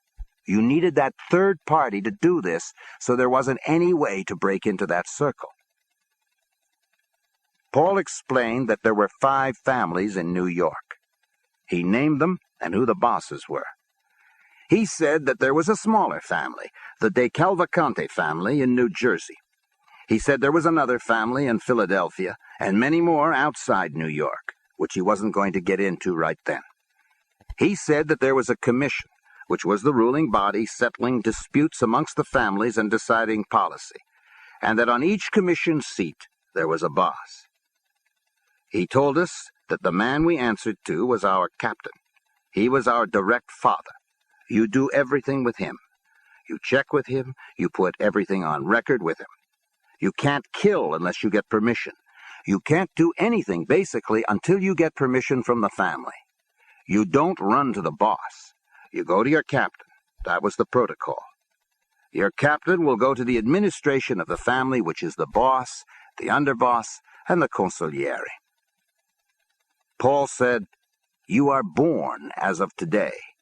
Any grievances you have, anybody you have disliked from before, don't bring it up. As of today, it's over with. He also said, "There is no God. We don't have allegiance to any country. Our immediate family, like our wives and children, is secondary. Our thing, this thing of ours," he said, "is first. The only thing in your life above everything. You want to believe in God? You want to believe in your country? You want to believe in your own family? That all comes way after this." He said, "Any time you are sent for by the boss of your family, you must come in. If your child is dying and has only 20 minutes to live, and your boss sends for you, you must leave that kid and come. If you refuse, you will be killed. When the boss sends for you, it precedes everything else. This is the one time you don't check with your captain. You don't tell him that the boss sent for you and what should you do.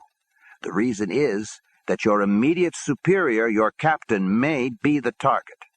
Maybe I want you to kill him. 99.9% of the time that will never happen. If I tell you to tell your captain, go ahead. If I tell you not to, you don't. I'm the boss. I'm the father of the family. I am your God." Then, after that, different captains spoke about different things, other rules and policies. They talked about honor. You couldn't go with each other's wives and daughters. You couldn't raise your hands against one another. All these things meant the death penalty. I bought this all 100,000%. I really felt that I belonged to a brotherhood that had honor and respect. All the things I looked for in life was in a good part of that oath. A lot later on, I got to learn that the whole thing was bullshit. I mean, we broke every rule in the book. Like at one of the trials, a lawyer asked me, "How could you break the oath of omerta?" I said, "There's 100 rules. We broke 99 of them. This was the last rule. It wasn't that hard anymore." But back then, in the basement of that house, I was a true believer in every way, shape, and form. We all stood up and untied the knot again. We ate. We had a little party. A little celebration. Then we went, Toto and myself and Charlie Boy, to Toto's club. Frank DeChico's father, Boozy, was waiting there. He was a made member in Toto's crew. He knew what was going on. His son Frank was already made in the first batch, and except for Toto, there was nobody in the mob I would become closer to than Frank. Anyways, at the club, Toto called Boozy over and said, "Sammy is now a friend of ours." It was the first time I was ever introduced like that. Chills just went up and down my spine.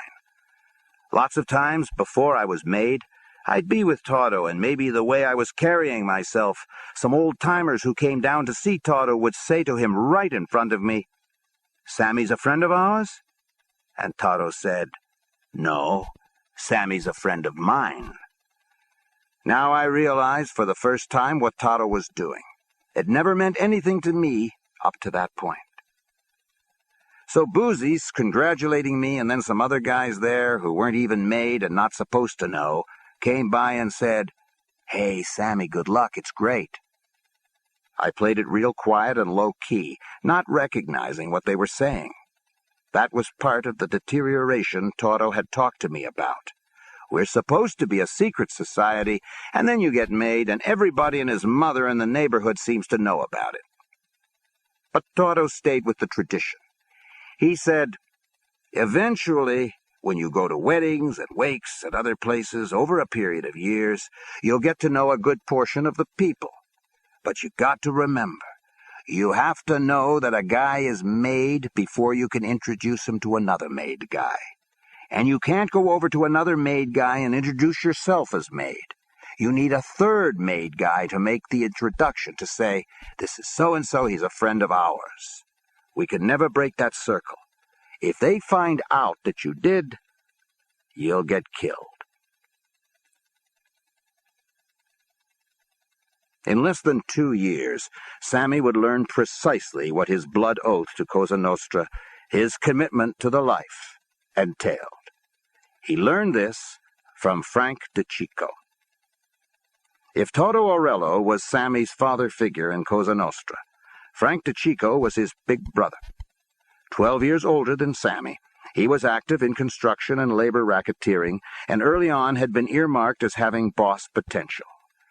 He was initially in the crew of James Jimmy Brown Fila, who supervised the Gambino family's hammerlock on the collection of commercial garbage in Manhattan and Queens. To keep abreast of DeCicco's progress, Paul Castellano reassigned him to the crew of Tommy Bellotti, an unrivaled Castellano confidant. Even though Bellotti was a captain, he chauffeured Castellano everywhere he went, and hardly a day passed that the two did not meet. DeCicco was also one of the few made men equally at ease with both the Castellano and Della Croce wings of the family. "I knew Frank from way back from around Bensonhurst," Sammy said. "Everybody respected him. So did I. It wasn't any one thing.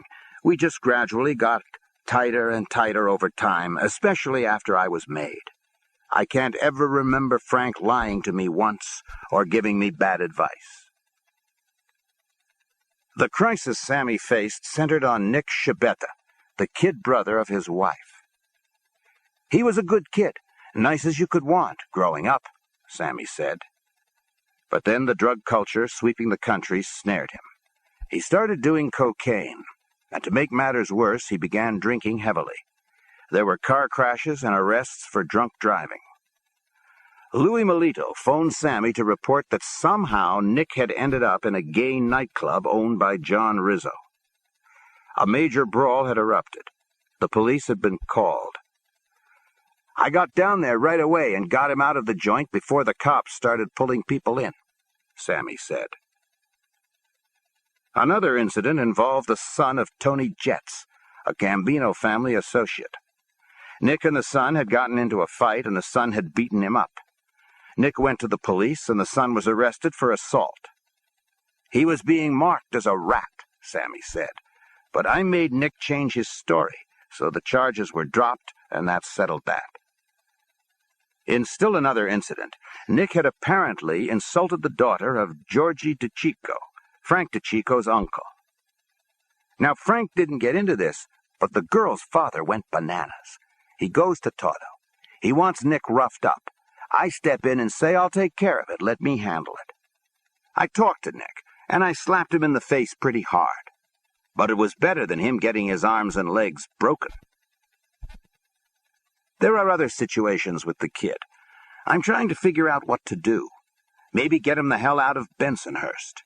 But unbeknownst to me, Paul Castellano is hearing about all this. It's being put on record with Paul. The drugs and the drinking, the thing with Tony Jet's son, Georgie DeCicco's daughter, and so on and so forth. Paul decides he ain't tolerating this no more. It reflects on the family, he says. Paul grabs Frank DeCicco and tells him to get Sammy's crew and to whack out the kid. And he says to be sure not to tell me nothing about it. Frank gets in touch with Louis Melito and Stymie, who ain't made yet, and tells them, "This is what we got to do. This is what the boss wants." Stymie is Joe D'Angelo. He would become like my Luca Brasi, Don Corleone's guy in The Godfather. There wasn't nothing he wouldn't do for me. Him and Louis say to themselves, "How can we do this behind Sammy's back?" They get together with Frank and tell him this. Frank agrees with them. He goes to Paul and says, "This is wrong, not telling Sammy." Paul finally says, "Okay, you have a meeting with Sammy. Tell him what my orders are. If he doesn't go along with this, I want him killed on the spot." That's what I first found out from Frank himself about what's going on. When Frank finishes, I tell him, "Fuck Paul. I'll take Paul out first." Frank looks at me. "Come on," he said. "You go to war with Paul and you're a dead man guaranteed. Louis and Stymie will be killed. Stymie for sure, if he goes with you, which he will. And in the end, your brother-in-law will still die anyway, so what good would it do?" I couldn't talk to Toto about this, Paul has purposely kept him out of the loop. This piece of work is off the record. If I talk to him, he's involved too. Besides, I pretty much knew what he'd say. The boss is the boss. I said to Frank I wished he'd never told me. He said, "Think about it. How could we live with ourselves without telling you? How could we look you in the eye?" So now I got an option. It's to die with Nicky. I choose against Nicky. I took an oath that Cosa Nostra came before everything. I never thought it would come down to this, but it did. I was devastated. I was thinking of my wife and my in-laws, what good people they are, and how devastated they would be. I was hoping that it would be like he'd just disappeared. It would be better for his mother and father. They knew he was a crazy kid. Maybe he had met somebody, some group of people, and run off. The bottom line is that I let it happen. That makes me just as guilty. I didn't know his body would be chopped up afterwards. That's not me. I mean, when Junior Persico told me to bring back that guy's ear out on Long Island, I wasn't about to do it, order or no order. The cops found his hand somewheres. There was a memorial. I figured my job was to comfort the family as much as possible. What else could I do?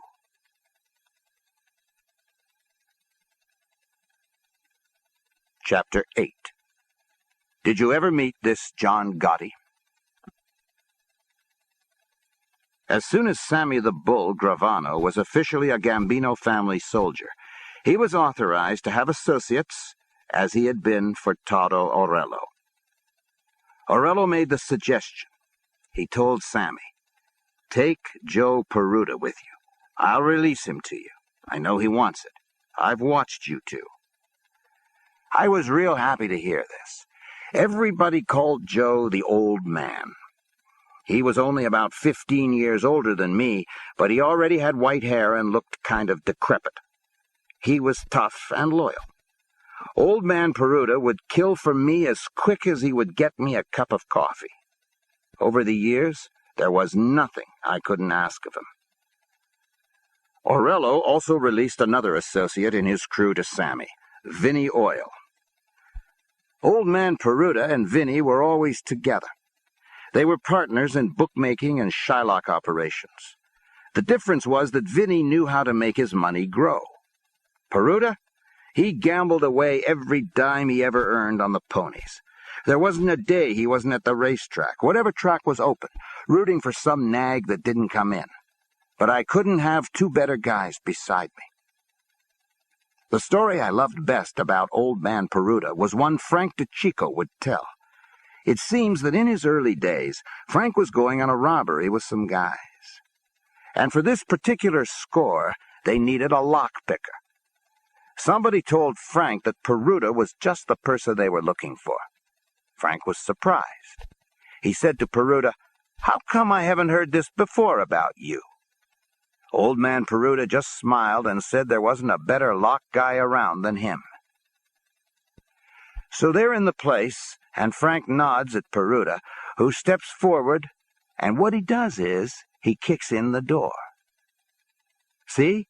What did I tell you?" Peruta says. Frank was stunned. He couldn't stop laughing, and if that ain't enough, Peruta holds out for his end of the loot. His reasoning is that they never would have got inside the place without his talents. So you know a guy like that is all right. Shortly afterward, Sammy took another associate, Joe Stymie D'Angelo. When I look back, those two guys, Stymie and the old man, were extra special. They never let me down. Stymie had this bar in Bensonhurst called Doc's. He's basically on his own. One day, old man Peruta comes to me and says there was some bad beef at Doc's between Stymie and Huey McIntosh, one of Junior Persico's top guys. A guy who would be made like that if his father, not just his mother, was Italian. Stymie was likely to be killed. Peruta says what a shame this is, they don't come any better than Stymie.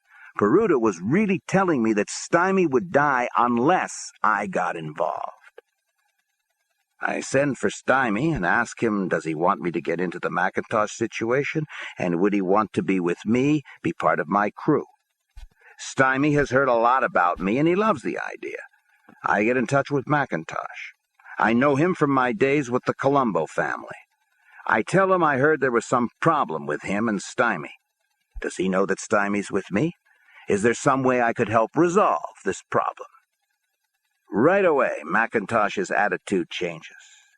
No, he says, I didn't know that. Hey, it was a bullshit dispute. I forgot about it already. Tell Stymie to forget it. He says he respects Stymie for standing up to him. He's a man's man, he says. Despite his new status, Sammy was still saddled with debts, paying off the rest of his legal fees for the murder and burglary cases. He was asked to come in on a couple of hijackings. I think one was a load of shrimp and another was aluminum, but hijackings weren't my thing. In the back of my head always was getting into business. As a made member, he could borrow money from major mob loan sharks for a point or a point and a half and reloan it for 2 or 3 points. He also had a small gambling operation. He was getting by but wasn't getting ahead. I wasn't accumulating any capital, he said. And he had new financial obligations. Deborah's father put a $20,000 down payment on a house in a new development on Staten Island that had a suburban feel to it. Ownership was in her name and her father's. Everyone agreed that it was a far better place to raise children than an apartment in Brooklyn. The rent Sammy was to pay would cover carrying the mortgage as well as taxes and insurance. I was scratching my head on how the fuck I was going to handle the rent. Plus, there was unfinished interior work, no furniture, no landscaping, nothing. A tipster saved the day for Sammy. I used tipsters all the time when I was doing stick-ups, he said. Tipsters are guys who point you to where you could make a score, but they don't want to do it themselves. They don't have the balls, whatever. Anyway, he comes to me and says there's this other guy he knows down in Florida, in Miami, that's stealing shit, marijuana, buying and selling, and he keeps a lot of cash in his place. So I get a couple of guys I know from around the neighborhood, not guys from my crew. I mean, you could say this involves drugs, even if we're just robbing money, and we drive down there. It don't take no rocket scientist to pull this off. The tipster goes to the guy's place and tells him he's got somebody coming, me, that's big in this shit. I walk in and there are introductions. I have my gun down by my ankle in case he pats me down. The guy, I think he's part Spanish, says, "Are you buying or selling?" I said I could go in any direction. I'm always looking to buy, but right now I have some good shit I'm looking to sell. You got any money? He says, no problem. Now the tipster jumps in and says, I can vouch for that. He's got plenty of money. Finally, the guy goes to the bathroom. I whisper, "Is the money here?"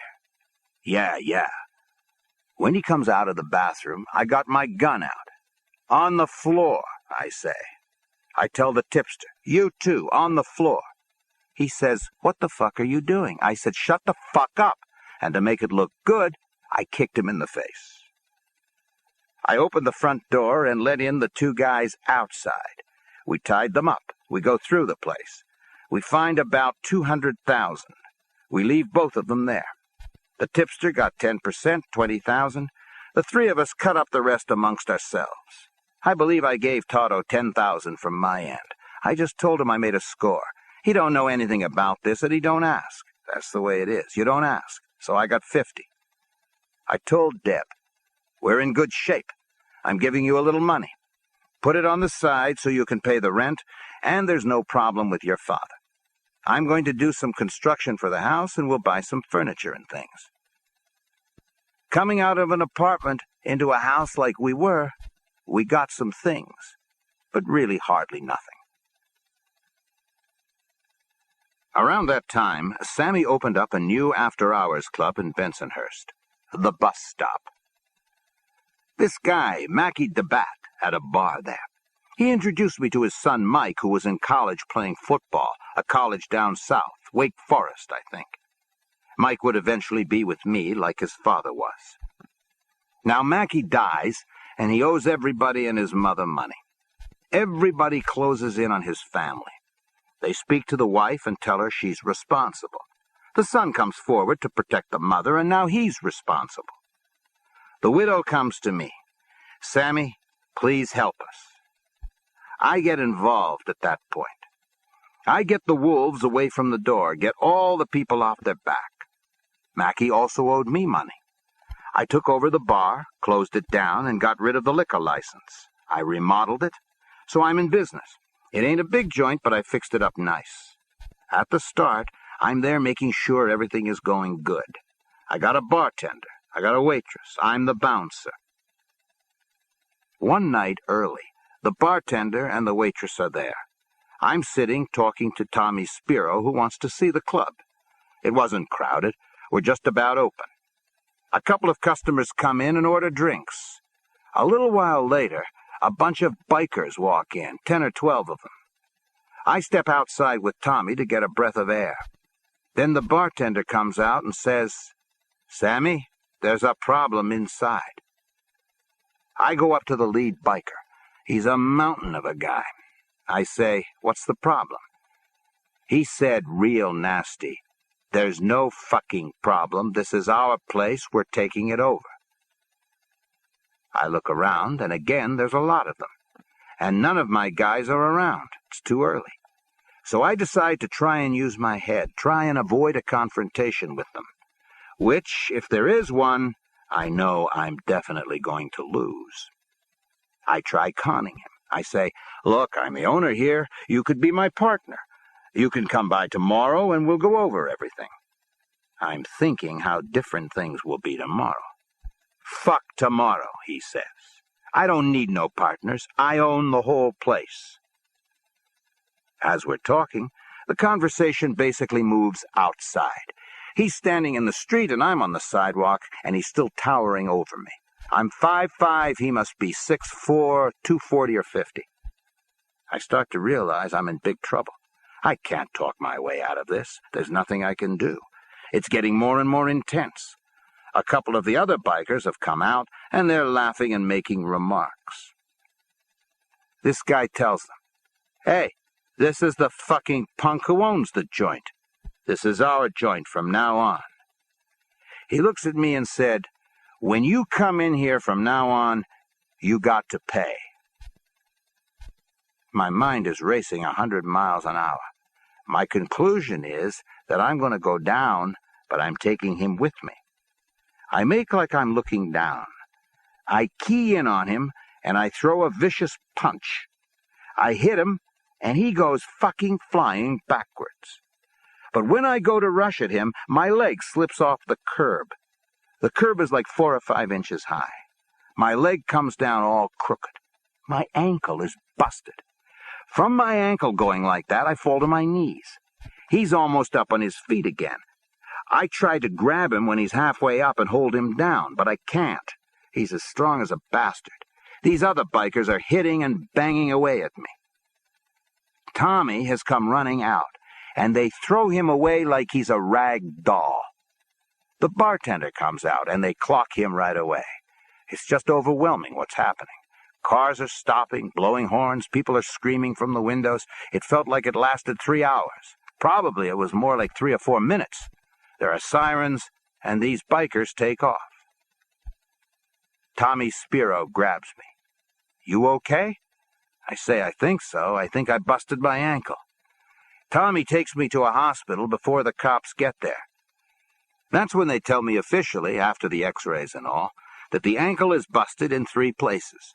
2 places on one side, 1 place on the other side. They put on a cast, and they tell me to go to a specialist. These kinds of breaks are bad. I could break the ankle again. So anyway, I go to a doctor, and he resets the ankle and gives me another cast about up to my knee. I'm on crutches, and the ankle hurts like hell. I'm hobbling around, and I'm steaming. By that time, my guys are around. Louis Melito drives me to see Toto, and Toto makes an appointment with Paul Castellano. We meet in the backyard of Jimmy Brown's club on 86th Street. I tell Paul what happened, and he said, "What are you looking to do?" "I'm going to kill all of them if I can, especially that one guy." Paul said, "Go ahead." He said he would authorize more men if I needed them. I give my guys a description of this guy, and we start scouring the whole neighborhood for him, asking questions, where he might be hanging out. I'm with Louis Melito, and this kid Danny is driving. And a couple of days later, lo and behold, there he is getting out of a car that's double parked around West 10th Street and Kings Highway. There's another guy with him, and they're going into a house. It's getting dark, but I recognized him. Louis said, "Let's get the guys." But I said, "We don't have time. He's double parked. He's going to come out, and we're going to lose him." We race back to the club, and me and this Danny get pistols. Louis has a sawed-off shotgun. We get back, and sure enough, the car's still there. We double park down the block. About 15 minutes later, they come out. I'm in the back seat. Danny's driving, and Louis is in front with him. I said, "Louis, they know me, but they don't know you and Danny. I'll duck down, and when Danny pulls up to them, you ask that guy for directions like you're lost or something. And when he comes toward you, I'll blast him."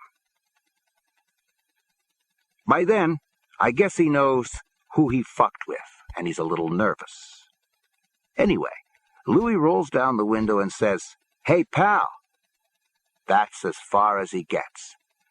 The guy, we found out his name was Jojo, turns around and runs up the block like a bastard. He don't wait for nothing. He just boogied out of there. He must have seen something in the car. Louis jumps out and throws a shotgun blast at him. He hits him. I'm leaning out of the side of the window, and I'm shooting at him with a pistol, but I miss him. We see the guy stagger, but he's still running. The problem is that Louis doesn't have the right shells. It was so spur of the moment that when we went to get the guns, the only shells that were there for the shotgun were birdshot, not the 00 buckshot we would normally have used. We didn't realize this until the whole thing was over, and we checked out the shells that were left over. Louis had kept saying, "I hit him, the motherfucker. I know I hit him, and the motherfucker didn't even go down." Now I see the other guy coming right at Louis. I don't think he runs at Louis to attack him. I think he's so scared and confused, maybe stoned, that he don't know where he is. I yell to Louis, and Louis turns around and hits him a shot in the chest from a couple of feet away. The guy topples over. Louis lowers the shotgun to his head and gives him a full blast. Then we went around the block trying to locate Jojo. We knew he was hit and maybe he flopped down somewhere, but then we heard the sirens and drove off. This ends Side 2 of Cassette 3 of Underboss. Please fast forward to the end before loading Cassette 4. Underboss, Cassette 4. The next day, another appointment is made with Paul. I told him we killed one guy, but the other one, the main one, got away. Paul gives me the strangest look. His eyes are like popping out of his head. He says, "You went on this hit like that, with crutches and a cast on?"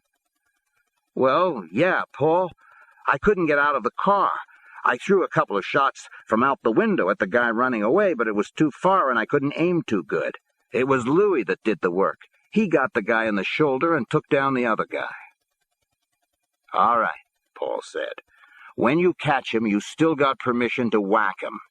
Then he said, "You know, if the law had come down on you, you could never have gotten away. You didn't stand a chance." Afterwards, Toto told me Paul had said to him, "What's with this Sammy, going out on a hit in his condition? I thought he would just assign his people to the contract." "What can I tell you?" Toto said. "He's got the balls of a fucking elephant." Toto said Paul kept shaking his head like he couldn't get over it. To tell the truth, I didn't even think about being ballsy. I was so fucking hot with this guy. I mean, if Louis would have put him down, I would have jumped out, crutches and all, with the pistol and run over and shot him in the fucking head personally myself. By now, we know a lot about this JoJo. Information was coming in. He was supposedly a Golden Glover with the idea of becoming a pro and ends up a biker. He was from the neighborhood. It turns out that old man Peruta's sons know him, know where he lives. But they say he took off. He's out of the state. So I relax. I tell them, don't worry, he'll be back. When he is, let me know and we'll take care of him. It's a long time, maybe a couple of years, before he does come back. He reaches out for Peruta's kids and asks that they sit down with their father. He knows their father is connected, but he doesn't know he's with me. He says he had this trouble with Sammy the Bull, and he knows he's a marked man. He wants Peruta to talk for him, and Peruta says, sure, you're good friends with my kids. I'll talk to this Sammy for you. Just take it easy. Go about your business. Stay low-key, and I'll reach out for Sammy. Peruta's sons obviously knew their father was bullshitting him. The kids know Peruta is with me and everything that means. So Peruta comes to me. He says, that kid JoJo is back. He came to me through my kids. He wants me to sit down with you and resolve this issue. Do you want me to take him out? Let me ask you something, I said. You gave your word. Your kids gave this kid their word that he'd be okay. Yeah, more or less. I asked what he was like. Sammy, Peruta says, he must be down to 160. He's shot to the socks. His face is all hollow. He's been living the last couple of years like it was a horror. His eyes keep shifting around. I said, you know, Joe, your kids gave their word. You gave your word. People will know this, probably. So I'm giving him a pass. We had a fight. He did what he did. His friend got clipped. He's living a life like you said. He paid the price. Go back. Tell him you resolved it. It's over. Tell him I won't do nothing. Until today, as far as I know, he's still alive. I go see Paul. I tell him what happened. I say, I'm recalling the contract. I'm not doing it. I'm letting it go. Paul says, that's up to you. It's a manly thing. You think you can trust him? Trust him, I said. He's been on the lam all this time. He's scared to death. He's just happy it's over. Paul says, all right. And basically, that was that.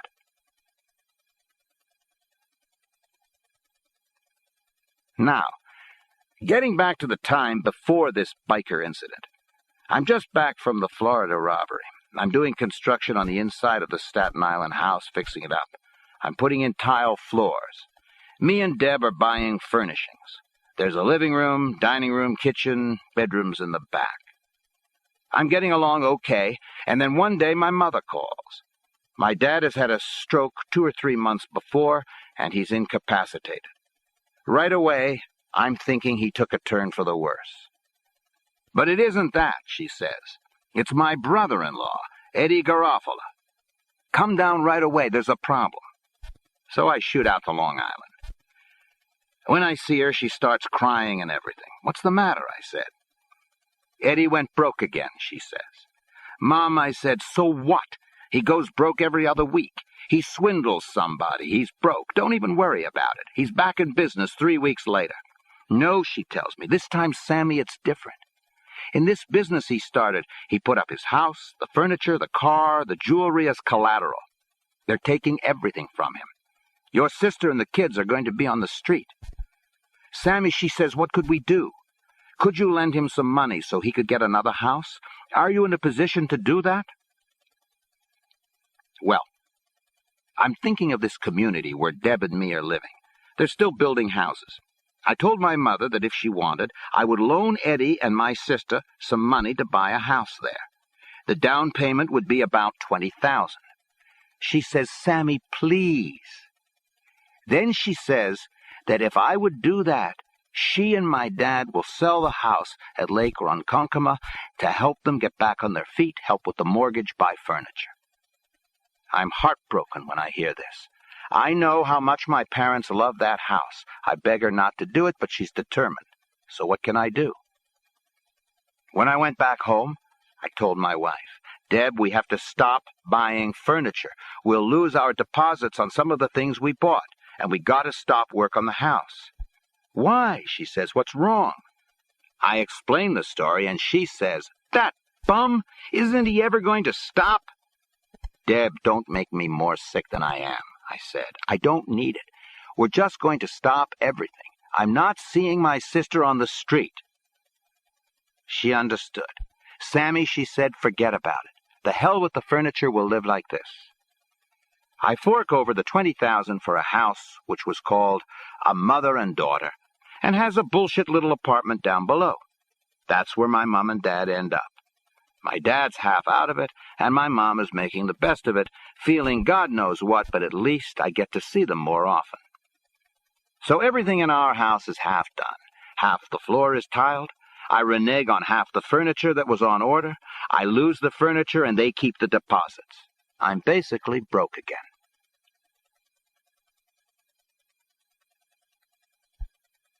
Sammy was still in his cast when he first met John Gotti. At the time, it meant very little to him.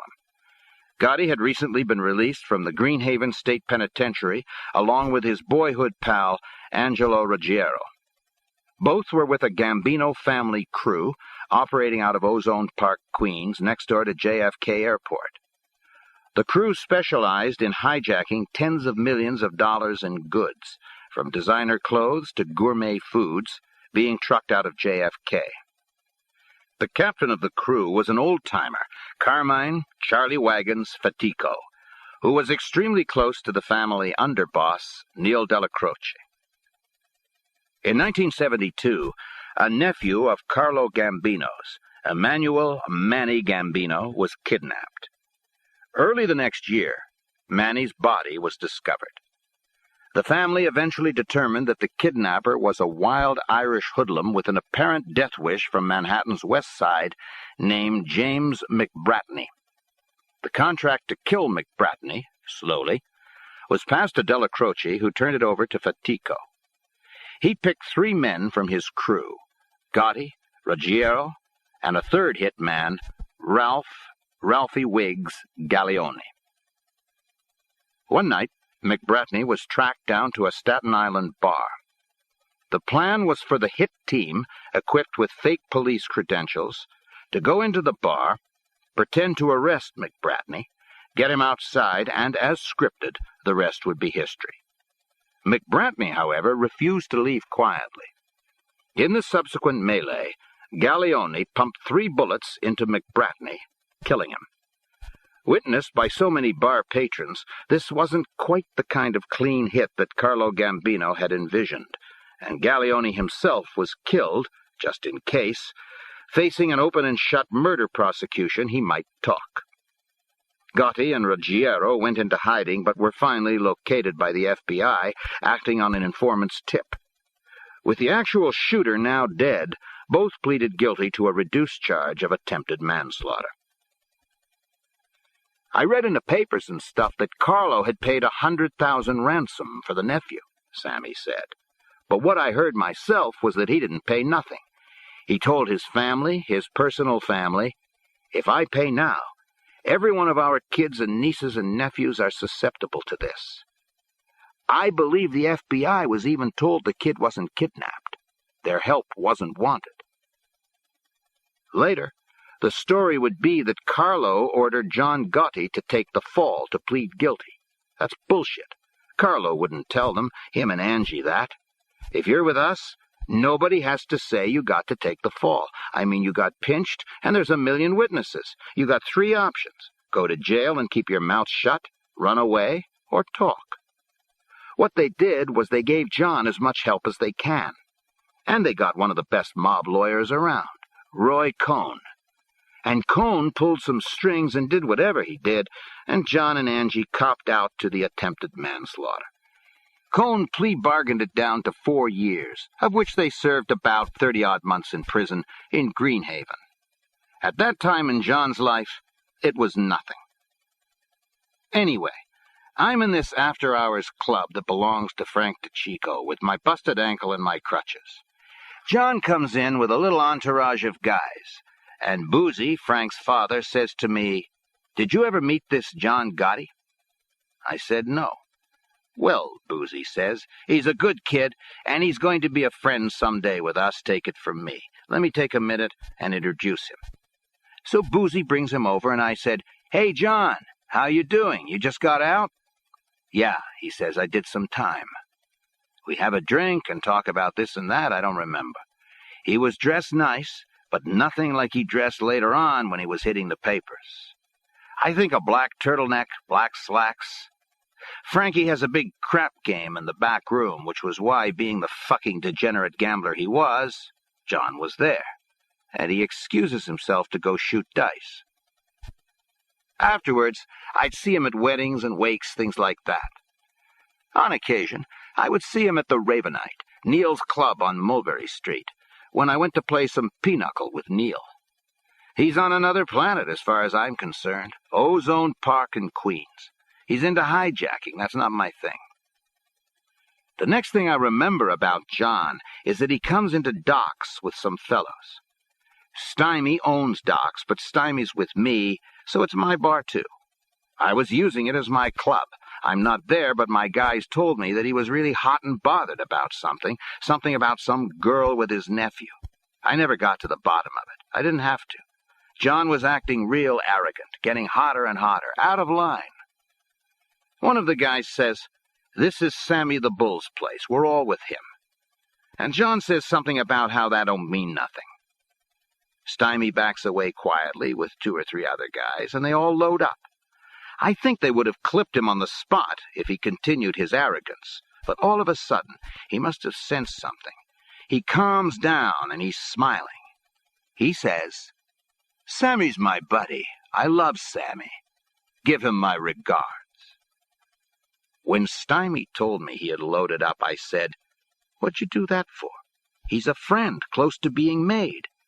And Stymie says, "Sammy, we don't give a fuck who anybody is. If they're not going to respect you in your place, knowing it's your place, we're dropping them. They're going." I start to laugh. "You're right. Fuck who they are.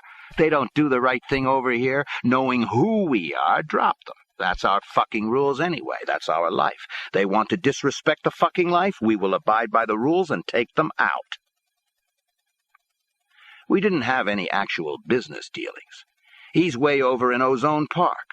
I didn't grow up with him or Angelo or any of the other guys around him. But over time, I get to know him pretty well. Certain crews in the family were called workhorse crews, the ones who got the contracts. There was Toto's crew, which was me, and Charlie Wagon's crew, which was him. There was Frank DeChico's crew, Nino Gaggi's, and Roy DeMayo's. Those were the crews that got the most respect. If our family ever went to war with another family, we're in the front lines, fighting and killing.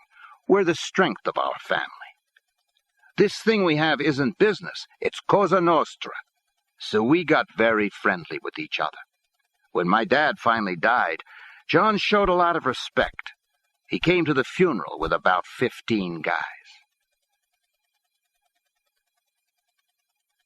I'm starting to come back a little. My clubs are earning, I'm doing my shylocking, but I'm still in the hole because of my brother-in-law, Eddie. Then Eddie came to me. He wants to be with me, and he wants to be my partner in business. I ask him, "What about your brother-in-law, Dominic?" He wants to drop his partner of 20 years. "It would just be me and you," he says. "Don't worry about it. Dom and me ain't partners anymore." That tells you what kind of a sneaky, scurvy scumbag he is. I like Dominic, even though he was in with Eddie offering me that big 10 cents an hour raise. But Dom is Eddie's business, and Eddie's got a hook in me being married to my sister. I figure he's sure to fuck up again, and how many times can I come to his rescue? He may be a swindler and a cheat and all that, but I give him credit for one thing. He knows business. I think if I keep him under my thumb, don't let him run crazy, this could work.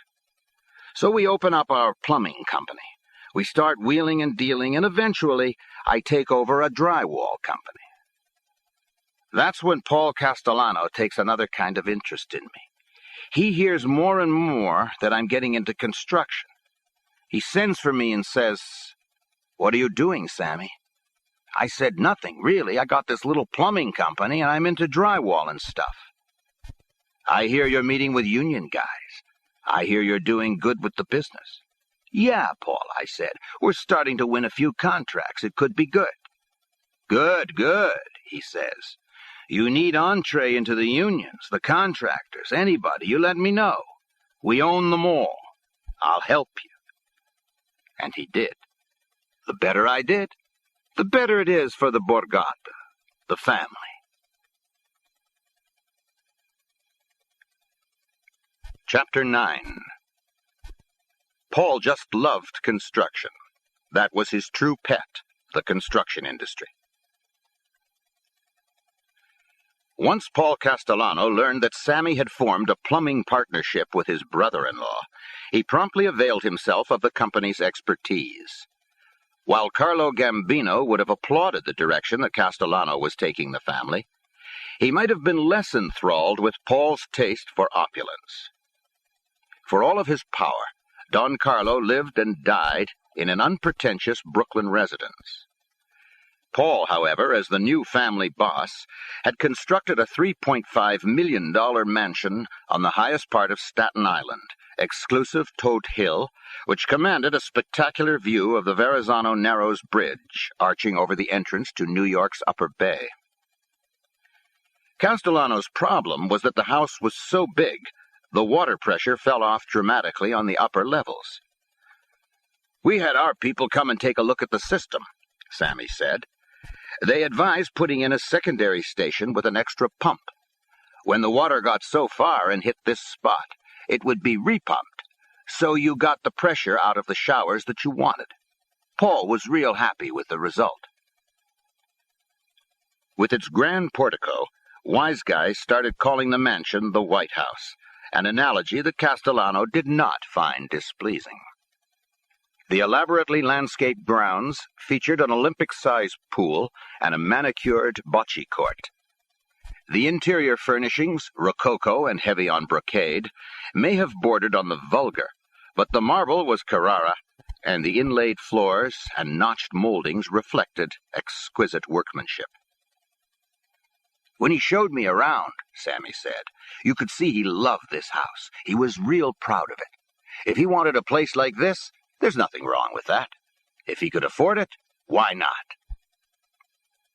But Castellano's mansion on the hill perfectly symbolized a growing reclusiveness that over time would ultimately prove to be his undoing.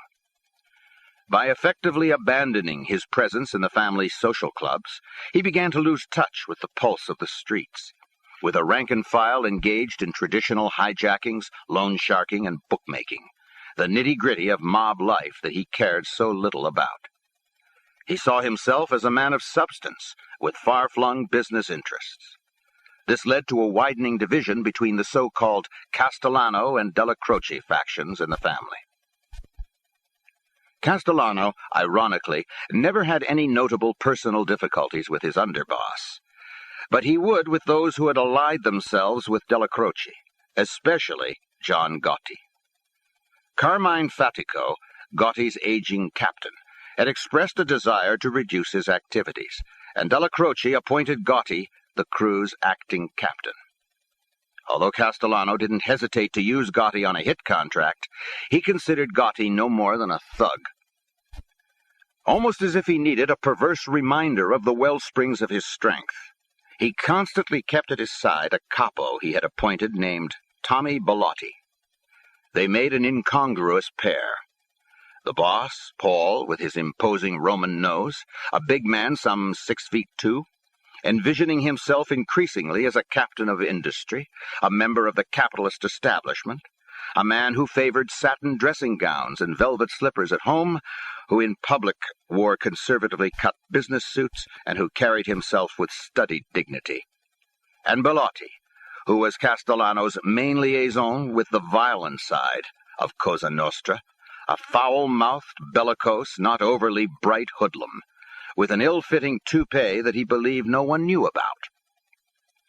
He'd started out as Paul's driver and bodyguard, and despite his elevated status, still served essentially in that capacity, with the dog-like devotion of a pet pit bull.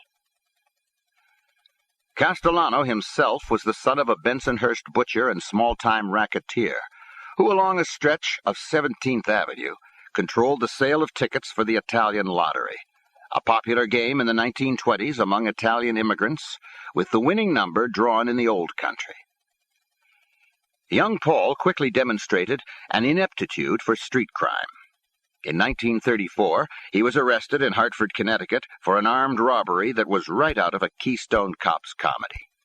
He and two pals were on their way to a July 4th celebration in Massachusetts. Passing through Hartford, they suddenly decided to stick up a clothing store. The cash register turned out to be empty. As they were relieving the owner of the contents of his wallet, customers walked in through the front door, which they'd neglected to lock. With Castellano waving a pistol, the trio escaped in his car, the license plate of which was immediately noted. The take for each amounted to $17. Arrested back in Brooklyn, Paul refused to name his accomplices and was sentenced to a year in jail. He served 3 months and returned to Bensonhurst with the reputation of being a stand-up guy. Paul's father was an early member of Cosa Nostra, but it was under Carlo Gambino that Paul began his rise in the family's ranks. Nothing better jibed with Carlo's inbred instincts than their close-knit familial relationship. Carlo was married to Castellano's sister, and Paul was married to Carlo's sister-in-law. In 1957, Carlo Gambino did his brother-in-law the honor of taking him along to the great Cosa Nostra conclave in Appalachian, at which, among other items on the agenda, Carlo's ascension as a new family boss was to be confirmed. There Paul would be able to mingle with such Cosa Nostra powers beyond New York as the Buffalo boss, Stefano Magaddino, Chicago's Sam Giancana, Nick Chavella from Kansas City, Cleveland's John Scalish, La Florida boss, Louis Traficante, Philadelphia's Joseph Ida, and journeying all the way from California, the Los Angeles boss, Frank DeSimone, and the San Francisco boss, James Lanza. Castellano was one of those who, in trying to escape the state police roadblock, stumbled unsuccessfully through the surrounding woods and brambles until he was finally detected wandering along a country lane, his overcoat torn, tie askew, his shoes mud-caked. But despite the ignominy of the event for Cosa Nostra's overlords, it was not without benefits for Paul Castellano's reputation. At age 42, he was one of the select few to have been present. And it didn't have to be whispered about. It was right there on the public record for the edification of anyone who did business with him. By then, with his butcher's background, he'd launched a moderately profitable wholesale meat operation.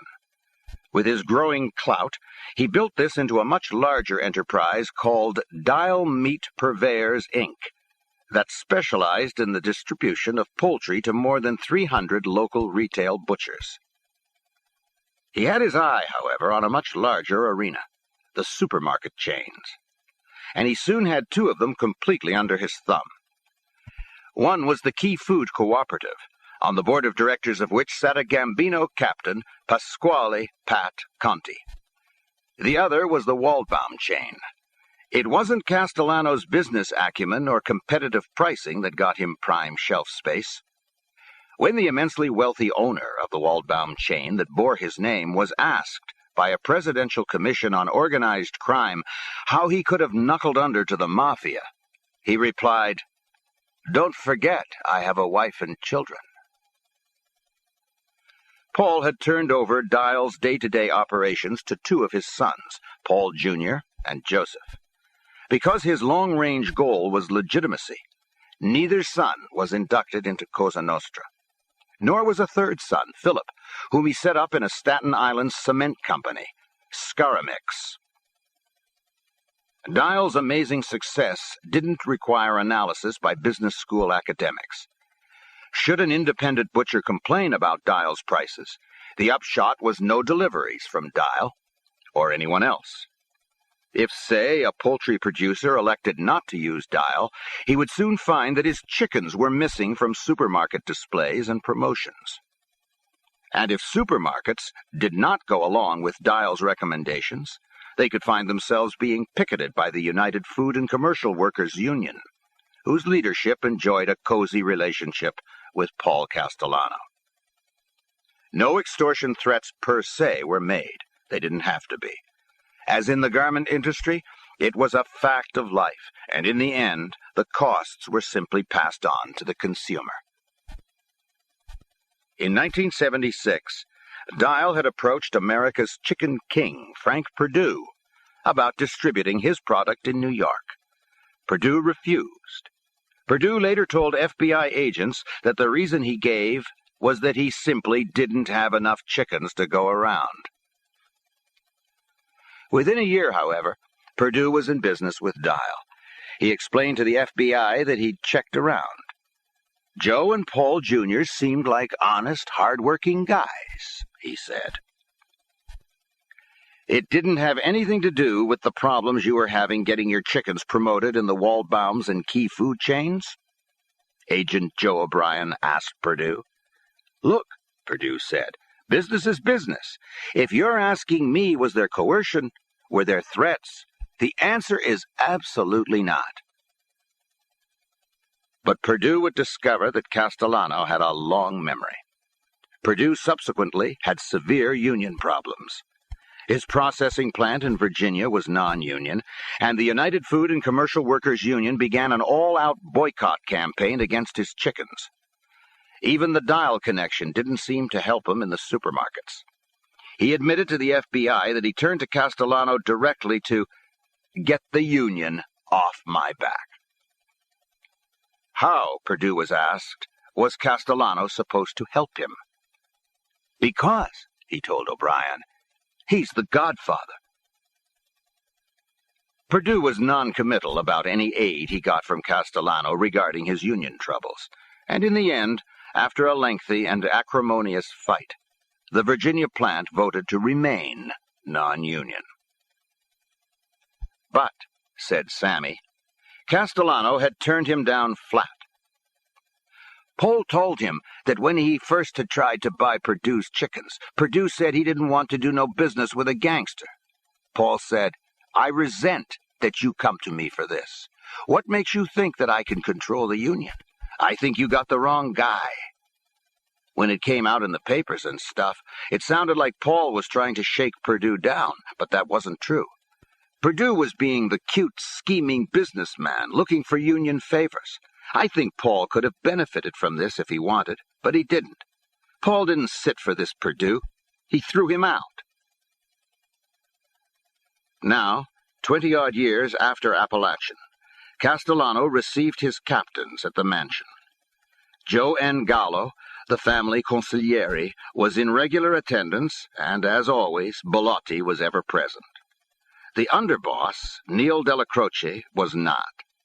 If Castellano was literally king of the hill, Della Croce remained in the valley, holding forth at the Ravenite Social Club on Mulberry Street.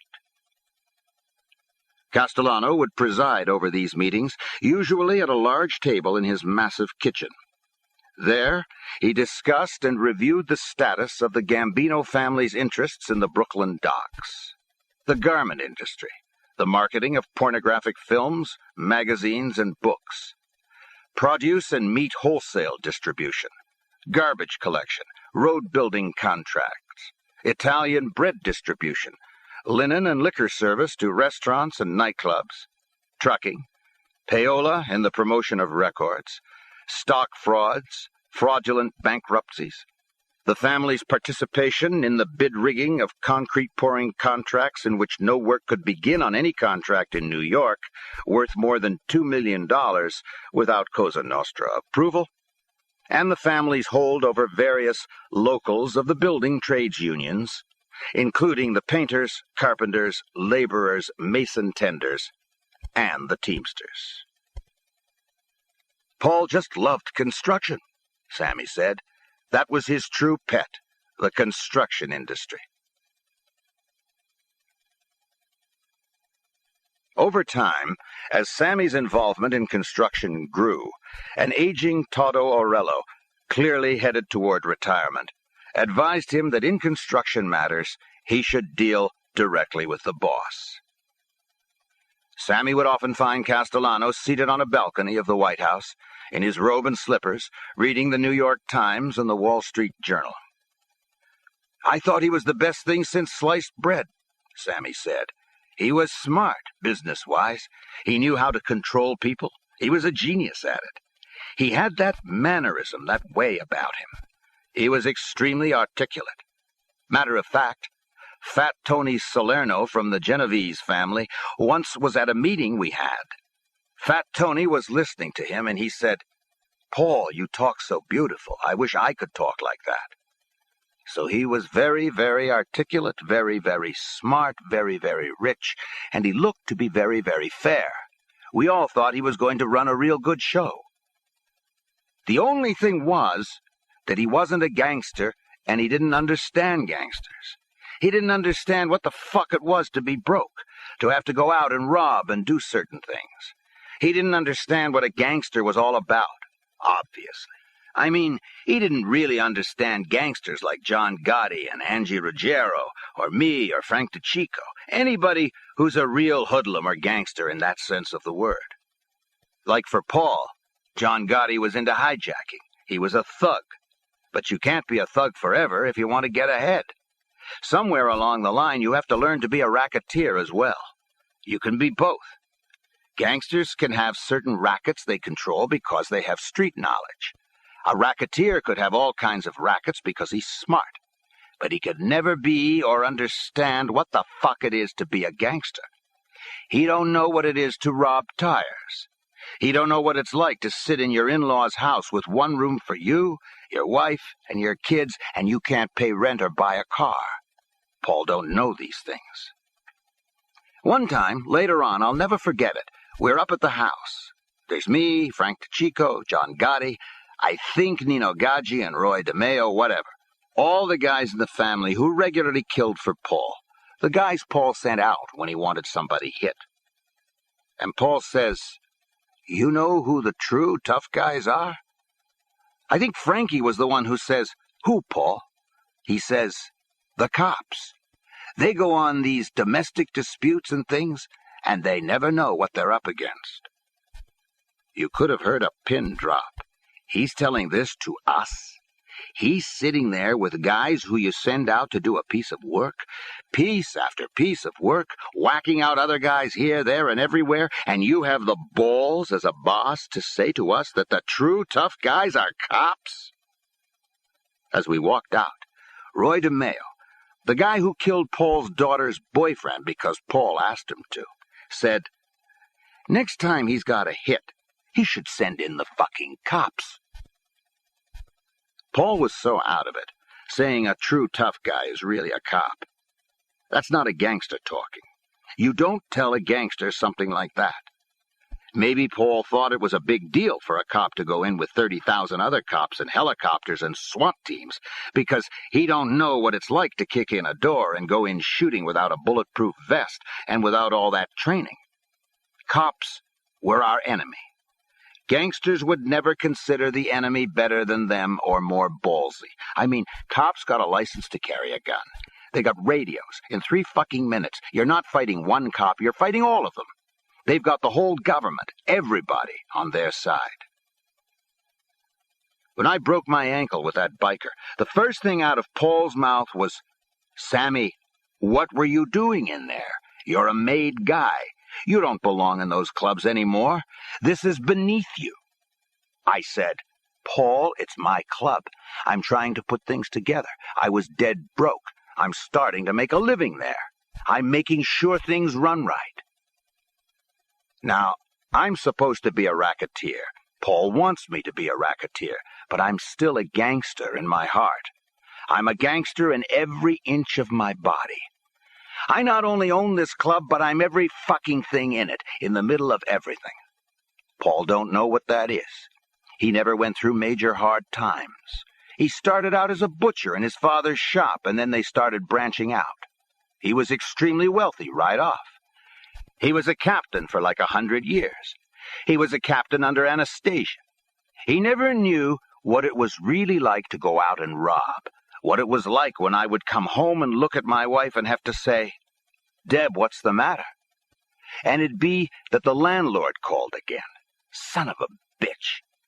300 is due on the rent and I couldn't pay it. I gotta figure out what I can do. I don't want to take out another fucking loan because I know sooner or later with all these loans that I'm going to have to go rob again to pay them off. That's the cycle you get into. Paul has no idea what it's like to break open the piggy bank of one of your kids to eat. What we would eat was that fucking pasta with ricotta night after night.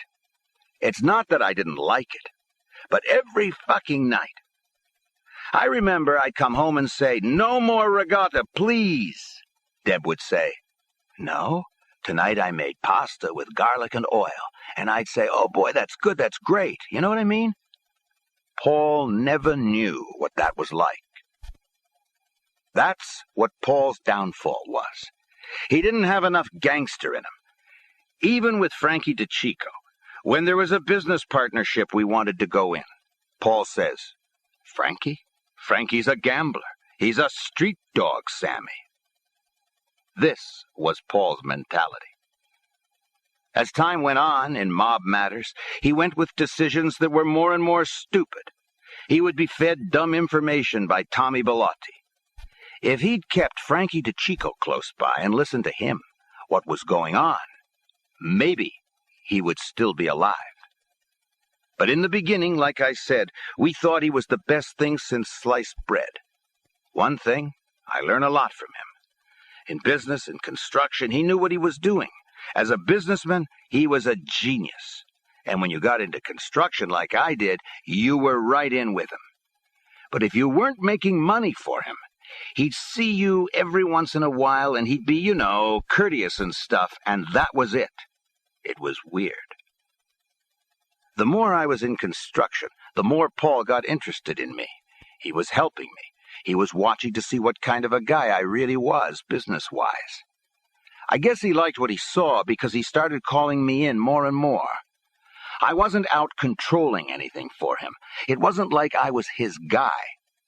I was one of his errand boys, whatever you want to call it. There were a bunch of us. He would use Tommy Bellotti, Frankie DeChico, myself, Funzy Mosca, even this Joe Watts, Joe the German, who could only be an associate because only his mother was Italian. Whenever Paul felt he could use one of us, he'd call us in. There'd be a beef with the carpenters on a drywall job, and Paul would say that Sammy's doing drywall with Vinnie DiNapoli and the Genovese people who control the carpenters. So he'd send for me to straighten this out with Vinnie. When he wanted to use Funzy Mosca for messages and whatnot, he used him. The more he used me in different areas, different things, the more we worked together. To jump ahead, down the line I did a job, a HUD job, for minority housing, and I had with me this contractor. I knew Paul was always complaining about taxes, all the taxes he had to pay, and in these negotiations with the contractor, I asked, "Who's buying the shelter?" "Oh," he says, "I didn't sell it yet." "How about I show it to Paul?" I said. Paul just loved it. I thought the shelter was going strictly to him, but he put in with him his sons, and Tommy Gambino, and Robert DiBernardo, who handled the Teamsters and ran the pornography. This contractor went nuts. "Look at all these names," he said. He was sick. "What did you do to me? Sammy, my God, this is going to ruin me. The feds are going to be all over me." I started laughing. He says, Yeah, Sammy, you can laugh, but I sold this shelter. The government's going to be right into my office. Why do you give a fuck? I said. You sold it through lawyers and shit, all legal. Why should you care? He says, but look at the signals I'm sending. Look at the people Paul put in on this. Pornography people, people running the garment industry. But Paul loved me for this shelter I set up for him. That job is federally funded. Everybody's paying the piper, and there's Uncle Paul and all those heavies who are in that big money position, and they're saving millions in taxes.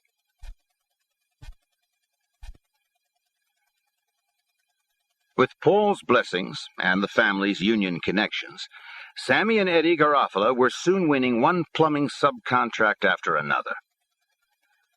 When Sammy went into drywall construction as well, he entered into a partnership with Joe Madonia, who was not in the mob. Madonia's company was Ace Partitions. It operated as one of the subcontractors for Louis DeBono, a made member in Pat Conti's crew in the Gambino family, the same Conti who sat on the board of directors of the Key Food Cooperative. DeBono owned one of the largest drywall companies in the city. On major construction projects, DeBono would get the drywall subcontract and subcontract it out again to a company like Ace Partitions. We would come in with non-union labor and do the actual work, which was called lumping, Sammy said. Madonia was delighted to have Sammy at his side. It not only meant more subcontracts, but DeBono could no longer push him around at will or set arbitrary deals. We had maybe 100 carpenters in the beginning, Sammy said, and before you knew it, we had at least 200 working full-time sometimes. Sure, we had an edge, but I insisted on good people, first-class work. A lot of guys would say, fuck it, we got the job, that's all that counts. But it isn't. They don't understand. You turn in enough shoddy work, and no matter how much muscle you have, a builder or a general contractor ain't going to keep doing business with you. A general contractor would hear that Ace Partitions was up for the drywall work, and he'd say, that was great, no problem. In the building trades, the key to non-union labor was Cosa Nostra control of union shop stewards, many of whom were made members or had put sons or relatives in as stewards. On average, a subcontractor using union labor might expect a profit margin of 15%. With non-union workers, even with payoffs, the profit was 30% or more. If all else failed, there remained the Gambino family's control of Local 282 of the Teamsters, so absolute that if the other New York families needed Teamster assistance, they had to share the proceeds with Paul Castellano. This ends side 1 of cassette 4. Please turn the cassette over and start side 2 at the same point. Cosa Nostra had traditionally been in the driver's seat with the Union.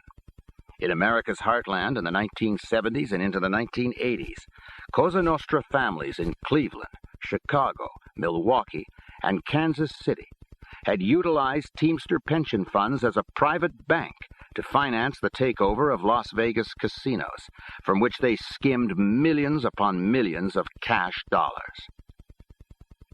But in New York, other millions were at stake in the city's bedrock industry, construction. Paul Castellano owned the local's Irish president, John Cody, who was richly rewarded, so much so that he eventually wound up being convicted on racketeering and income tax evasion charges. This was of little consequence to the family, which promptly saw to the selection of its choice as Cody's successor, another 282 officer named Bobby Sasso. Ideally, a builder would pay off Local 282 not to have a Teamster foreman at the construction site gate. That way, non-union workers and drivers could roll in at will. The usual payoff was $40,000. As law enforcement began to zero in on the local, however, this arrangement was altered. A foreman would be assigned to pre-planned sporadic duty and the cost dipped to $20,000 or $10,000. Sometimes, though, a developer wouldn't go along at all, and other leverage would come into play. Let's say we're dealing with a Donald Trump. Not really Trump, but somebody like him, Sammy said. I'm just using him basically as an example. I'm going to bid on the drywall work on this project, and Mr. Trump says no. He's dealing with his own people. He's 100% union. So a guy from 282 goes over and whispers in his ear, or his general contractor's ear, that it would be very advantageous to him to hire this certain drywall company. He still doesn't want to do it. Okay? Fine. I get my lazy-ass nephew, who never worked a full day in his life, that I've made a Teamster foreman, and I tell him he's going to be doing a full 8-hour day on the job. He's going to stay at that gate. I say, every truck that comes in, you're going to check if it's a union company number. Number 2, you ask the driver to let you see his union book. You walk over to the shanty. You call up. Is his union dues up to date? Okay, they are. The guy is straight as an arrow. Now you come out and you check his tires, the brake lights, the this, the that, and you're going to do this like a snail and by the book. So what happens is, this huge construction project has 40 or 50 trucks lined up waiting to get in, with my nephew, the snail, at the gate. Now, Mr. Trump catches the drift real quick. He calls up John Cody, or later Bobby Sasso, and he says, "What are you doing?" Say it's Bobby. Bobby says, "The foreman is doing his job. What's the matter?" "He's killing me. The job, instead of being a year or 2, it'll be 5 years. I'll never get done. I borrowed big money. I'll lose my shirt. Help me with this." Bobby says, "Listen, I know you got this other project ready to go, and I'm sure there's a drywall contract there. Maybe this time you'll take my advice and give it to the company I recommended for this one." Yeah, anything." Boom. Now I tell my nephew, "All right, just show up for 2 or 3 hours and go home, and stop breaking balls." All the while, this $70 million project has been stopped dead in its tracks, and there ain't a fucking thing anybody can do about it. Mr. Trump, whatever, can call the feds, which he knows is a waste. They'll come down and they'll find this kid at the gate who's just doing his job. What could Mr. Trump say? I didn't threaten him. I didn't beat him up. I never even met him. So he knows he's boxed in. Lo and behold, he goes along with the program. And this situation might not happen again. Sammy's nights of eating pasta and regatta were over. Along with his thriving start in construction, he opened another successful after-hours club called 2020. He also ran through fronts the Plaza Suite, a large and very popular discotheque in the Gravesend section of Brooklyn adjacent to Bensonhurst. His personal take from the Plaza Suite alone was $4,000 a week. Now that he could afford it, the time had come to enjoy life. And he bought a 30-acre country home, which he turned into a horse breeding and training farm for trotters, near the village of Cream Ridge in rural New Jersey, midway between Staten Island and Philadelphia. "I never brought any business with me," Sammy said. "I just wanted to get out of the city and all that stuff. I would get off the turnpike on 7A, and about a mile or so down the highway there was a sod farm. I would just stop and park, unwinding from the city, smelling the sweet cut grass. I became like a different human being. Just being there was the best time of my life. Back in Brooklyn or Staten Island, if my wife had said, 'Let's take a walk and talk,' I would think she was crazy. I would never do it. But on the farm, we would always take walks after dinner. My driveway down to the road was maybe 1,100 feet, and we'd go down it and then along the road. On the other side was this huge breeding farm, a 250-acre farm. Some of the horses would see Deb, and the next thing you know, there were 40 or 50 horses coming over the meadow to her. It was really a gorgeous sight with the sun going down, the air so clean and clear. They all knew her. They would line up at the fence as we walked by. She always had a bag full of apples and carrots. It was really something watching them react to her. Deb seemed to have this special thing with animals. We had cats, wild cats that lived in the barn. She had dogs. It was incredible how good all the different animals got along under her. I'll never forget one time when my brother-in-law Eddie came to the farm. I take a walk with him, and as we're talking, he suddenly turns around and says, "Holy shit, look at that." I look, and I see there's a chicken, a rabbit, and a cat, all eating out of the same bowl at the same time. I wished I had a camera. Who would have believed this? I got the chickens and the rabbits for the kids. It was around Easter. I went to this slaughterhouse in Brooklyn. I had my kids and one of my nieces with me. I figured on getting a couple of chickens and a rabbit or two to keep on the farm for them. Now I'm talking to this guy to get this together. Before I know it, the kids had wandered back to where they were slaughtering. I turned and saw the expression on their faces, and I ran over and grabbed them. They said, "Daddy, they're killing all the chickens." I said, "I know. Sometimes they have to do that so people can eat." I wasn't getting anywhere. They were all teary-eyed. My niece went to one of the cages and said, "Uncle Sammy, let's save this chicken." Now I pull the kids away and I say, "Okay, pick out the ones we want to save." I end up buying 22 chickens and 6 or 7 rabbits. I told the kids, I can't fit any more in the truck. What we'll do is I'll come back and buy them all. I winked at the guy and told him, "Listen, don't slaughter no more of these chickens or rabbits. I'll be back." The kids are happy. Of course, thank God they forgot about this. They're little kids, and on the farm they have those 22 chickens and them rabbits and the other animals to occupy them. I mean, there must have been 50,000 chickens in that place.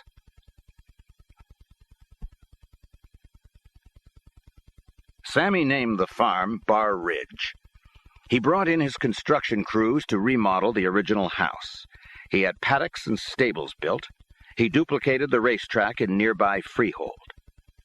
I got hold of the blueprints to the track and had my people make a replica of it.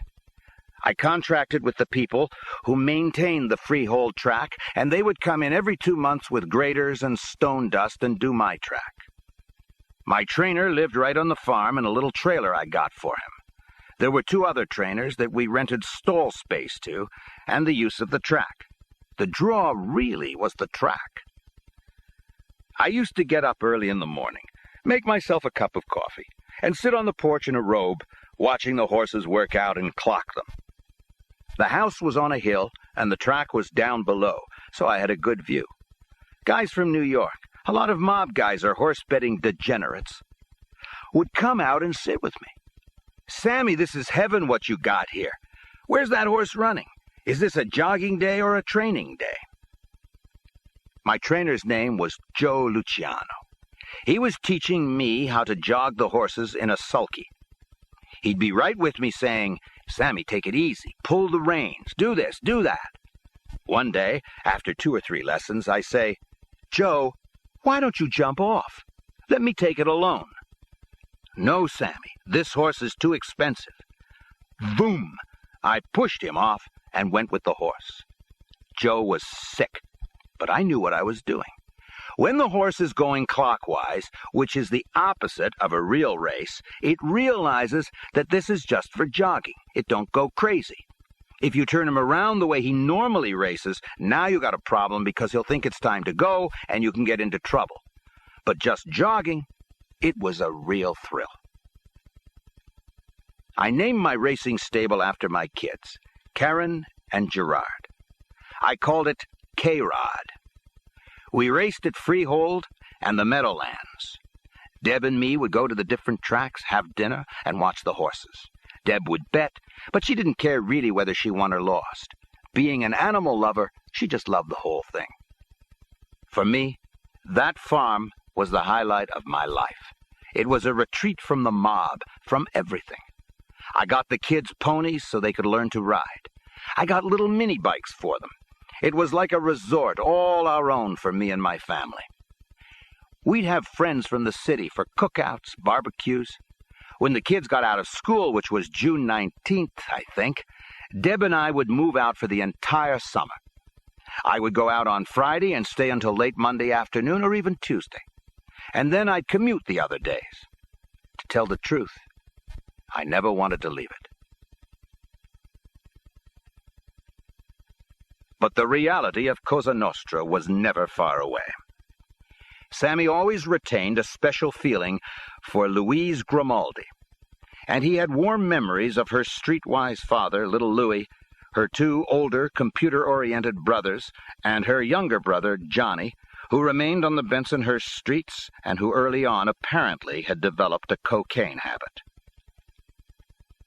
After me and Louise broke up, we still stayed real good friends. Her kid brother came to me. He was in big trouble. He was arrested for shooting a cop in a bar. I knew that bar. The bartender was related to a maid guy. I grabbed him, and we fixed it so that the cop was drunk and pulled out a gun, and whoever shot him in self-defense. The bartender will say he don't believe it was the kid, Johnny Grimaldi. P.S. The kid was acquitted. But then he gets into a fight in some disco and stabs, of all people, one of Carmine Persico's sons. Right off, the Colombo family puts out a contract on him. Louise's father, little Louis, who had connections, is smart enough to keep the kid from being seen too much while he's trying to talk to people and whatever. I told Louise, "What do you want me to do?" She says, "Nothing right now. My father's trying to do something, but my brother thinks he's being followed." "Louise, listen to me," I say. "Tell your brother to take off. Go on the lam. Get the fuck out of the neighborhood. Let your father continue talking and tell him to come see me." The father did his best. He went to some of the Colombo people. They all bullshitted him. "Don't worry, it'll be all right. There's no problem. There's no this, there's no that." I'm sick about it. I go to Toto Arello for advice. How can I get into this? He told me that the only thing to do is to say Louise is my girlfriend, and I'm close to the family, and can't we work this out and force a sit-down with the Colombo people? I never got the chance. Later, I would find that they knew I was seeing Louise, that Sammy the Bull was at the Grimaldi house. The guys on the hit were told to continue doing what they were doing, but definitely don't hurt Sammy in any way, shape, or form. Keep Sammy out of this. Avoid Sammy. Don't get near him. In other words, Junior, the Colombo family, don't want to sit down with me. They don't want to save the kid's life, because that's what I would have asked for, and they knew it. What happened was a week or two later, I got a message from Louise to come right away. I go to see her, and she's walking up the block towards me in tears. I'll never forget it. "What's the matter?" I asked. She said, "They found my brother. He's dead." My heart went out to Louise. I, could feel her pain.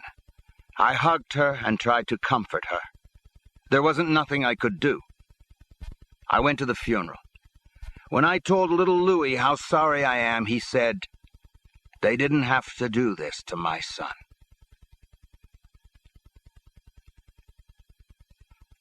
Chapter 10.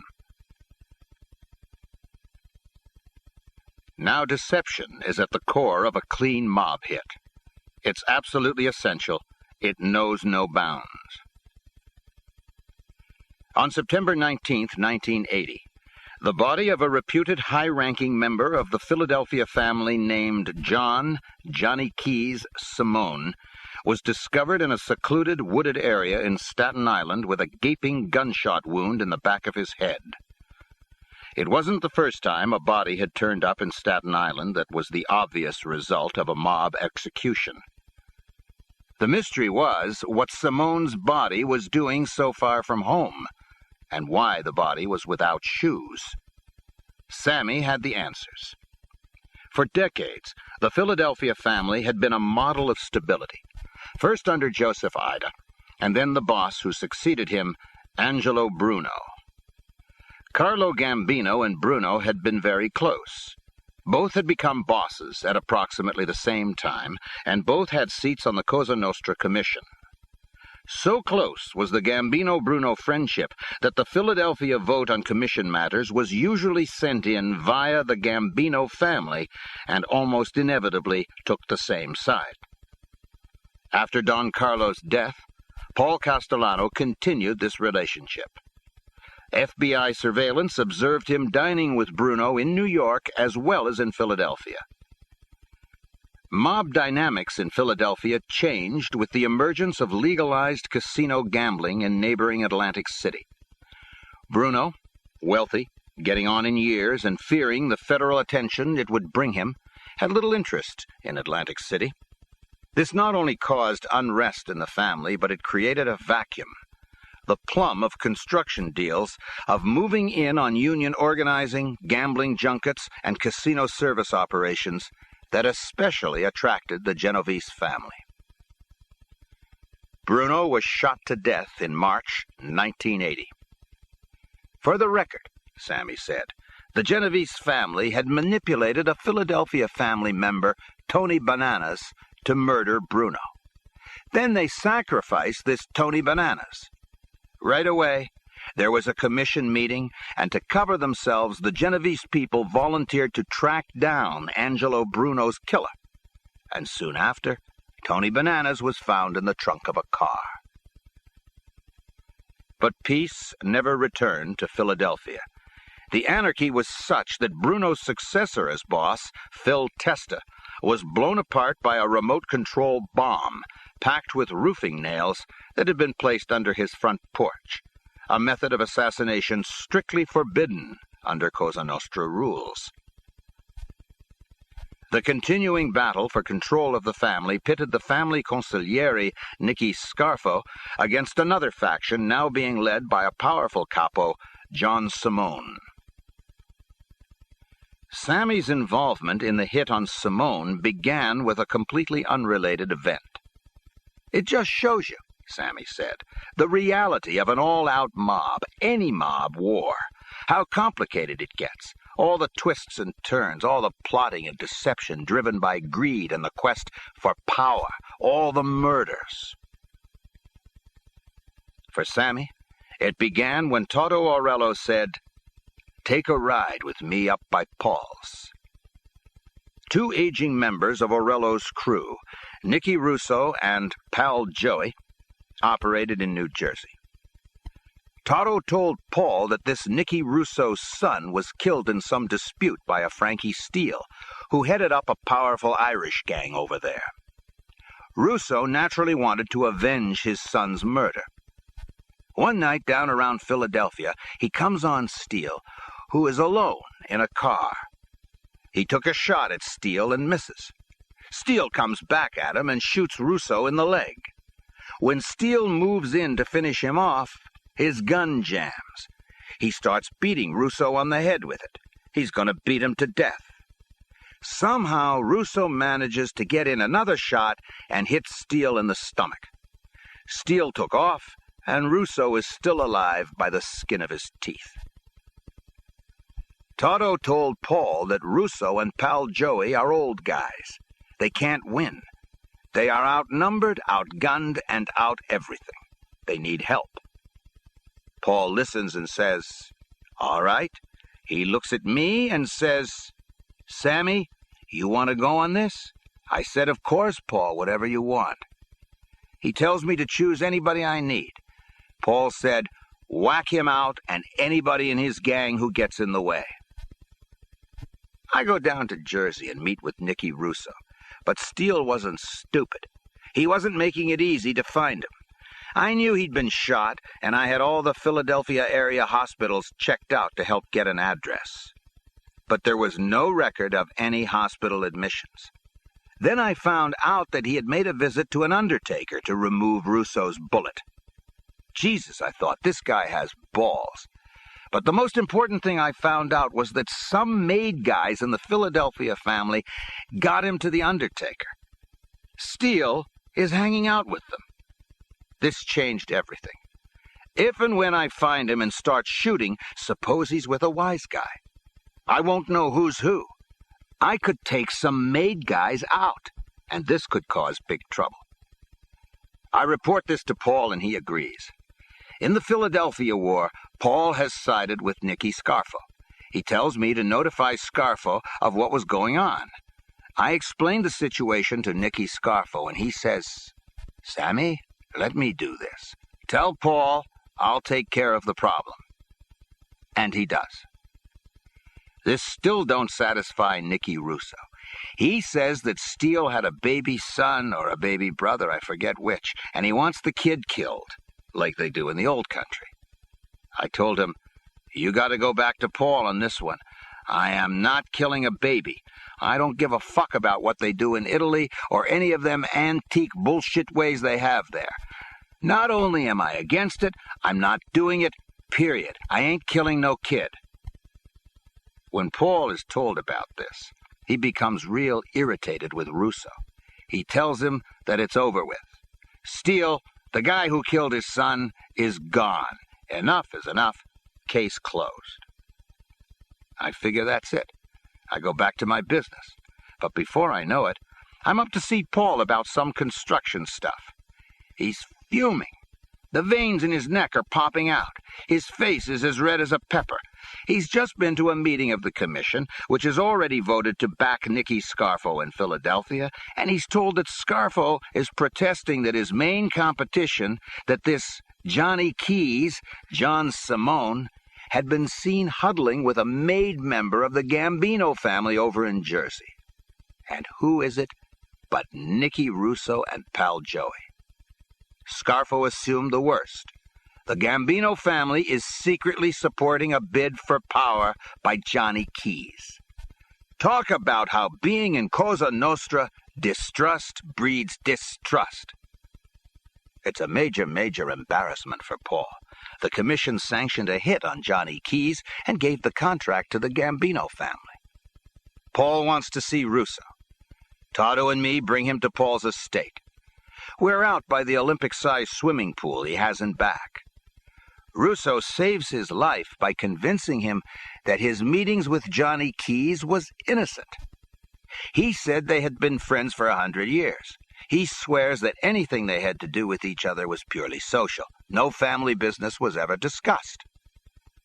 Now, deception is at the core of a clean mob hit. It's absolutely essential. It knows no bounds. And Paul has learned that Johnny Keys had reached out to an old friend, the boss of the Cleveland family, for support. But the old friend betrays him and reports the overture to the commission.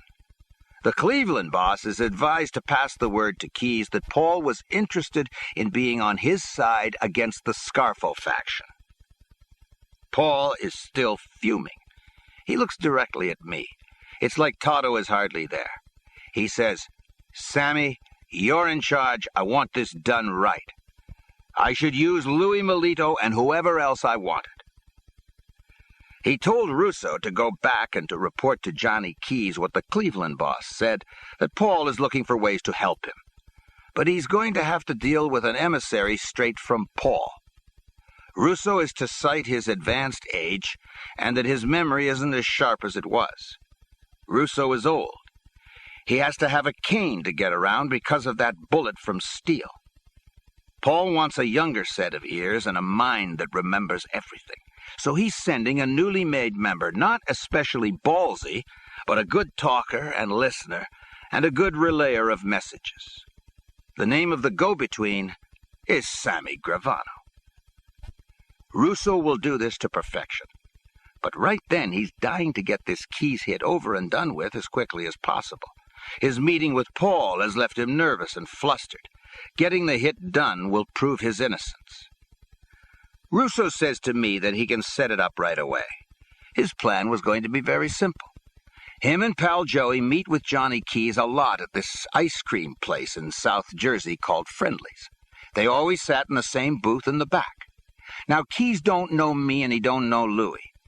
The idea is that the two of them will be waiting in a rear booth where they usually are, and I'll be sitting near the front door at one of the fountain stools with my .357 Magnum. Louis will be in a booth halfway between where I am and they are. They'll wave to Keys when he comes in. That will be my signal. As he walks by me, I get up. I follow him and shoot him as he's walking towards Russo and pal Joey. Then Louis Melito will jump up, take out a sawed-off shotgun he has hidden under his coat, fire a couple of shots in the ceiling, and yell at everybody in there to hit the floor. And Louis and me would stroll out to a waiting getaway car. It sounded good, but you never know. I wanted to check this out from every angle. Let's do a dry run, I said. The minute I was in this friendlies, I saw it would be a disaster. It wasn't doable. There was a whole bunch of people in there, families and lots of kids. There was no way I was going to jeopardize them. And I'm not going to shoot the guy in front of a bunch of kids. I told Russo the plan was nuts. The first meeting between myself and Johnny Keys took place right after that. It was at a luncheonette in the Trenton area. He was ecstatic to be with Paul Castellano's messenger.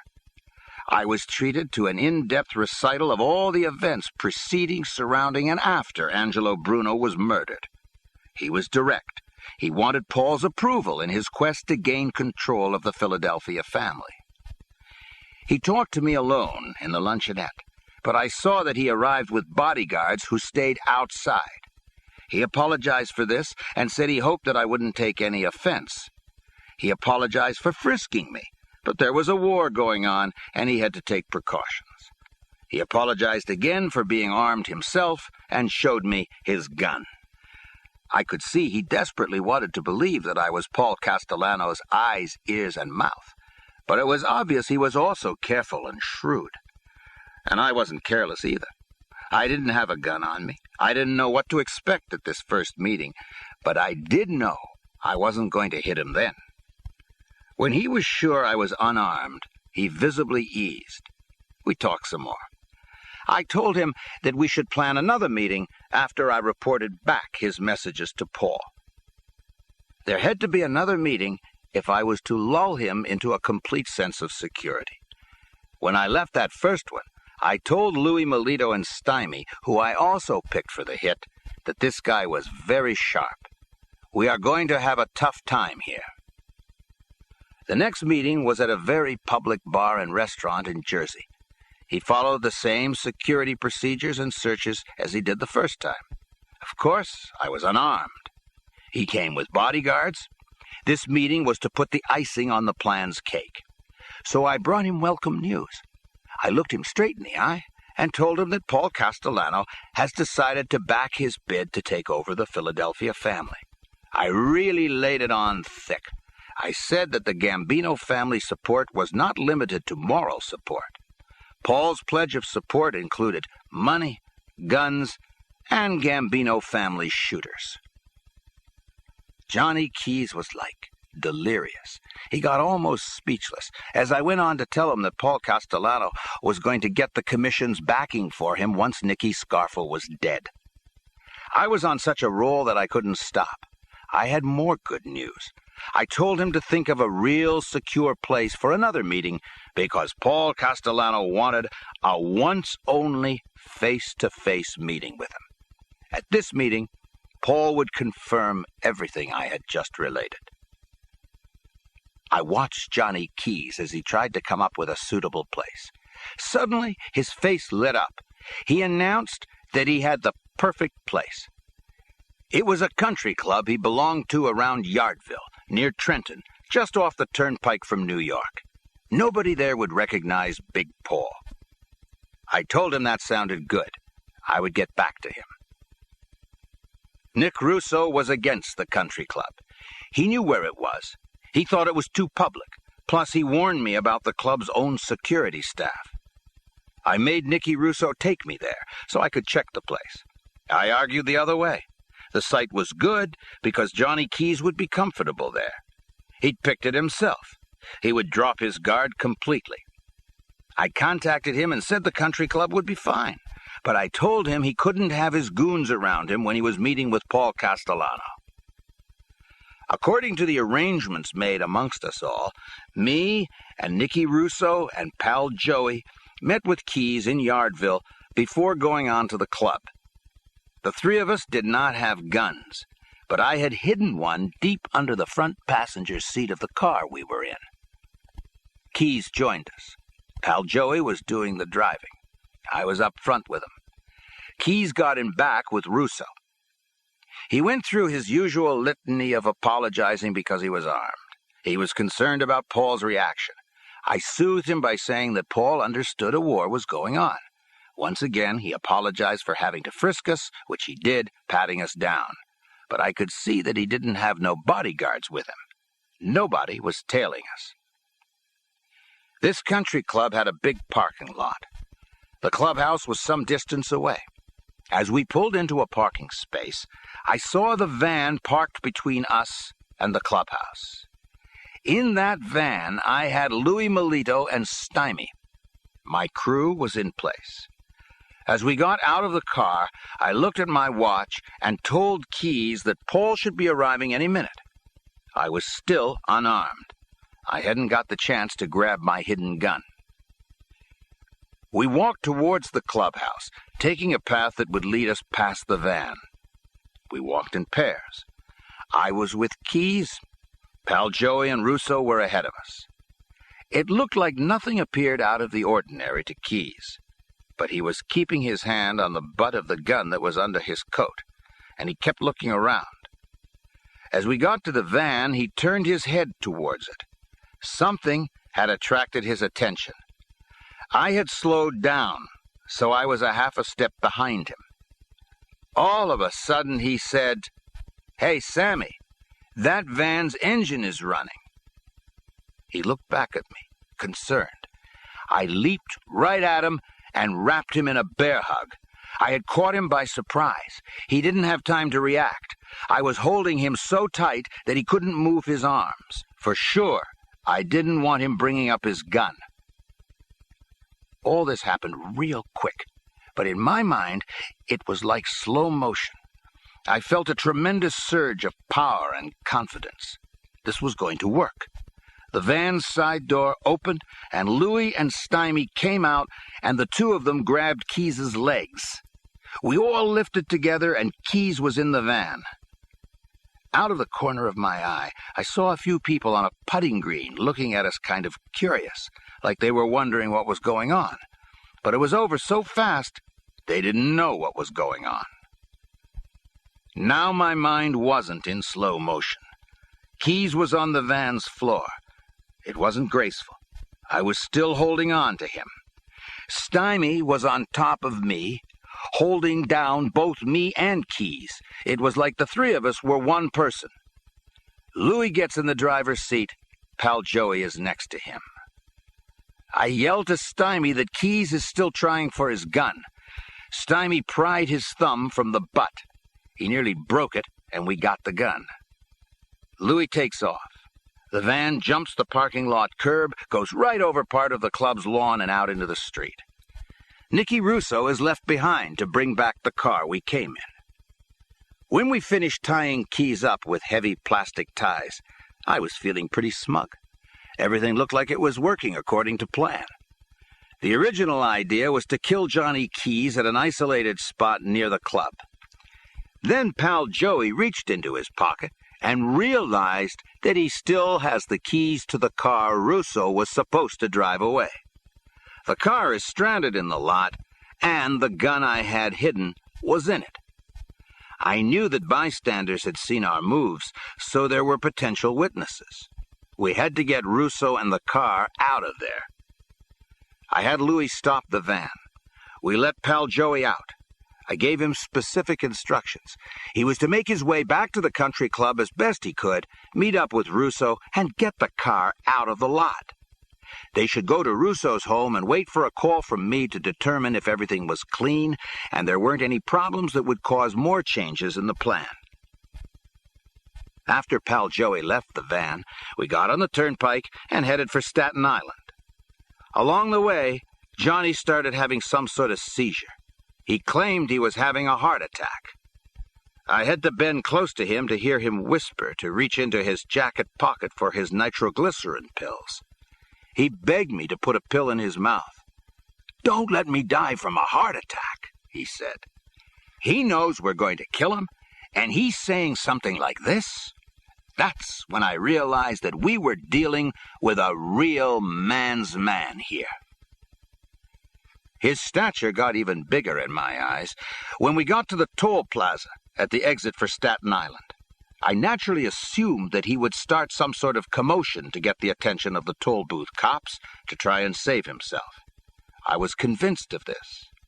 I whispered to Stymie to be prepared in case Keys tried to pull something. But I was wrong. Johnny didn't try a thing. He didn't refuse to try and help himself because he had given up all hope. It was because he was true Cosa Nostra. This was a family matter. There would be no police. We get to Staten Island without incident. We drove to a gas station that some guys with Louis Melito own. We lay over there. The hours go by. I'm calling Russo's house. I'm not getting an answer. I got to know that they got away. Because if they're pinched, they'll be pinched for murder if I kill Keys. He ain't dead yet. And I would have gone to Paul and said, things got fucked up. Guys have got pinched. It's your decision what to do now. It was the longest wait in that gas station. I don't know, 10, 12 hours. Johnny Keys don't know what's delaying things. He figures he's been kidnapped to be killed. As a cover, I explained that a decision was being made by the bosses about whether he is to live or die. Each time I left the van to telephone the Russo home, I told him I was phoning the bosses to see if a decision had been reached. Johnny Keys was a cousin of Angelo Bruno. During that long wait, he lashed out against the Genovese family. He blamed it for all of the troubles the Philadelphia family had gone through, the war that was raging, all the troubles that not only came to him but to the whole family. How he now knows it was the greed of the Genovese people that caused this. How the Chin, Vincent Giganti, had conned this Tony Bananas that the commission sanctioned the hit on Bruno. How the Chin conned the commission by volunteering to do an investigation and taking out Tony. It was brutal the way Tony went, shot in the arms and the elbows first. You could feel Johnny's hatred as he talked about how this life we led was being poisoned. How many more good people would die? But there in that van, he continued to act like a man. He asked that if he lost with the bosses and was sentenced to die, that a made guy do it, a friend of ours. He said he always promised himself and his wife that he would die with his shoes off. If the decision came against him, would I take them off? Of course, I said. I never asked him what the reason was. The more we talked, the more impressed I was. I really respected him. When I sent Louis and Stymie out for food and coffee, he tells us to hold the sugar for him. Afterwards, I heard a noise outside the van. I drew my gun. Maybe a cop was nosing around, checking out the van that was parked there so long. He must have guessed what I was thinking. He whispered, "If it's a cop, shoot him before you shoot me." His resolve shook me up. It was like at the toll booth. There would be no police involved in family business. But it wasn't a cop. It was Louis and Stymie coming back from the food and coffee run. Louis and Stymie told me later that during one of the times I was trying to phone Russo, Johnny said to them he underestimated me all along. He said this was the first time in his life that he was caught unawares of a plan hatching around him. I'd completely sucked him in. He told them that he'd been responsible for about 50 hits himself, but that Sammy did the best piece of work setting this up he ever saw. I finally did make contact with Nicky Russo. Him and pal Joey were safe. I told them where we were and to come. I was outside the van when they showed up. They said there was a lot of confusion back at the country club. Nobody was exactly sure what happened. Pal Joey was able to return and drive Russo away without any problems. This was bad news for Johnny Keys. I went back into the van and told him that the decision had come back against him. He'd lost. He had to go.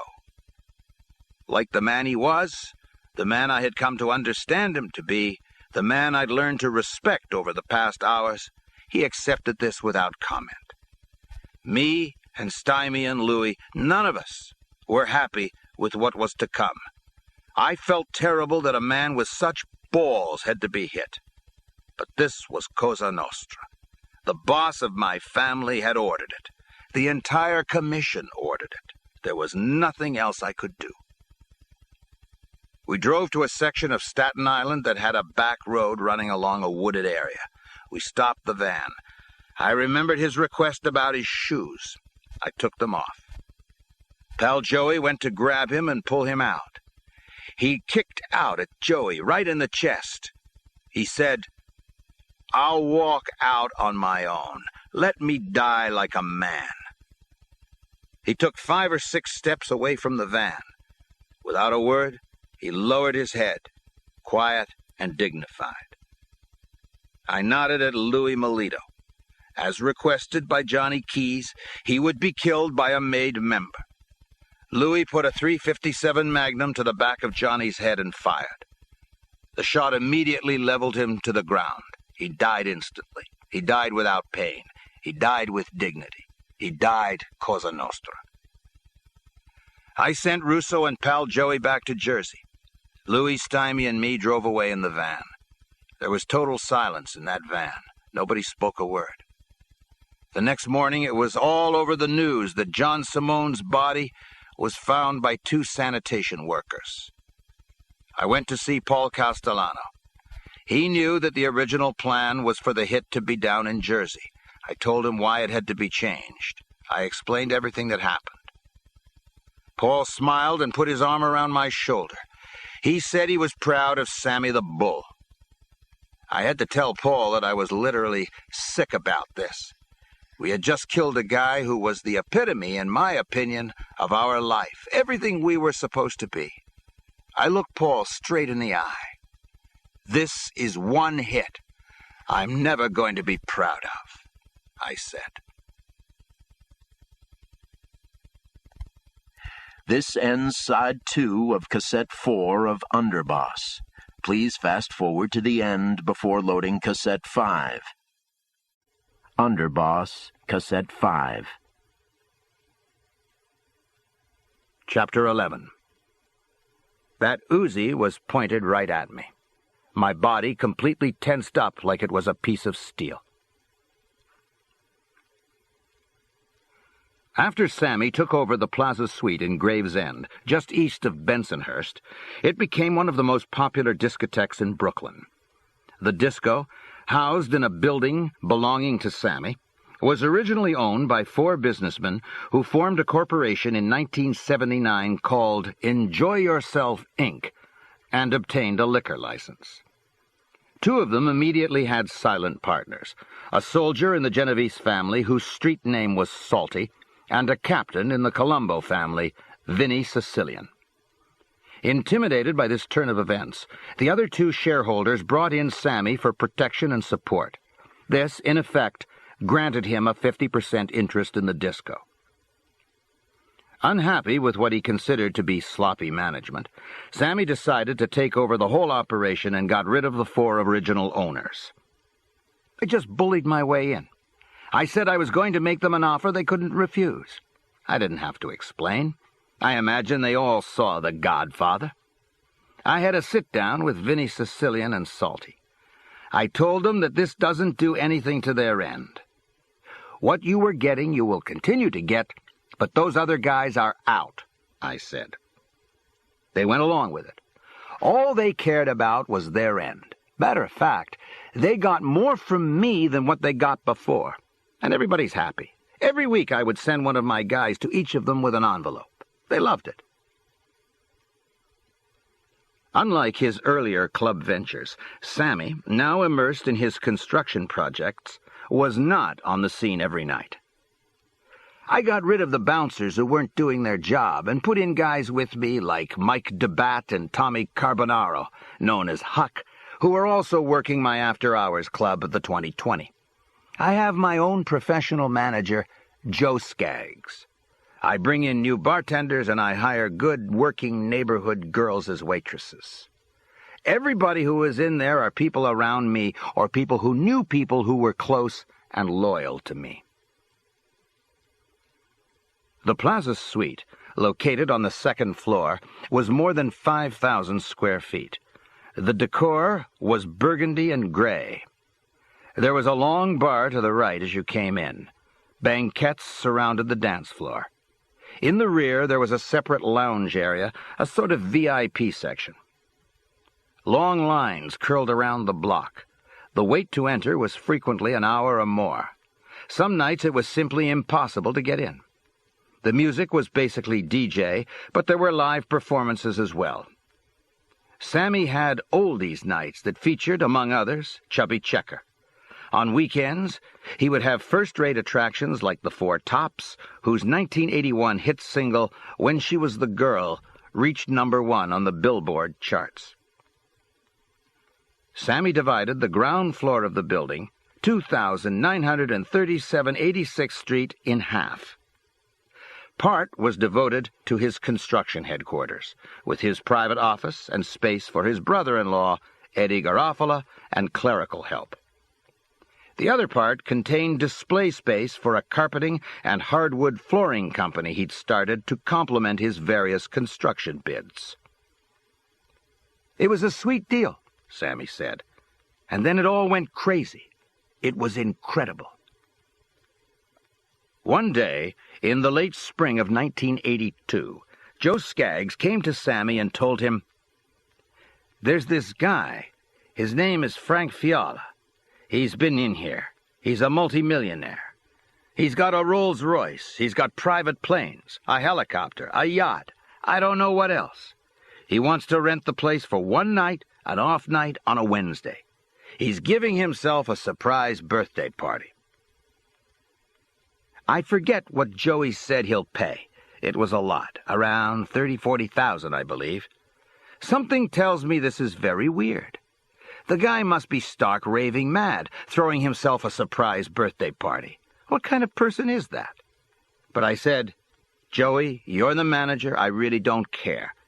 Do what you think is best." Joe must have been a little unsure himself. "We've never done nothing like this before." He said, "No, Sammy, I want you to be involved. I need your approval." My brother-in-law, Eddie, and Louis Melito are with me in my office listening to this, and when they hear what the guy wants to pay to rent the joint, they're all for it. Much of what Skaggs told Sammy was factual. Fiala was a millionaire several times over, who was then living in the Flatbush section of Brooklyn. His estranged wife resided in Virginia Beach. He owned 2 Cessna airplanes, one of which seated 7, and had 2 pilots on salary to fly them. He possessed a Mercedes, an Audi, and a Cadillac limousine. And he did have a new Rolls-Royce, for which he paid $85,000. Since he desired immediate use of the Rolls-Royce, he threw in an extra $4,000 to have the showroom's front plate glass window removed so he could drive right out in it. Besides the cars, he had a 41-foot yacht. A familiar figure at Plato's Retreat, a fashionable sex club in Manhattan, he was also in the process of purchasing a helicopter he'd been leasing on a trial basis. Fiala, just short of his 37th birthday at the time, had arrived in the United States as a 14-year-old immigrant from Czechoslovakia. Ostensibly, his wealth stemmed from his ownership of a Brooklyn-based manufacturer of marine parts and supplies, where he'd begun as an apprentice. What Sammy did not know was that Fiala had another source of income. He was a major cocaine trafficker. Eventually, it would be discovered that in a feud with 2 rival Colombian dealers, Fiala not only had them murdered, but their children as well. Sammy saw Fiala at a meeting Skaggs set up. Melito and Garofalo were present as well. Fiala didn't know who Sammy was and addressed Skaggs. He reiterated how much he adored the Plaza Suite. No other place would do for his party, which he described in grandiose terms. There would be at least 300 guests. He would take care of the catering himself. The surprise was that none of the guests would know in advance that it was his birthday. A feature of the party would be a raffle. Among the prizes would be a Rolls-Royce, a top-of-the-line Triumph motorcycle, and a vacation trip on a luxury cruise ship through the Caribbean islands. Fiala grew more expansive. He announced that he wanted to redecorate the Plaza Suite for the party. He was telling Joey, Sammy said, that he would put up another $10,000-$20,000 to do it for just this one night. He said he's going to rip this down and put that up, paint this whatever. Sammy signaled Skaggs that he wanted to speak to him in private. Skaggs excused himself, and Sammy followed him out of the office. Garofalo and Melito tagged along. Sammy told Skaggs, "Joey, throw this bum out. Number one, he's nuts. Number two, he ain't touching this club. It's gorgeous. Forget about this. We don't need it."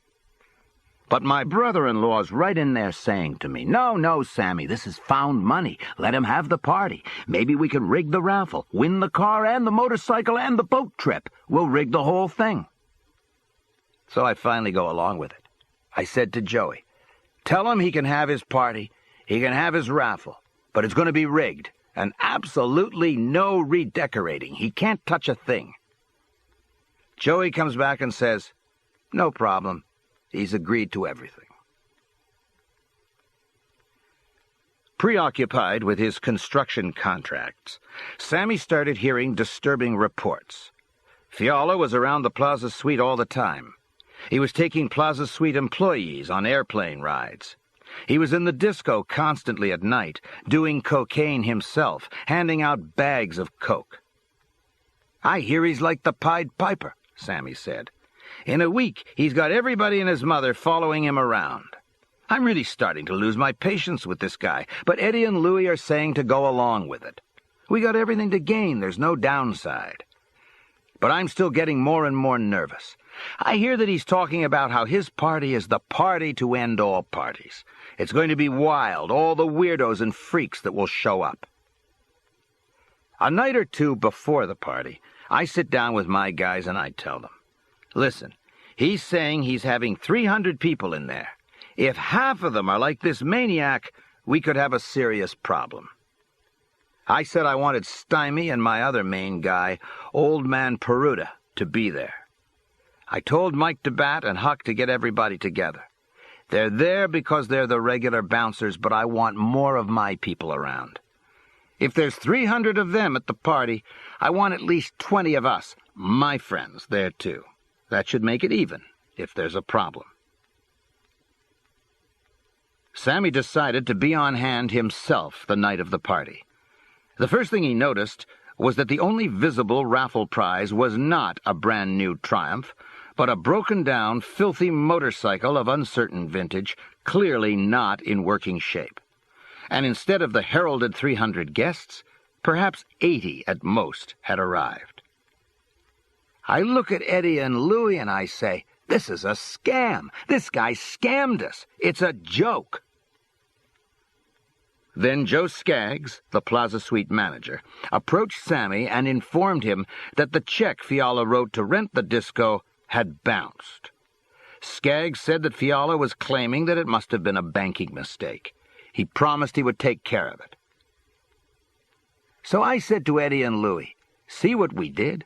We let our greed override our brains, and I'm part of it. This is a total scam. As long as there's no more problems, don't worry about it. We got beat, we got roped in. It's not the first time and it won't be the last time. But let's use this as a good example for the future. Let's just get through the night." Appalled, Sammy watched the highlight of the party. Fiala, seated in a chair in the middle of the dance floor, had his hair cut and his head shaved by two statuesque blondes. "I can't believe what I'm seeing," Sammy remembered. "They're shaving him bald while all these crazies are screaming and jumping up and down. Then the next thing I know, they've ordered in the food, Chinese food, a truckload of it. There are no utensils. People are eating with their hands. There's cartons all over. It's a mess. My stomach is literally turning. I'm in knots, but I'm trying to get through this night." Now, Mike DeBat comes over and says, "Sammy, he's got a gun. He had it in an attaché case. He just took it out. He's got it in his belt. Mike's a huge guy, huge, a college football player, and I said, go over to him. Tell him very, very polite that we're not allowed to have guns in the place. Tell him to put the gun back in his case, and let's just have a nice time. Mike the Bat does that, and this Fiala puts it away. Then, when he ain't looking, I send Stymie over to grab the case and put it in one of our cars outside. I send out for some guns for my guys. I tell old man Peruta, see them 3 guys around him. If there's a beef and they come out with anything, if they move in any way, shape, or form, to put their hands in their jackets or pants, anything like that, shoot them. Who knows what could happen next? I've had it. My patience has gone. It's maybe 2 a.m. I have somebody call him over to the table I'm at, and I say, listen, Frank, you don't owe me nothing, but the party's over. Get rid of your friends. I keep my voice very calm, very easy. I tell him again he don't owe me nothing. He starts taking medals out of his pocket, military medals. He starts talking about military things, what these medals are for. What the hell is this? He says, you insult me. I told him, you can stick your medals up your ass. You want out of here with your life? Listen to me. Get your friends out now. You had your party. It's finished. I'm telling you, let's don't end it like a funeral. He mutters a few more things, I forget what, but him and the rest of them are gone. I said to my guys, we learned a good lesson here.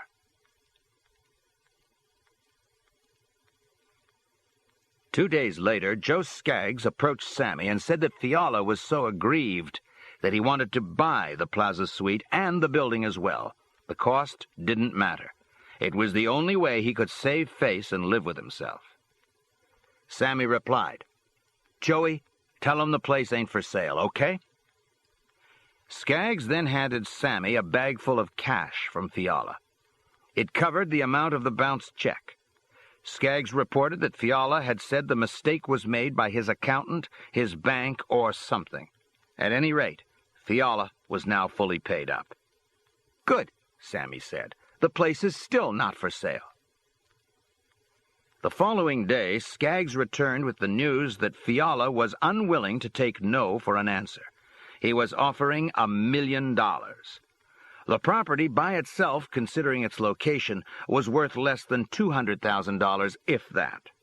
The Plaza Suite, of course, was a success, with a considerable cash flow easily hidden from the Internal Revenue Service. But $1 million was $1 million. Despite his misgivings, Sammy said, I have to admit that it rang my greed bell when I heard that $1 million figure. $1 million was always a magical number for me. And when my brother-in-law heard it, he said, Sammy, you got to be crazy not to sell. Give it to this maniac. What do we care? You can always open up another disco. I have my lawyer, who's also my accountant, check this Fiala out. He told me, Sammy, he's a nut, but he's for real. He's negotiating to buy a radio station. He's a multimillionaire. He's Czechoslovakian. He does have a yacht, planes, a Rolls-Royce, a couple of other major cars. So I meet with him. He still don't really know who I am. I guess he figures I'm connected, but just how he isn't sure. Probably he doesn't care. I'm starting to think maybe he's putting too much of his product up his nose. Fiala proposed to Sammy that he write a check for $100,000 as a down payment to be held in escrow. He would then pay $650,000 under the table in cash. At the closing, he would hand over a check for another $250,000, which together with the escrow check would be recorded as the sales price for tax purposes. He writes out the escrow check. Now we got to deal with the $650 under the table. First off, he wants to give it to me in gold. He wants me to fly to Czechoslovakia or Yugoslavia, wherever the fuck he's from. I feel he's going to whack me. I definitely ain't going to no communist country for shit sure, so that's out. Next, he wants to meet me at some private airfield in Jersey. I'll pull up in a limo and he'll have an armored truck there to give it to me. Sounds like James Bond shit to me. He's still talking gold. What am I going to do with $650 in gold? I told him I won't do that either. Then he says, all right, he'll have me go to this bank he has accounts in, and I'll get it in green.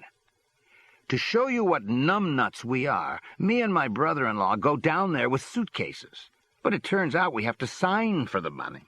We walk away. The suitcases are still empty. Sammy finally devised a way to resolve the problem. He had a friend, Joe Ingracia, Joe the check casher, who ran the Bensonhurst check cashing service. Ingracia had many contacts in the money transfer business. One of them was an armored car service he used that carried large cash payrolls. A certified bank check for $650,000 from Fiala went to a dummy account Sammy set up. The check was subsequently deposited in the account of the armored car company.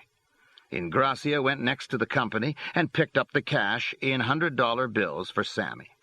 The transaction was completed on Friday, June 25th, 1982. Even before this occurred, as soon as the escrow down payment by check had been made, Fiala, to Sammy's intense annoyance, had started acting as if he already owned the Plaza Suite. He's walking around with his head shaved, Sammy said, and wherever he goes he's got this entourage with him. I mean 20 or 30 people, lots of girls, the Pied Piper. Of course, they're looking to get coke. It's totally unbelievable. He's got them all mesmerized. It's insane, bizarre. I find out he's bringing people, painters, carpenters, to remodel the place. I put a stop to this. I said, Frank, you ain't doing nothing here until you own it, till after the closing. I can't make this up, what he's doing. He goes flying in his helicopter over some other neighborhood discos that made guys own, part of my competition, with a bullhorn, and he's yelling, don't go there, go to the Plaza Suite. A captain in the Genovese family contacts me. Sammy, what are you doing with that helicopter? I laughed. I told him, Bo, I ain't doing nothing. We're dealing with a nut who's looking to buy my joint. He did this. I had no knowledge of it.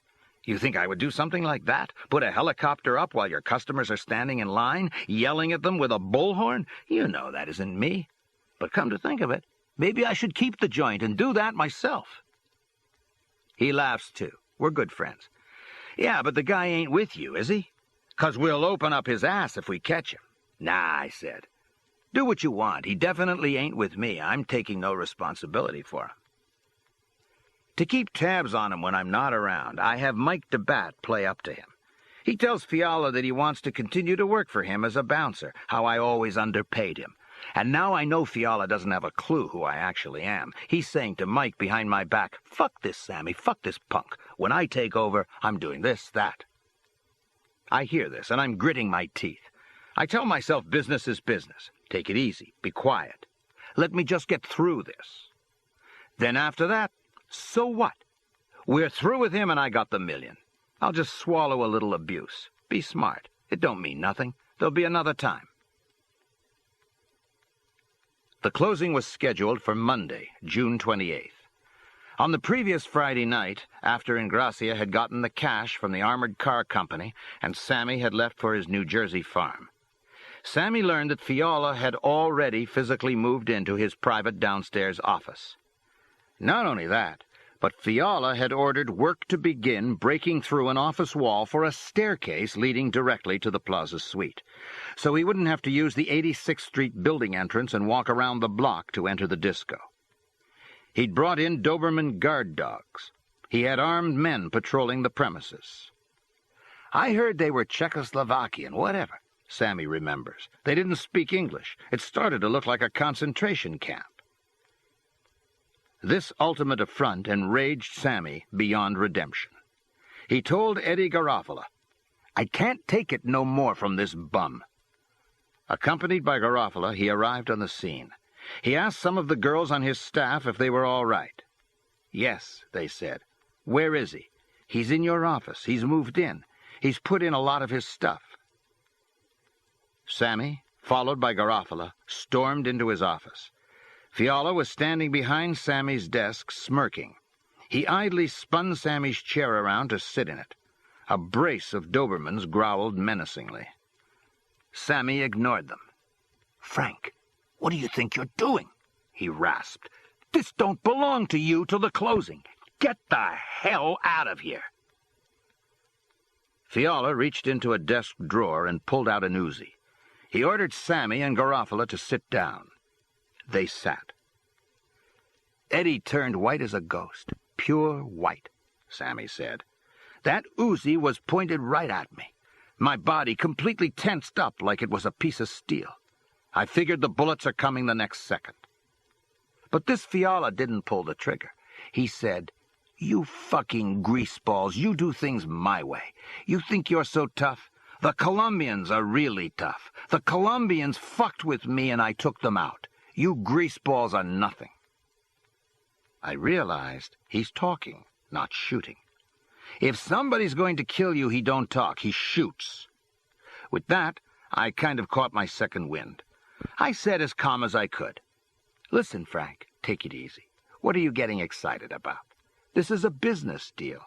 There's always little hurdles you gotta get over. On Monday, we'll go to the lawyers for the closing. You're right, the deal is already 3/4 done. You want to stay in the office? Fine. It's yours, Bo." Sammy watched Fiala relax and lay down the Uzi on the desk. "So we're not going to get whacked.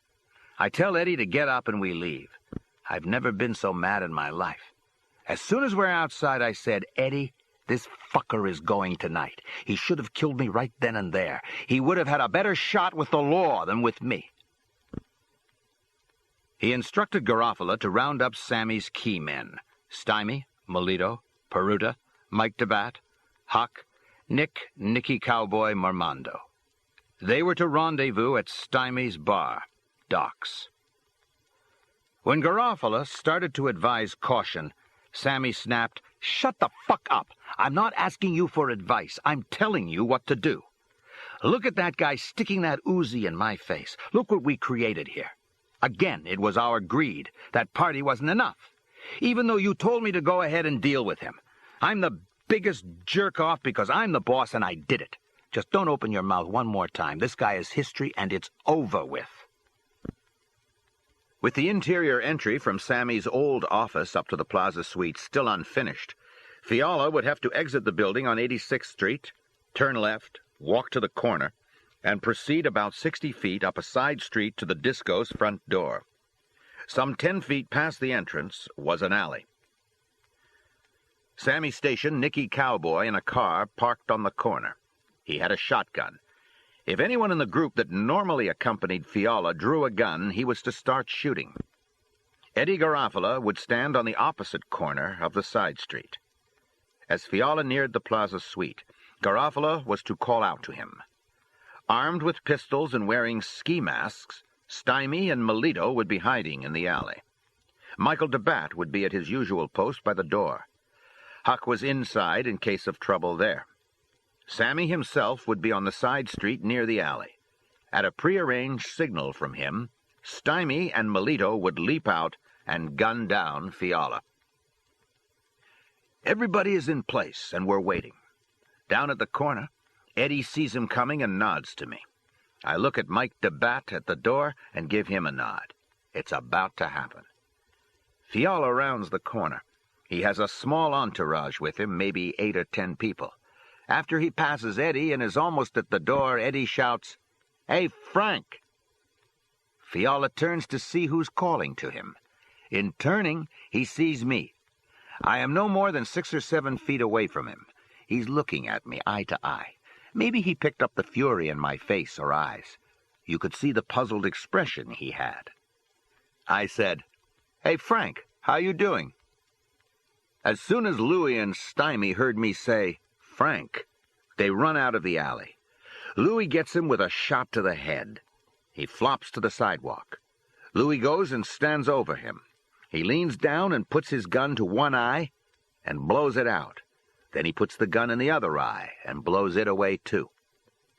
There's pandemonium on the street. People are running every which way. They're screaming. Some people are trying to get into the disco. Others are trying to get out. Mike DeBat by the door acts like he's panicking. He's yelling, "Get down, get down, somebody's shooting." He's holding the door so nobody's getting in or out. I had another car, a getaway car, up the street. Stymie and Louie immediately head for it and take off. Down at the corner, Nicky Cowboy has his shotgun ready. But Fiala's people are in total shock. They ain't doing nothing. I walked right up to Fiala's body. I spit on him. Then I go to Nicky Cowboy's car. So does Eddie. We both had guns. We give them to Nicky and off he goes. The hitmen are gone. The guns are gone. I'm ready to cross over to a parking lot with Eddie where our car is. But by now the cops are all over. They're telling everybody, even people on the sidewalk, not to move. We're stuck. Just then some kid starts running away. Why, I don't know. And a whole load of cops go after him. In the confusion, Eddie and me make it to the parking lot. A car is pulling into the lot with some neighborhood girls I know who are always in the Plaza Suite. I said to one of them, who I know the best, "Listen, we came together." She says, "What happened?" And I said, "Somebody got shot in front of my joint. I can't believe it. In case any cops ask, I was with you." She says, "Yes, absolutely," and puts her arm around me. "I'll be your alibi." I said, "I don't really need an alibi, but it's my place, and with something like this I could wind up with a problem. I appreciate what you're saying." And I kissed her on the forehead. So we're standing there like spectators. The cops come back dragging this kid and throw him in a squad car. An ambulance came for Fiala's body. One look and they knew he was gone. They just covered him up. The cops never came over to the lot. They never talked to me or questioned me. They questioned people who were still on the side street, but the best they got was that men in ski masks did it. They questioned people who were inside the Plaza Suite. They questioned Mike DeBat, who said he was so busy at the door he didn't see anything. He said after he heard shots, he just wanted to stop people from coming out so they wouldn't get hurt, and he was shouting at people outside to get down. Sammy and Garofalo left the lot without incident. The entire hit team assembled at docks. Sammy congratulated them on a beautiful piece of work. The gun used to dispatch Fiala was thrown in the ocean. Louis Melito and Stymie were instructed to burn all the clothes they were wearing. Garofalo was ordered to get in touch with his uncle, who was custodian of the building that housed the disco. He was to wash down the side street where the murder had taken place in case the police returned seeking forensic evidence. According to the police, the murder occurred at approximately 2 a.m. on Sunday, June 27, 1982. A detective told reporters that Fiala appeared to be a free-spending, eccentric, self-made millionaire who was in the process of purchasing the discotheque. Another detective noted, "On the surface, he was a legit guy, but we're not sure. Obviously, he did something wrong to somebody." He added that federal and state law enforcement authorities would be contacted. It was reported that 2 Doberman guard dogs had been found in an office Fiala was using. The office was described as a porn palace filled with hardcore movies, books, magazines, and sex paraphernalia. The Plaza Suite, it was learned, didn't have a requisite operating license from the city's Department of Consumer Affairs. A spokesman for the State Liquor Authority acknowledged that actual ownership of the disco was murky at best. The original applicant for a liquor license, an insurance salesman, had apparently attempted to transfer ownership to an executive in a printing company. But because of a paperwork backlog, the transfer had yet to go through. Both men claimed they'd never heard of Fiala. Employees at the Plaza Suite said they'd never seen either of the supposed owners. Eyewitness accounts varied tremendously. There had been 2 masked gunmen, or there had been 4, possibly 5 of them. The gunman had burst out of a car double-parked in front of the disco. Another version had gunmen shadowing Fiala up the street, tapping him on the shoulder and shooting him when he turned around. Admitting that they had no definitive leads, detectives were reduced to saying that Fiala's murder was carried out very professionally. "Without question," Sammy said. "The entire neighborhood knew I did the hit, but nobody said a word." Sammy, however, was confronting a far more serious and immediate reality: the wrath of Paul Castellano. The Fiala hit hadn't been sanctioned, a mortal sin in the world of Cosa Nostra. The ultimate penalty, of course, was that Sammy could now die because of this transgression.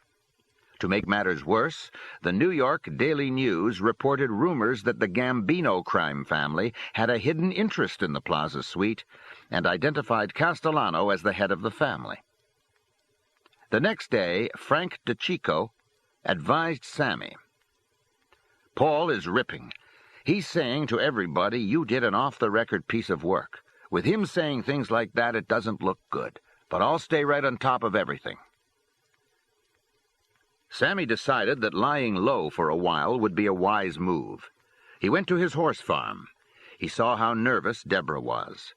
She knew that the Plaza Suite and the building were his. She knew that negotiations were going on to sell the property and that the would-be buyer had been killed. But that was all she knew. Sammy told her that he wanted her and the children back in Staten Island for the time being, while some things were worked out. She didn't ask any questions. "I have all my men, everybody, even guys who weren't in on the hit, come up to the farm. Our whole work crew is there. I tell them there's a problem with Paul. He's ripping. He feels I did an off-the-record hit. What I want, if it's not going right for me, if I have to make a decision, is to take out Paul first. I may go, but he'll never see it. I tell them that if anybody wants to leave, they are free to." They all said, "Sammy, we'll load up. We're ready. And 5 or 6 guys stay with me on the farm." I took aside Stymie, my Luca Brasi, and I said, "If I'm killed, you say that Sammy had balls, he loved the life. This is the way he would want to die, and that's it. Get even on your own, if that's what you want." A couple of days later, Frankie DeCicco called me. "How do you get guys so loyal to you? Stymie came to me and says that I should tell Paul that if he has any intentions of killing you, he'd better kill him too." Frankie was laughing when he spoke to me. He said, "It's one thing if he's talking to me, but what if he said that to somebody else? Tell him to be careful not to be going around saying that." My weasel brother-in-law starts whining that I got too much balls, that I was going to get everybody killed. And then he says that I would end up being on an island by myself. Stymie heard this and says, "Eddie, Sammy may be on that island, but he ain't going to be by himself. I'll be with him, so fuck you and your advice." Eddie turns right around to Joe Peruta and says, "See, you can't talk to them. They're crazy." The old man, very mild-mannered, says, "Eddie, Stymie is wrong about one thing. Him and Sammy ain't going to be the only ones on the island. I'm going to be with them there on that island. You gave your advice now. All right, get the fuck out of here." I said, Whoa, take it easy, men."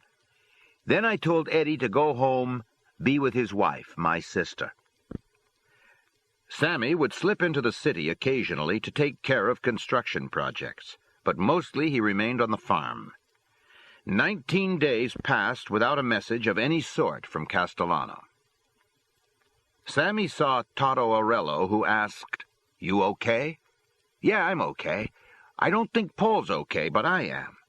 "Good," he said. I told him the situation with Paul, which he knew about anyway, and he said, "Sammy, you're a man. Whatever your decision is, I'm behind you." He didn't ask anything about what my decision was, or my thinking, or anything else. That's why I loved him. I really did, and I still do. We didn't have a major conversation. He knew the life, and so did I. There was no need for any discussion. After the 17th or 18th day without hearing from Paul, I was starting to feel a little more edgy. I spoke to Toto again, and he said, Relax. Let him stew with this. Don't worry about it. You did what you had to do. It was the right thing. Finally, on the 19th day after the Fiala hit, Frank DeChico informed Sammy that Castellano wanted a meeting with him and Louis Melito. It was to be at a restaurant in downtown New York. The hour was late when Sammy and Melito arrived. The restaurant had half emptied out. Castellano was there with Tommy Bellotti at his side. And, said Sammy, a few other guys. Toto Arello was not on hand. This was straight boss to me. After a perfunctory greeting, Castellano got right to the point. He announced that he had ascertained the facts of the situation. He said that he had heard how Fiala threatened Sammy around 5 p.m. that Saturday afternoon, and he knew what Sammy subsequently had done that night. But there had been an interval of at least 7 or 8 hours between the two incidents. "Why didn't you come to me for permission?" Castellano demanded. "You had the time." "I told him the truth," Sammy said. "Paul, I know the life," I said. "But what this motherfucker did to me, if you could let me talk for a minute. I know that if I had come to you, you would have given your permission as my boss, my father, as my representante. I know you would have. But I knew that this could blow up in our face if I came to you. There could have been a lot of heat if it don't go off right. I didn't want you to be part of the trail from 5 in the afternoon till when I did the hit around 1 o'clock in the morning. I didn't want any link between us. I didn't want you as part of this heat if it came." Castellano, jaw set, replied, "I still take this as an off-the-record move. We all could do things like that. And what kind of Cosa Nostra would we have? Do you realize right now that maybe some of us are armed? Maybe you don't leave this restaurant." I said, "Paul, that's a very strong possibility. That's your decision as a boss, my representante. I'm not armed and Louis's not armed. You can leave and let them do it. But I don't think that will be your decision. All I thought of was you and the heat. I knew you would have given me permission after what he did to me and all the other things he was doing. Now you have another final decision to make, and I accept that." Castellano scrutinized Sammy for a moment. Then he replied, "You're definitely not going to die over this bum. But I want your word from now on that you won't ever do a piece of work unless it's approved by me or unless somebody, and you better have the bullet holes to prove it, shot at you first and you had to kill him. Or if another friend of ours broke our rules and raised his hands against you." Louis was sitting next to me at the table. When Paul said what he said, Louis gives me a kick. I ignore him. I said, "Paul, I can never give you that promise. I'm a man. If my thinking was not only to kill somebody, but to protect you, I'd do it again tomorrow morning." Sammy saw Castellano shaking his head. There was a hint of a smile, as if he was laughing inwardly and trying not to show it. Castellano stood up. He told Sammy to do the same. Then Castellano held him by the shoulders, kissed his cheek, and said, "Just be a good friend of ours like you always have been. You can go now." Outside the restaurant, Melito said, "Sammy, one thing this fucking Eddie has right is that you got the balls of an elephant. We were lucky in there. He was real mad at you. But he loves and respects the balls you got." This ends side 1 of cassette 5. Please turn the cassette over and start side 2 at the same point.